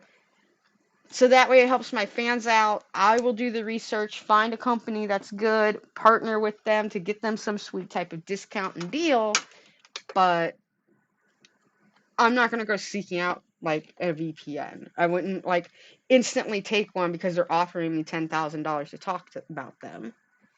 Closing them. It's been this long thing coming. If you were just honest about ads because you like working with the brand, like this influencer sent me this, enjoyed their products and liked working with a brand, you say it's an ad because I love working with this company, then it wouldn't be such a taboo to do an ad, right? Exactly. It's not taboo then to do an ad. If you love the company and you love the product and you love what they're putting out, what's wrong? What's so wrong then about you doing an ad? Nothing at all. You know? So, It's my belief that if you work for a brand, if you work with a brand, it should be your pleasure to work with them, and therefore you're happy to reveal the ad. And that's what I do in all mine, guaranteed. Swear on my life. Wait, how do you swear? Swear on my life. So this comes off as just a normal brief. It gives footage guidelines on how to present your video. Usually it's just about lighting. Make sure it's bright, good quality, no filters and stuff like that. That's very normal for a brief to tell you. It tells you how they want the sound to be. It then goes on to talk about the product a little bit more and some talking points that you can maybe bring up about their new setting spray. It was also asking them to do a full glam look. They want everything. They want lashes, they want lips, everything like that. Read me. This is where it kind of starts to get a bit weird, right? While our setting spray definitely keeps your makeup looking fabulous the whole day, it takes some time to work. What does that mean exactly? This isn't the worst bit, by the way. This is just where it gets a bit... The best way to make sure your makeup doesn't come off while filming is to use a matte, transfer-proof makeup and set your face well with a translucent powder and a powder puff before you apply the setting spray. If you need to order or buy products to make this happen, please send in receipt and we will reimburse you a $100 limit. If a setting spray takes some time to work, then surely you just take that time, allow it. They give a few options for the testing, right? Option 1, half face test. Half face test. So you do half your face with a setting spray, half the face without, and then you show the difference, right? End of the day wear test. You show how your makeup looks at the end of the day with a setting spray. And then something like a gym day, rehearsal, or practice where you're quite active and maybe you're sweating and getting quite oily. Option 4, an arm test where obviously you swatch and you try and rub off the product. Swimming, something else. And a lot of like stories. And then they also have a half lip smear where you will spray the setting spray on one half of the lip and smudge it and see what the results are. I asked this person, in particular, I said in no order, what was it? I hadn't read through this brief yet. I asked them, what exactly was it that made you a little bit uncomfortable with this brief? Because I might have read it and then thought, okay, I don't quite understand, you know? However, when they circled these points, I could not believe what this brand was asking these creators to do. We just ran through those wear tests, right? And now the rest of the brief is going to show you how to stage the results of this wear test, right? Okay, so let's look at this arm test, right? So it was giving us the options of ways to test this product and show that the setting spray makes these products last a long time. So the arm test, where you put swatches on your arm, they're obviously going to spray the whole arm and then smudge it. As you walk through each step, tell the camera what you're doing. On one arm, apply streaks of lipstick along your entire... So this was the part that I viewed. Like, some of the things they were talking about in the earlier paragraph, it was a little sus. But I did think it was cool that the company would reimburse you if you need to get certain product to help complete this full glam look. They'll reimburse you up to $100. That was pretty nice. That was pretty cool. But I'm in the same boat. Like, this is where I was like, whoa, wait a minute. Like, they're telling you, like, now take your finger and smudge from the top to the bottom of your arm so we can see how the setting spray applied section top stays put while the non-applied section bottom smears. Like, he's more into detail about this On because the he's a top professional half, MUA, but use a listen to this. This waterproof is or matte nuts. lipstick, okay? And apply translucent powder on top. So you're almost extra waterproof in that thing. On the bottom half, use a classic lipstick, so a lipstick with less longevity that will smudge quite easy. Next, apply the setting spray on the top half. So they're saying to apply the setting spray on the top half of the arm where the longer lasting lipsticks are. And then they're saying double down it and set that with powder. Next, apply the setting spray on the top half, wait 60 seconds to dry. Now take your finger and smudge from the top to the bottom of your arm so we can see how the setting spray applied section top stays put while the non-applied section smears. Show the camera the results. So let me just read through that again so I'm not getting this wrong. On the top half, use a waterproof or matte lipstick and apply translucent powder on top. And on the bottom half, use a classic lipstick. So the top half is waterproof, long-lasting, with powder on top to make it extra long-lasting. On the bottom half, use a classic lipstick, so a lipstick with no staying power. Next, apply setting spray on the top half and wait 60 seconds to dry. So we're reinforcing that even more with setting spray, which I don't think setting sprays work anyway. Now take your finger and smudge from the top to the bottom of your arm so we can see how the setting spray applied section, which is the top with all those long-lasting products, stays put while the non-applied section bottom smears. So show the camera the results, discuss what happened. So they are staging by using two different kinds of lipsticks the results of this test. Why would you not use a classic lipstick, spray setting spray on one half of it, and then do that test? Why do we have to use two different things? Why are we going to pretend that the longevity, the lasting of the lipstick is down to the setting spray? The next one is the half face test, right? We want you to put spray to the test. Directions. As you walk through each step, tell the camera what you're doing, of course. 1. Introduce the new setting spray to the camera. Say you're going to put it to the test. Pick one side of your face. Apply matte, transfer-proof makeup and translucent powder to that side only. Spray that one side of your face with the setting spray while explaining to the camera that you are only testing one side. Wait 60 seconds for it to dry. Take a white paper towel and blot the cheek of a non-applied side. Show the results of your makeup transferring onto the towel. So they've asked him to use a transfer-proof foundation underneath the setting spray. But if the foundation is already... And see, this is what I'm talking. This is wild. Absolutely wild. So, and I'm not an MUA. I am definitely not a makeup artist. I'm not a big makeup person anymore. But from my understanding of a setting spray, the whole point of a setting spray is to help make the makeup set in place so it doesn't smudge or transfer or move or run. That's my understanding. And if I'm wrong, if someone in here is a makeup artist, please let me know. Oh yeah, we're going for a long time today. It was 11 to 12, 12 to 1, 1 to 2, 2 to 3. We're already at 5.5 hours so far. But yeah, like Robert is bringing up, my thought is if you're using a setting spray, you're going to want to use something underneath that can smudge, that can transfer, that can move, because the whole point of this setting spray is to show off how well it sets your makeup. If you're using non-classic lipsticks and transfer-proof, foundation or transfer-proof makeup, and you're setting it with a translucent powder before you set it with the spray, what's the point then of the setting spray? What's the point of this setting spray if I have to still use a transfer proof foundation underneath to get the maximum result? You've now defeated the whole purpose of the setting spray. And I have translucent powder on to help set like that. This is wild. This is one reason right here. This video in the bottom corner that we're watching, this video here. This is why I don't wear makeup anymore.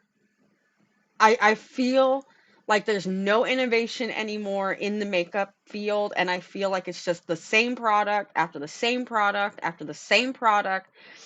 Most of the time packaged in a very similar packaging because it's the aesthetic and that's what the kids like at that moment, with these cool fancy little names that don't really mean anything at all to what they're really doing. I am over the makeup world. I love makeup. I'm just over the makeup world. Already transfer proof. Pick one side off your face. Apply matte transfer proof makeup and translucent powder to that side only. Right? Spray that one side of your face with a setting spray while explaining to the camera that you are only testing one side. Wait 60 seconds for it to dry. Take a white paper towel and blot the cheek of the non-applied side. Show the results of your makeup transferring onto the towel. Gross. Discuss what happened. Now blot the side you applied setting spray to and show the camera that there was no transfer. It is still white. Wow. So they're asking them right here, apply matte transfer-proof makeup and translucent powder to that side only. And then you have a regular foundation on the other side. There's another one, right? Tell me if I'm... Like, tell me if I'm crazy or I'm reading too much into this. So on one side, you want me to apply the setting spray and a transfer-proof foundation, and then on the other side, I'm going to use a transferable foundation. Again, I'm no makeup theorist, but the vague theory with makeup is if you set your makeup with a powder or a setting spray, it's not going to move. So obviously, if I use the transferable foundation on the opposite side and I don't set it and I don't put anything on top of it, it's going to... This is such false advertising. Like, this is why I have a problem with advertising. You're telling these people, these influencers, to do the right thing on the one side of your face and then use everything possible that can smear, but don't use the setting spray on that side just to show that it's going to... Or go ahead and still use the setting spray and show that it's going to smear because everything underneath is still a smearable product. It's not transfer... And this is... I hadn't made it this far. This part is when like I had to leave and I couldn't watch the rest of the video. So I'm really curious to see like what's these last 6 steps are. Like, especially this get ready with me. Oh, this sounds like it's gonna be crazy. Here, introduce the... And then he's got the product name blanked out. New setting spray to the camera. Say this product is your ride or die when going to any concert or music festival. Film yourself putting on super extra and bold makeup look for a typical music festival. Get creative and show us some crazy cool eye looks with bold colors. End the get ready with me with the setting spray application and how this setting spray is your lifesaver when going to festivals or in this crazy heat, and it's the only thing that locks your makeup in. Like, I'll let them keep going. I'll let them cook, but I'm gonna cook right behind it. Right? Like, you've gone out to a festival, you come back, your makeup lasts all day. Okay, introduce the new setting spray to the camera. Say this product is your ride or die when going to any concert or music festival, even though it's new and this is their first time using it. Film yourself. And that's the point I was making when I was saying all of that. He just said it more eloquently. Like, this is the first time they've ever used the product, and you're telling me already it's your ride or die? Like, what the F? I'm trying to get this the dog hair, like, stuck in this, and I can't get it out.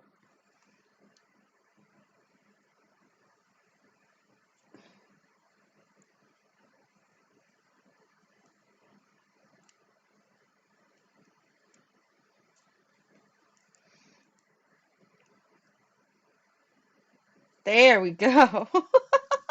But he brings up the point that I was sitting here thinking when I was talking about this is like, how can it be your ride or die when it's like the first time you've ever used the setting spray? You've never used it any time ever before.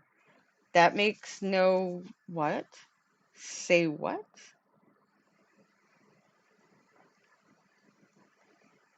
I mean, I get if like,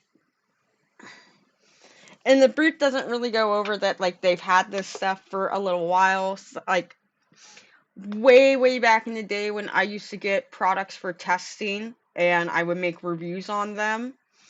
There were times where like I would get the product 2-3 months before the market ever knew it was going to be out there, and you have to sign so many NDAs and disclosure agreements so that way you don't talk about the product any sooner. So, it could have been that maybe these people were using it a little bit beforehand, but realistically, they probably didn't. This is probably like their first or maybe even second time ever using it. Putting on a super extra and bold makeup look for a typical music festival. Get creative and show us some crazy cool looks with bold colors. End for Get Ready With Me with a setting spray application and how the setting spray is your lifesaver when going to a festival or in crazy heat, and it's the only thing that locks your makeup in. Now, pretend you are leaving for the festival for your day and tell the camera. And see, all right, I want to stop it again because, like I said, I didn't get this far. This is wild. This is even wilder. Now pretend you are leaving for the festival / for your day. Pretend you're leaving. And then step 5, return to the camera with a slightly different hairstyle as if you've partied for out. Like they are telling you an exact thing you can stage to make it like, I won't say any names because I don't like to say names. You may already know if you watch their content. I've slowly stopped watching their content. They are another nail creator or a nail. I don't know if they're a nail artist. I don't know if they officially have their license. You don't have to have a license, I guess, to be a nail artist, but they do a lot of nail tutorials, and they have for a very long time here on YouTube. And there was a video that they made about this nail glue and how long it left their press-ons on. And I had a really big problem with the video because there was a lot of ways the video was cut or the way it was edited up that it felt like it was the same day, just they wore different outfits and it's almost like they wore different outfits at different times of the same day to create the illusion that they wore this set of press-on nails for 7 days. But I think in all reality, they only wore them for like 1 day. They just staged it throughout the day. And then like, okay, so from 12 to 1, I'm going to be in this outfit. And then 1 to 2, I'll be in this outfit. So that way they think it's day number 2. And then I'm going to wear this out. I think that's what they did. I truly, truly do. Because like one of the things, like they woke up every morning and somehow they had on the same I get it. There are certain things that, you may just only have one particular thing you wear to bed. But the fact that they wore the same thing every single time and just like the way the way certain things were placed, like on the countertop. They were that way every single time. And they're things that wouldn't normally just be sitting out on a countertop like that. And like they literally didn't move. Like you could almost see the dust sitting on top of it. It was weird. It was just really, it was something about it was just really off. And I wasn't the only one that picked up on it. Like I was saying it to myself, and then I like start scrolling through the comments, and there's other people kind of picking up on the little nuances too. So yeah, I'll just leave that there. You'll be back later to see how your makeup held up.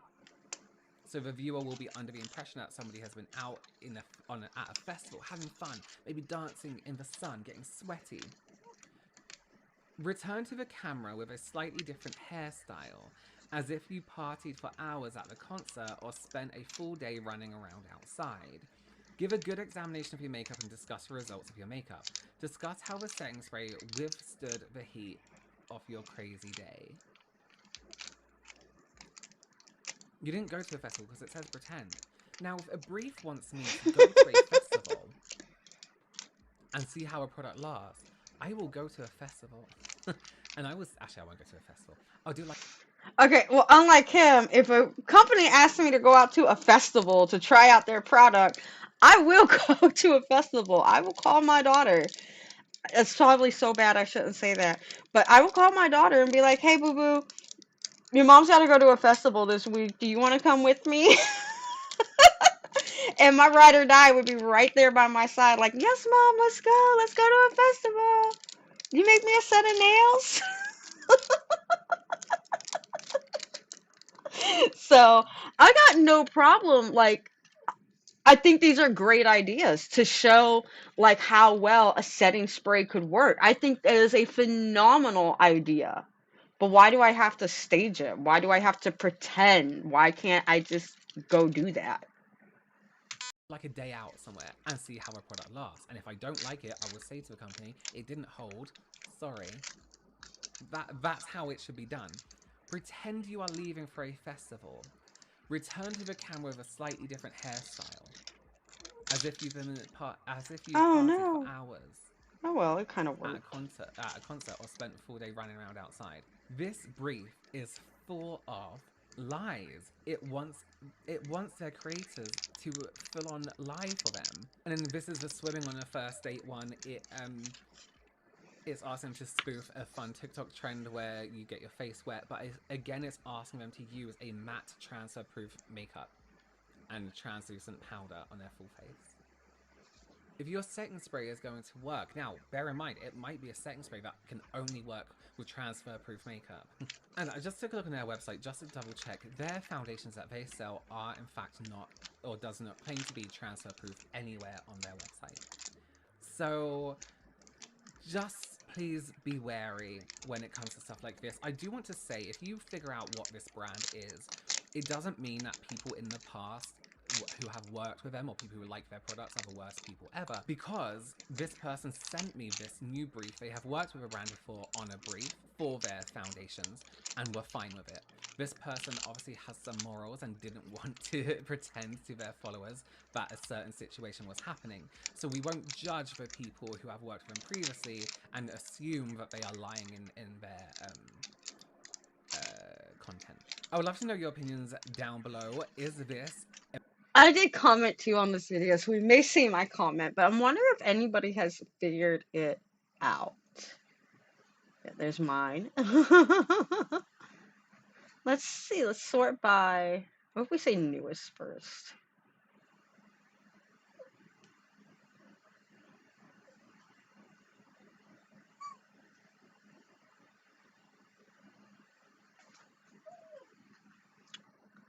The tier setting spray and did exactly. So let's see if we can find this person. Alan Park.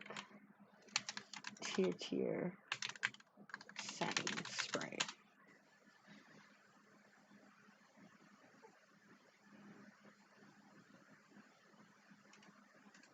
Alright, what's this? If this this, and this is you whenever you apply the Tier Red Cushion Foundation, then you might be applying this wrong. Let me show you 2 tips that I always do to have a flawless base. So the first mistake you might be making is just applying way too much product. There's a very specific way to apply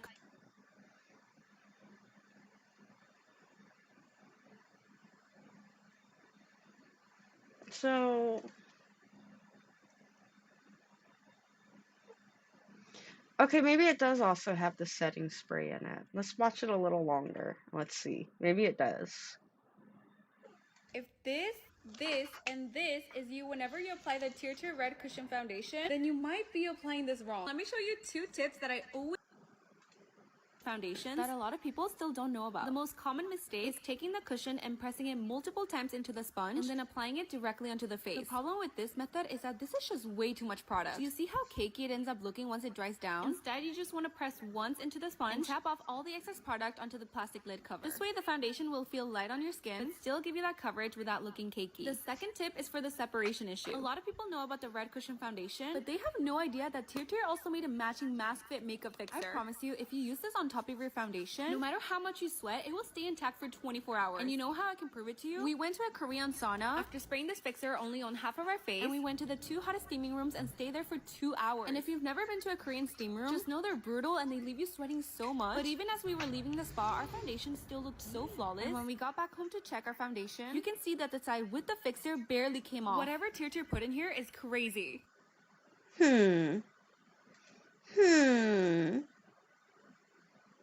Let's see, this person also has a Tier. Let's see what they're... Okay, you guys remember that brand Tier that came out with that cushion foundation that went super viral on TikTok?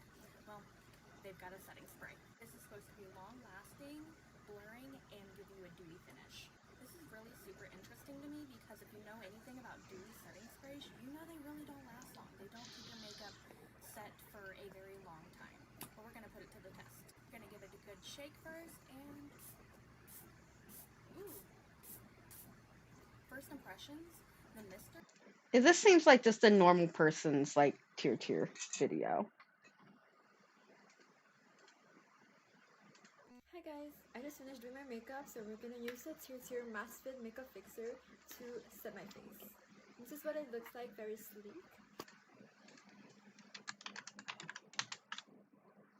We type in Tier setting spray. You can get it for like $7. I guess it's not that great if it's what if I type in festival?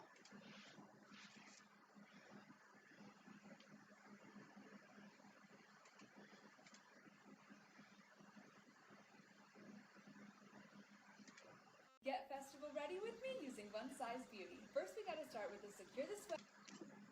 Okay, so she's just using, okay. Well, we can't say for sure it's Tier, but apparently someone thought it was Tier.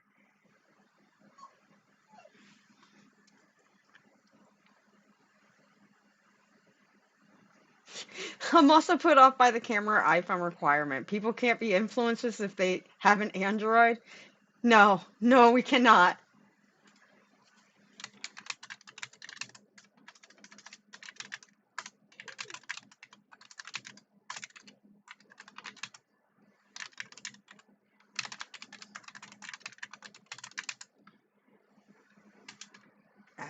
I'll be nice. I won't say nothing. We'll be nice. We'll be nice, Lady Dragonbane. But I do like your comment. Someone thinks it's NYX. They think it's Il Mirage. And I could see it being Il Mirage because the font style is very similar to them.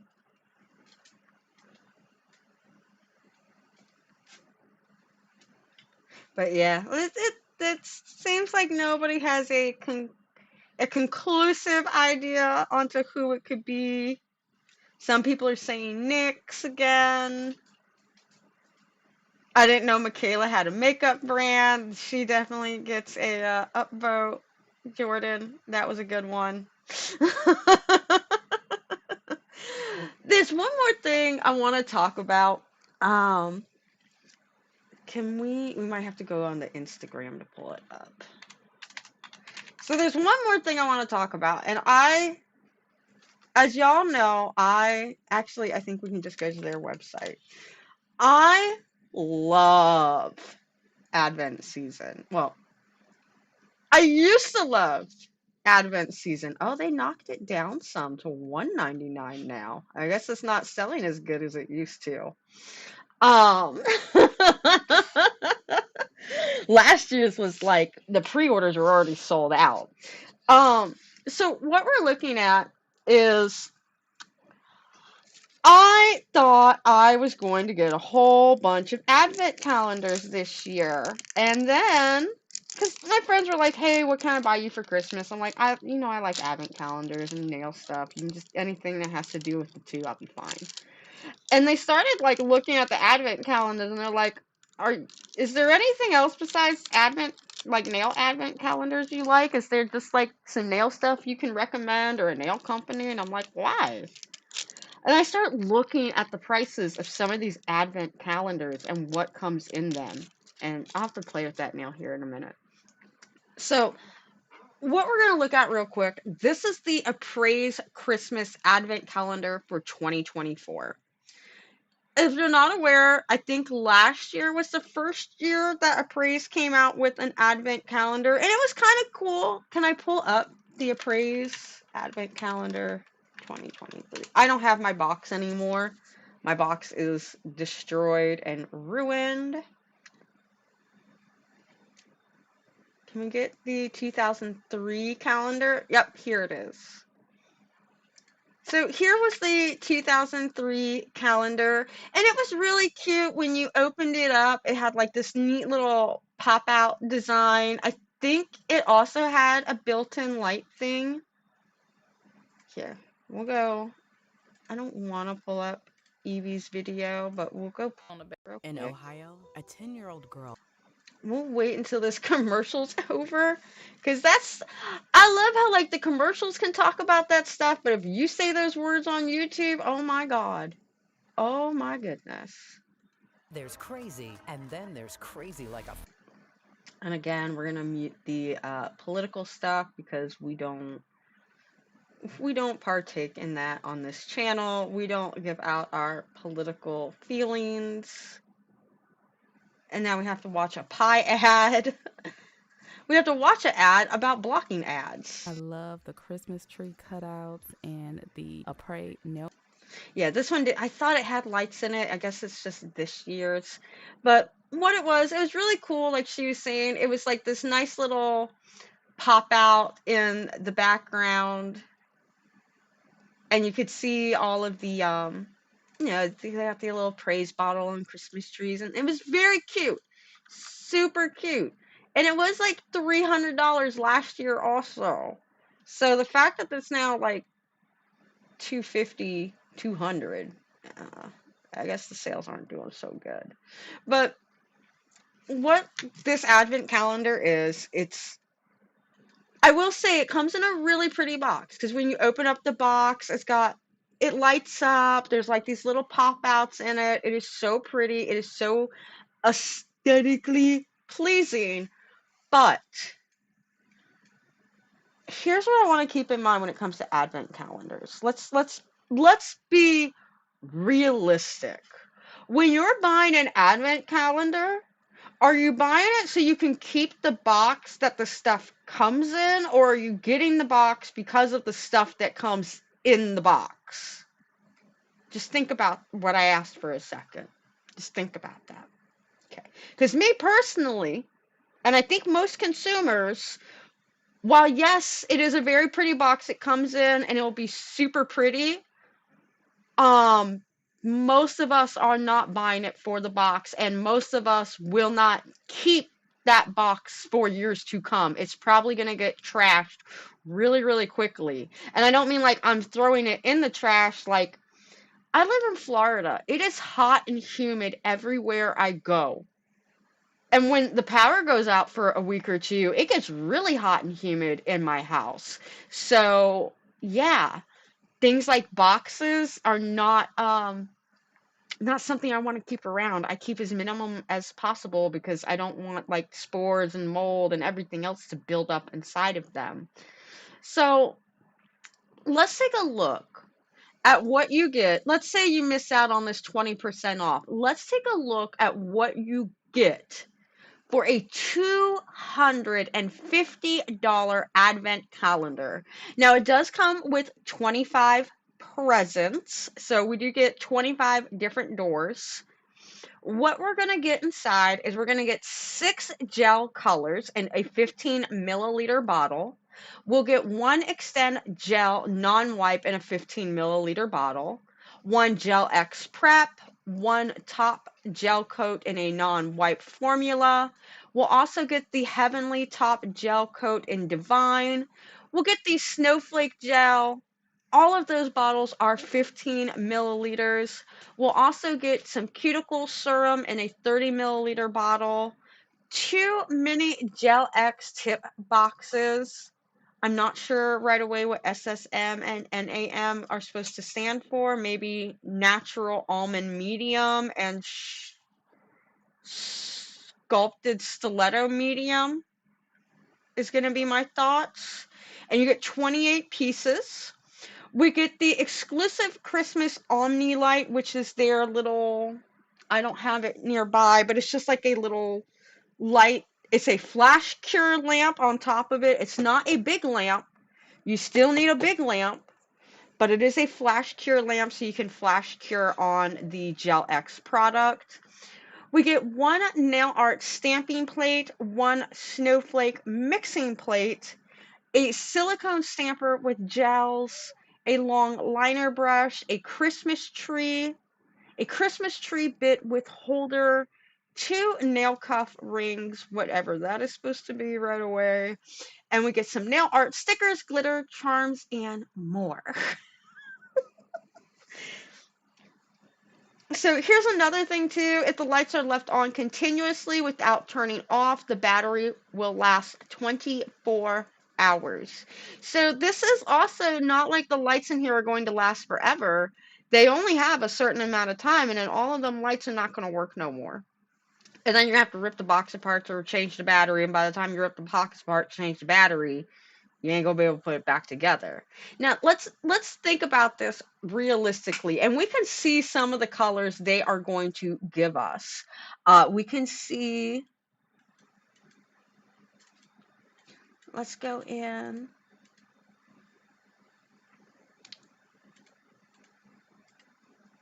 Let's open in a new tab. Let's enhance. Enhance. So I can see here's our top coat. Here's our Extend and our Gel X Prep. Here's our cuticle oil. There's our Heavenly Divine top coat. Can we find that one on here? Yep, it is not even like a special one. It is one you can just go buy for $15. I can't tell very well what color that's supposed to be. It looks like it's a pearlescent. They don't even really tell you like what it's supposed to be, what makes this one divine, what the color scheme is, but it's $15. And I think most of their light and I think most of their gel polishes are, yeah, $15. So let's add that up real quick. So we get, let's go back to the advent calendar.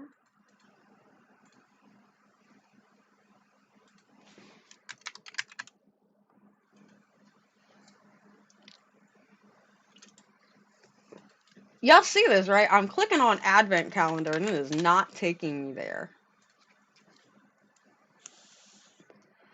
There we go. All right, so we're gonna get 6 colors, and we're gonna times that by $14.99. I believe the Extend and the Gel X are also $14.99. Let's go look real quick.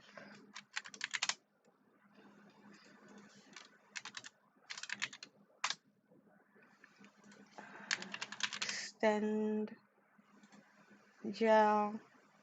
Oh, the gold bottle is $22. Is that what they give us? Yes, they give us the gold bottle. Ooh.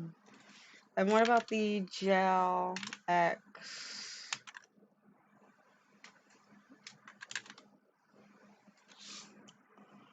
That's only $9.99. So we've got $9.99 plus $22.99.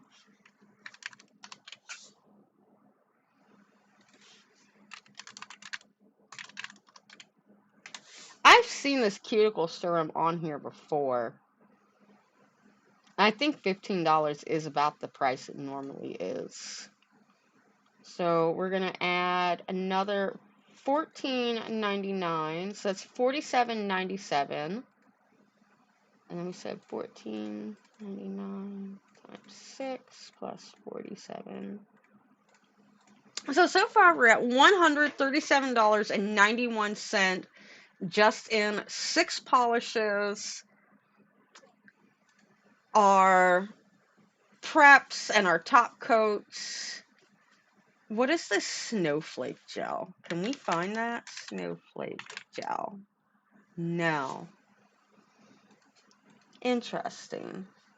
I know their lamps are about, I think they're $20.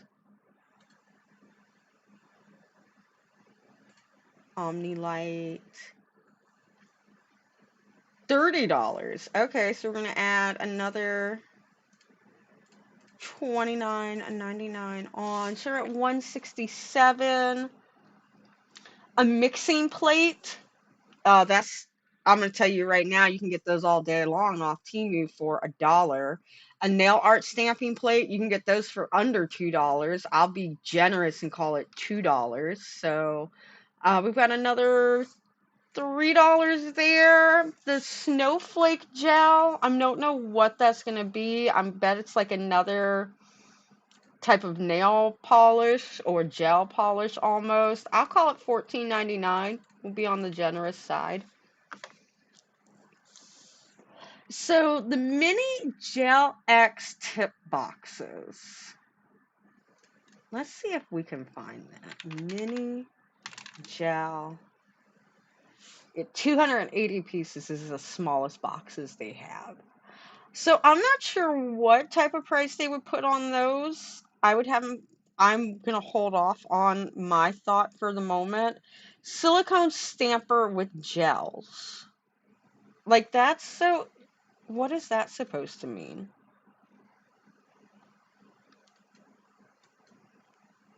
Silicone stamper with gels. And I know they're not going to show you all the items here in the picture, but like that does not make sense. Long liner brush. Can we find that on their site? Yep, long liner brush. They charge another $14.99 for that. So we're at $185.89 plus another $14.99.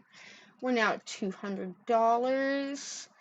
We get a Christmas tree bit with holder. So it's, let's see. Maybe type in nail bit.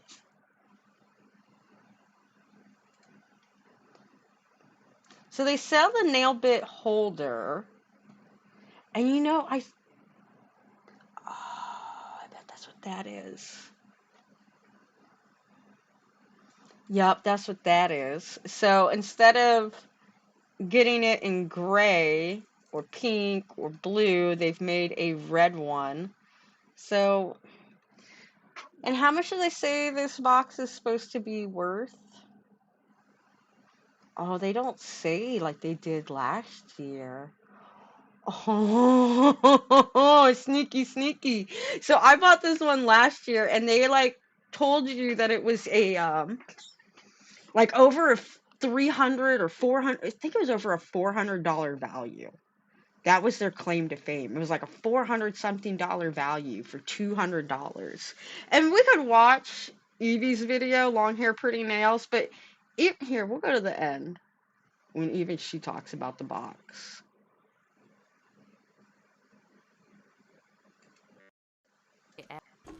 Of course, they're going to make you watch a commercial first because why not?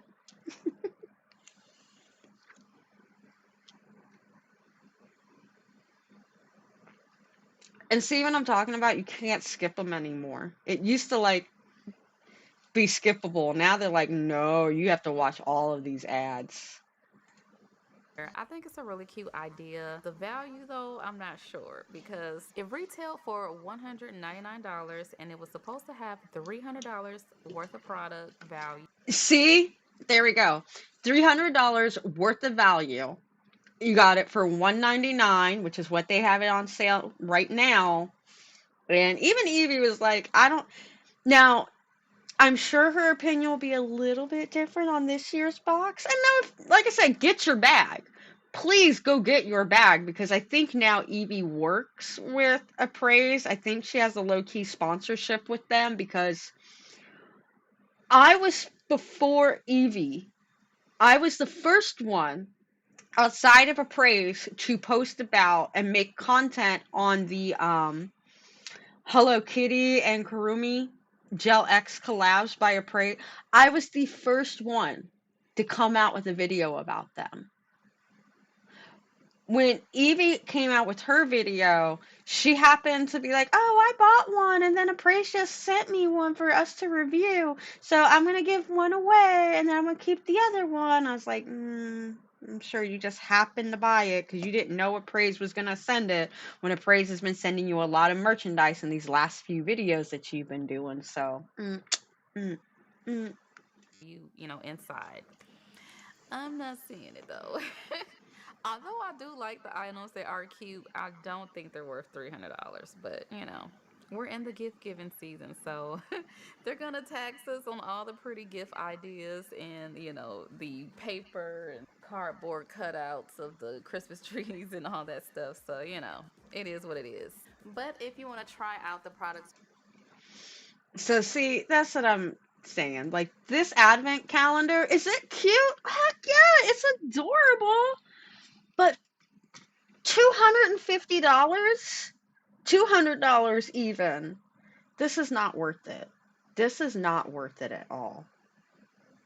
Last year, instead of giving us nails, I think the only reason they gave us nails this time is last year they didn't give us nails. And everybody collectively was like, WTF, you're known for your nails. You're known for your Gel X system. You gave us everything involved in the Gel X system, but some friggin' nails. And to a degree, I get it. They gave a $20 gift card.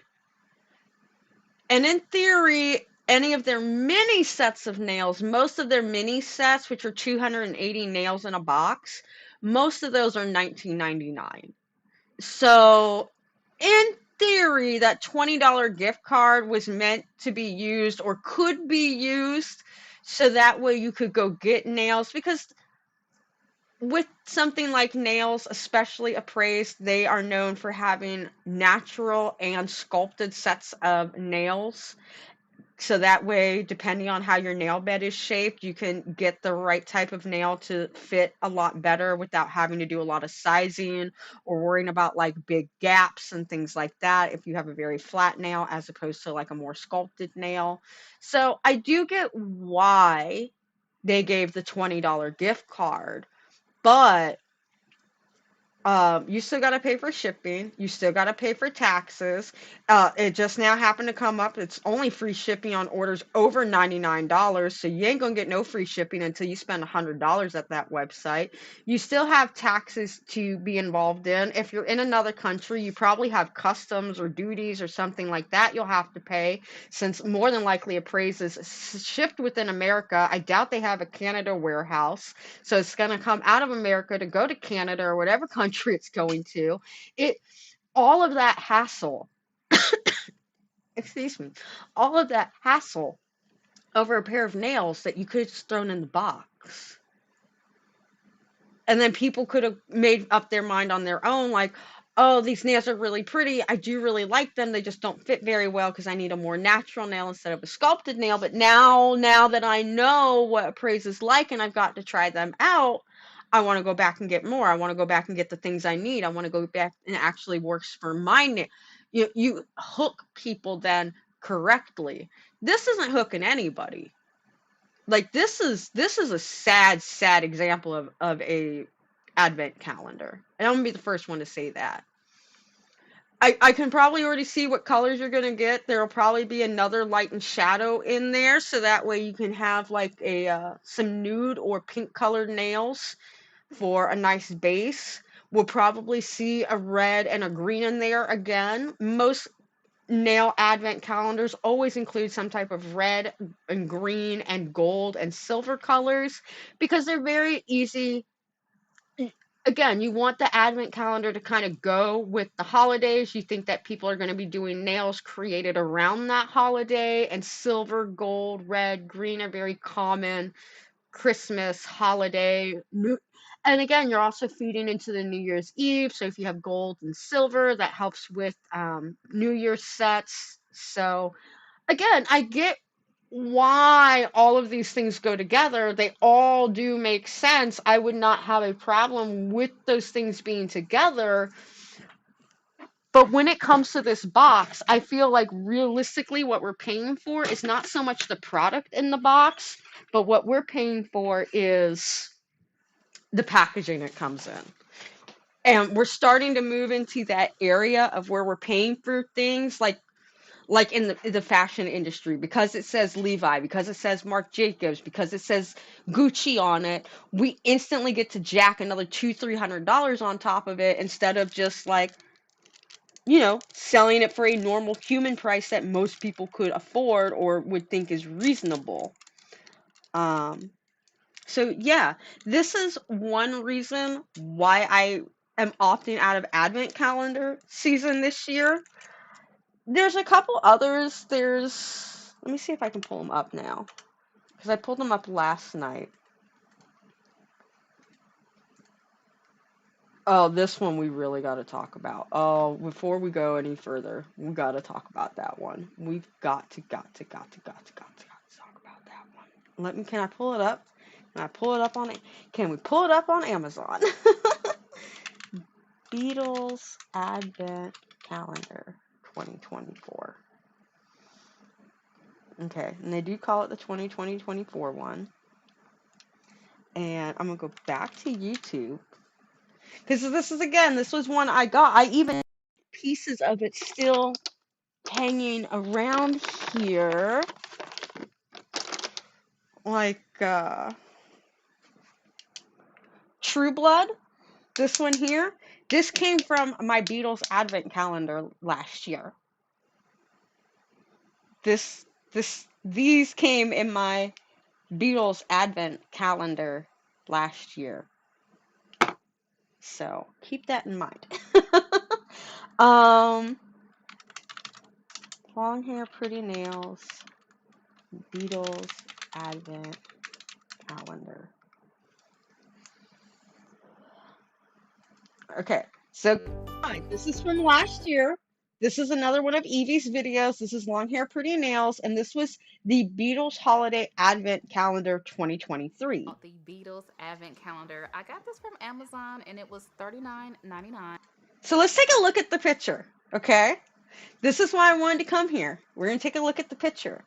So we can see we've got a red, a green, a blue, looks like another red. And normally what this is, they'll show you what the colors look like as glossy or matte or like with some type of image over it. So you're not getting double colors. They're just showing them off in two different ways. So we get a red, a green, a blue, another red, a green. So we get some pinks, silvers, purples. We get some glitters. So it shows you everything you're going to get. And this is how it opens. Ooh, I haven't even read the inside, but it looks pretty. So yeah, I think there are 24 days in this one. And I got the Nails by Dev Advent Calendar. This is the Naughty or Nice. And I just love this packaging. It is so, so cute. Like, oh my God. But yeah, we're going to open this one up as well. This is the intro. Okay, let's look in real quick. This thinking like real quick she showed like everything that was inside the box. But now that we have an idea of what was inside, let's go back a little bit so we can. Pretty. This is how it opens. Ooh, I haven't. So today I'm going to be trying Oh, and out just the go back. Beatles Advent Calendar. I got this from Amazon and it was $39.99. Okay, so there's our picture. You see what this says? Beatles Gel Nail Polish Set 14 plus 3 colors Beauty Advent Calendar 2023 New Year Gift Box. Red, green, pink, gold, silver glitter, glow in the dark, nail polish, glitter top coat, winter gel polish for $37.99. Typically it's $39.99, but because of Prime and all that, you get to save $2. So, what we're looking at now is the Beatles Gel Nail Polish Set 14 plus 3 colors Beauty Advent Calendar 2024 box. Red, green, pink, gold, silver, glitter, glow in the dark, nail polish, glitter, top coat, spring, gel polish gift for women's. And then girls is spelled wrong. We have GRILS. We have grills, apparently. Now, it does say this does appear, this is sold by Beatles Gel Polish. So this is not someone with last year's stock trying to sell it off as if it's this year's stock. This is Beatles Gel Polish. And when we look at this picture, well, my goodness gracious, doesn't all of that look really, really similar? And I know it's really hard to see over here. Let me blow it up. Look at that nail on the end. Look, those are some Christmas bulbs. We've got some stars. We've got a peppermint nail. We have a nail with a Christmas wreath and a couple stars. We have one with some bow packaging. Oh, we have one with gold and the stars on it, and a silver with the peppermint, and a pink nail with a wreath and some stars. And gee, all of those look like the same exact pictures. And look at that. It's now $38.99 instead of $37 or $39.99. It's $38.99. What items can we get free? Get one item free with code Cluster05. Okay, so looks like maybe you can pick out a few different things of nail polish and whatnot, gel polish, whatever. You can get their Gel X system. And I'm not hating on Beatles. Do not get it twisted. Because I like Beatles gel polish. I like their gel polish. I think their gel polish is pretty good. I think their Gel X system is pretty good.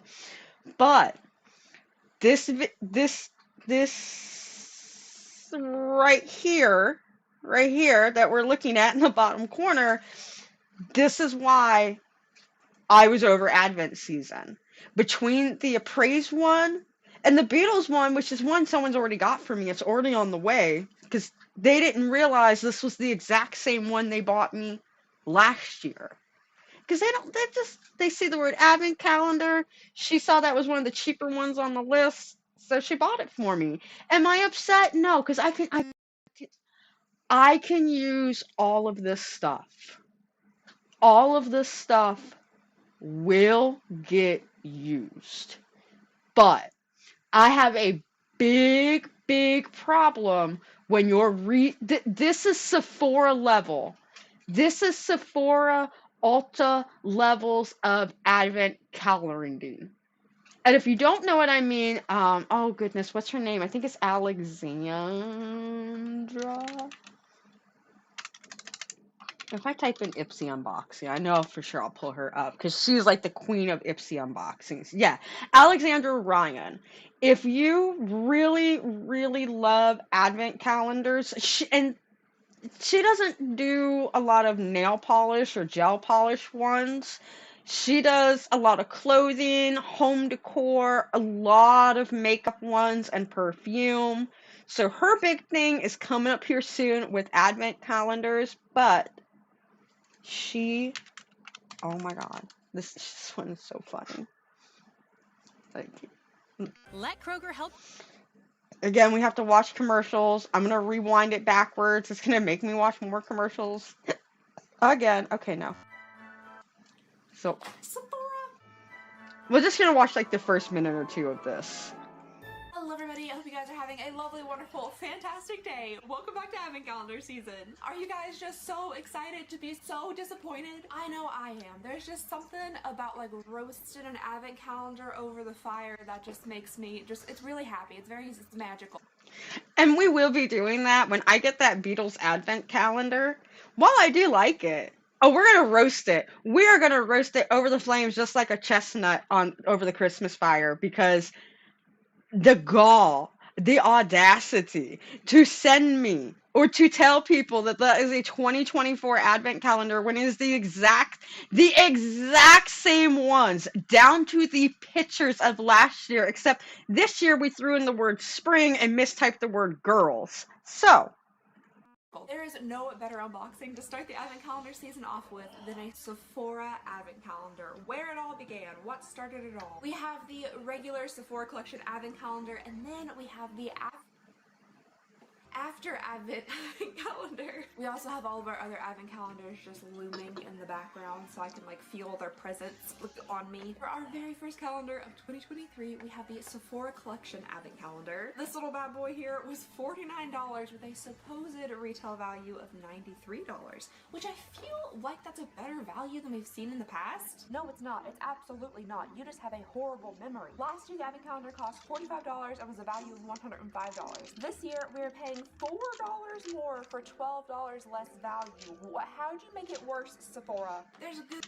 this is what I was talking about. Like, every year, if you are an Advent fan like I am, every year it's progressively getting worse. We're paying a couple dollars more and not getting anything more. And most of the time, the crap that they're putting inside is the same exact crap we got last year and the year before and the year before. And it's in the same, behind the same door.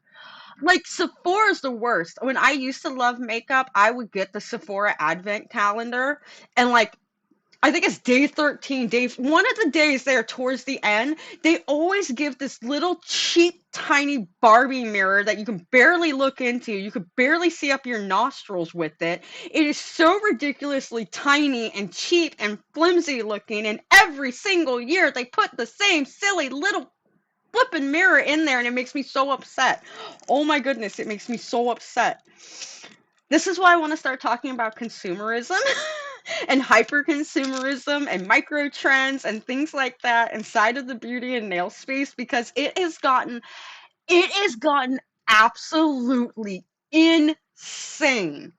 Like, to be able to watch things before the internet now come to this place that we're at now it's flipping wild. Absolutely flipping, flapping wild. And I was like trying to work on these nails and we got totally distracted watching videos. Welcome to my life. If you guys are ever wondering like what a day of my life looks like, you low-key just got a small taste of it by hanging out with me for, oh my goodness, almost 5.5 hours. So as much as I want to finish this setup, my dog is going crazy. I did not realize it is already 4:30 in the afternoon. So I think what we're going to go ahead and do is we're going to wrap it up here. I'm going to go finish these nails off camera. And tomorrow, that's right. I have to save a little bit of energy and things to rant about for tomorrow because tomorrow we are going to have another live stream. It is the first one for the month of November because it's the first day of November.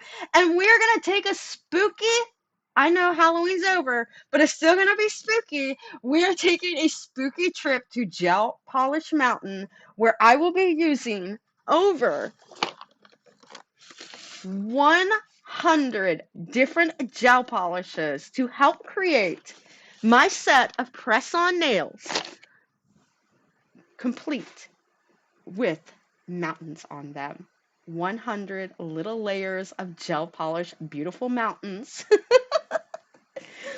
So, as always, everybody, thank you so much for hanging out with me today. I mean, literally, we have been hanging out for the day. We started at 11 o'clock. It's 4:30 now almost. We've been here 5.5 hours. I still have a lot of hope because we're not over yet. We still got a few more hours to go until it's officially November. But I am greatly, greatly hoping to see 500 subscribers by the time I wake up in the morning. So if you are so kind as to share this video with your friends, family, cousins, nieces, nephews, aunts, uncles, tell them about the channel. Say, hey, if you like nail art, give this girl a follow. She really appreciate it from the bottom of her heart. I'll thank them. I'll personally thank them on air. But we are still working towards that goal. We're getting there. We're getting there.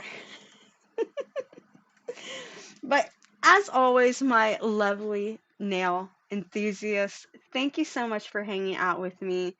Thank you for making this experience way more fun than what it should be. Everybody made content creation sound so scary, and you guys have made it so much fun. I appreciate everybody so, so much. I hope you have a safe and wonderful Halloween. I hope everybody gets the candy that they are hoping for in their kids' bags so that way they can steal all the yummy candy and leave them with the Tootsie Rolls. Or if you like Tootsie Rolls, you steal all the Tootsie Rolls and leave them with whatever candy you don't like. Maybe that's the Three Musketeers bars. You're a little crazy. I love the Three Musketeers bars. Those would be the ones I would take out their bag first. But we all have our own preferences. But I will let everybody go ahead and get back to their day. If you're just now watching this after the live stream is over, I still hope you're having an amazing day or evening or morning whenever you're watching this. And as always, my lovely nail friends, be pure, be honest, be beautiful. If it's your birthday, happy birthday. I love you. See you tomorrow on the live stream. Bye.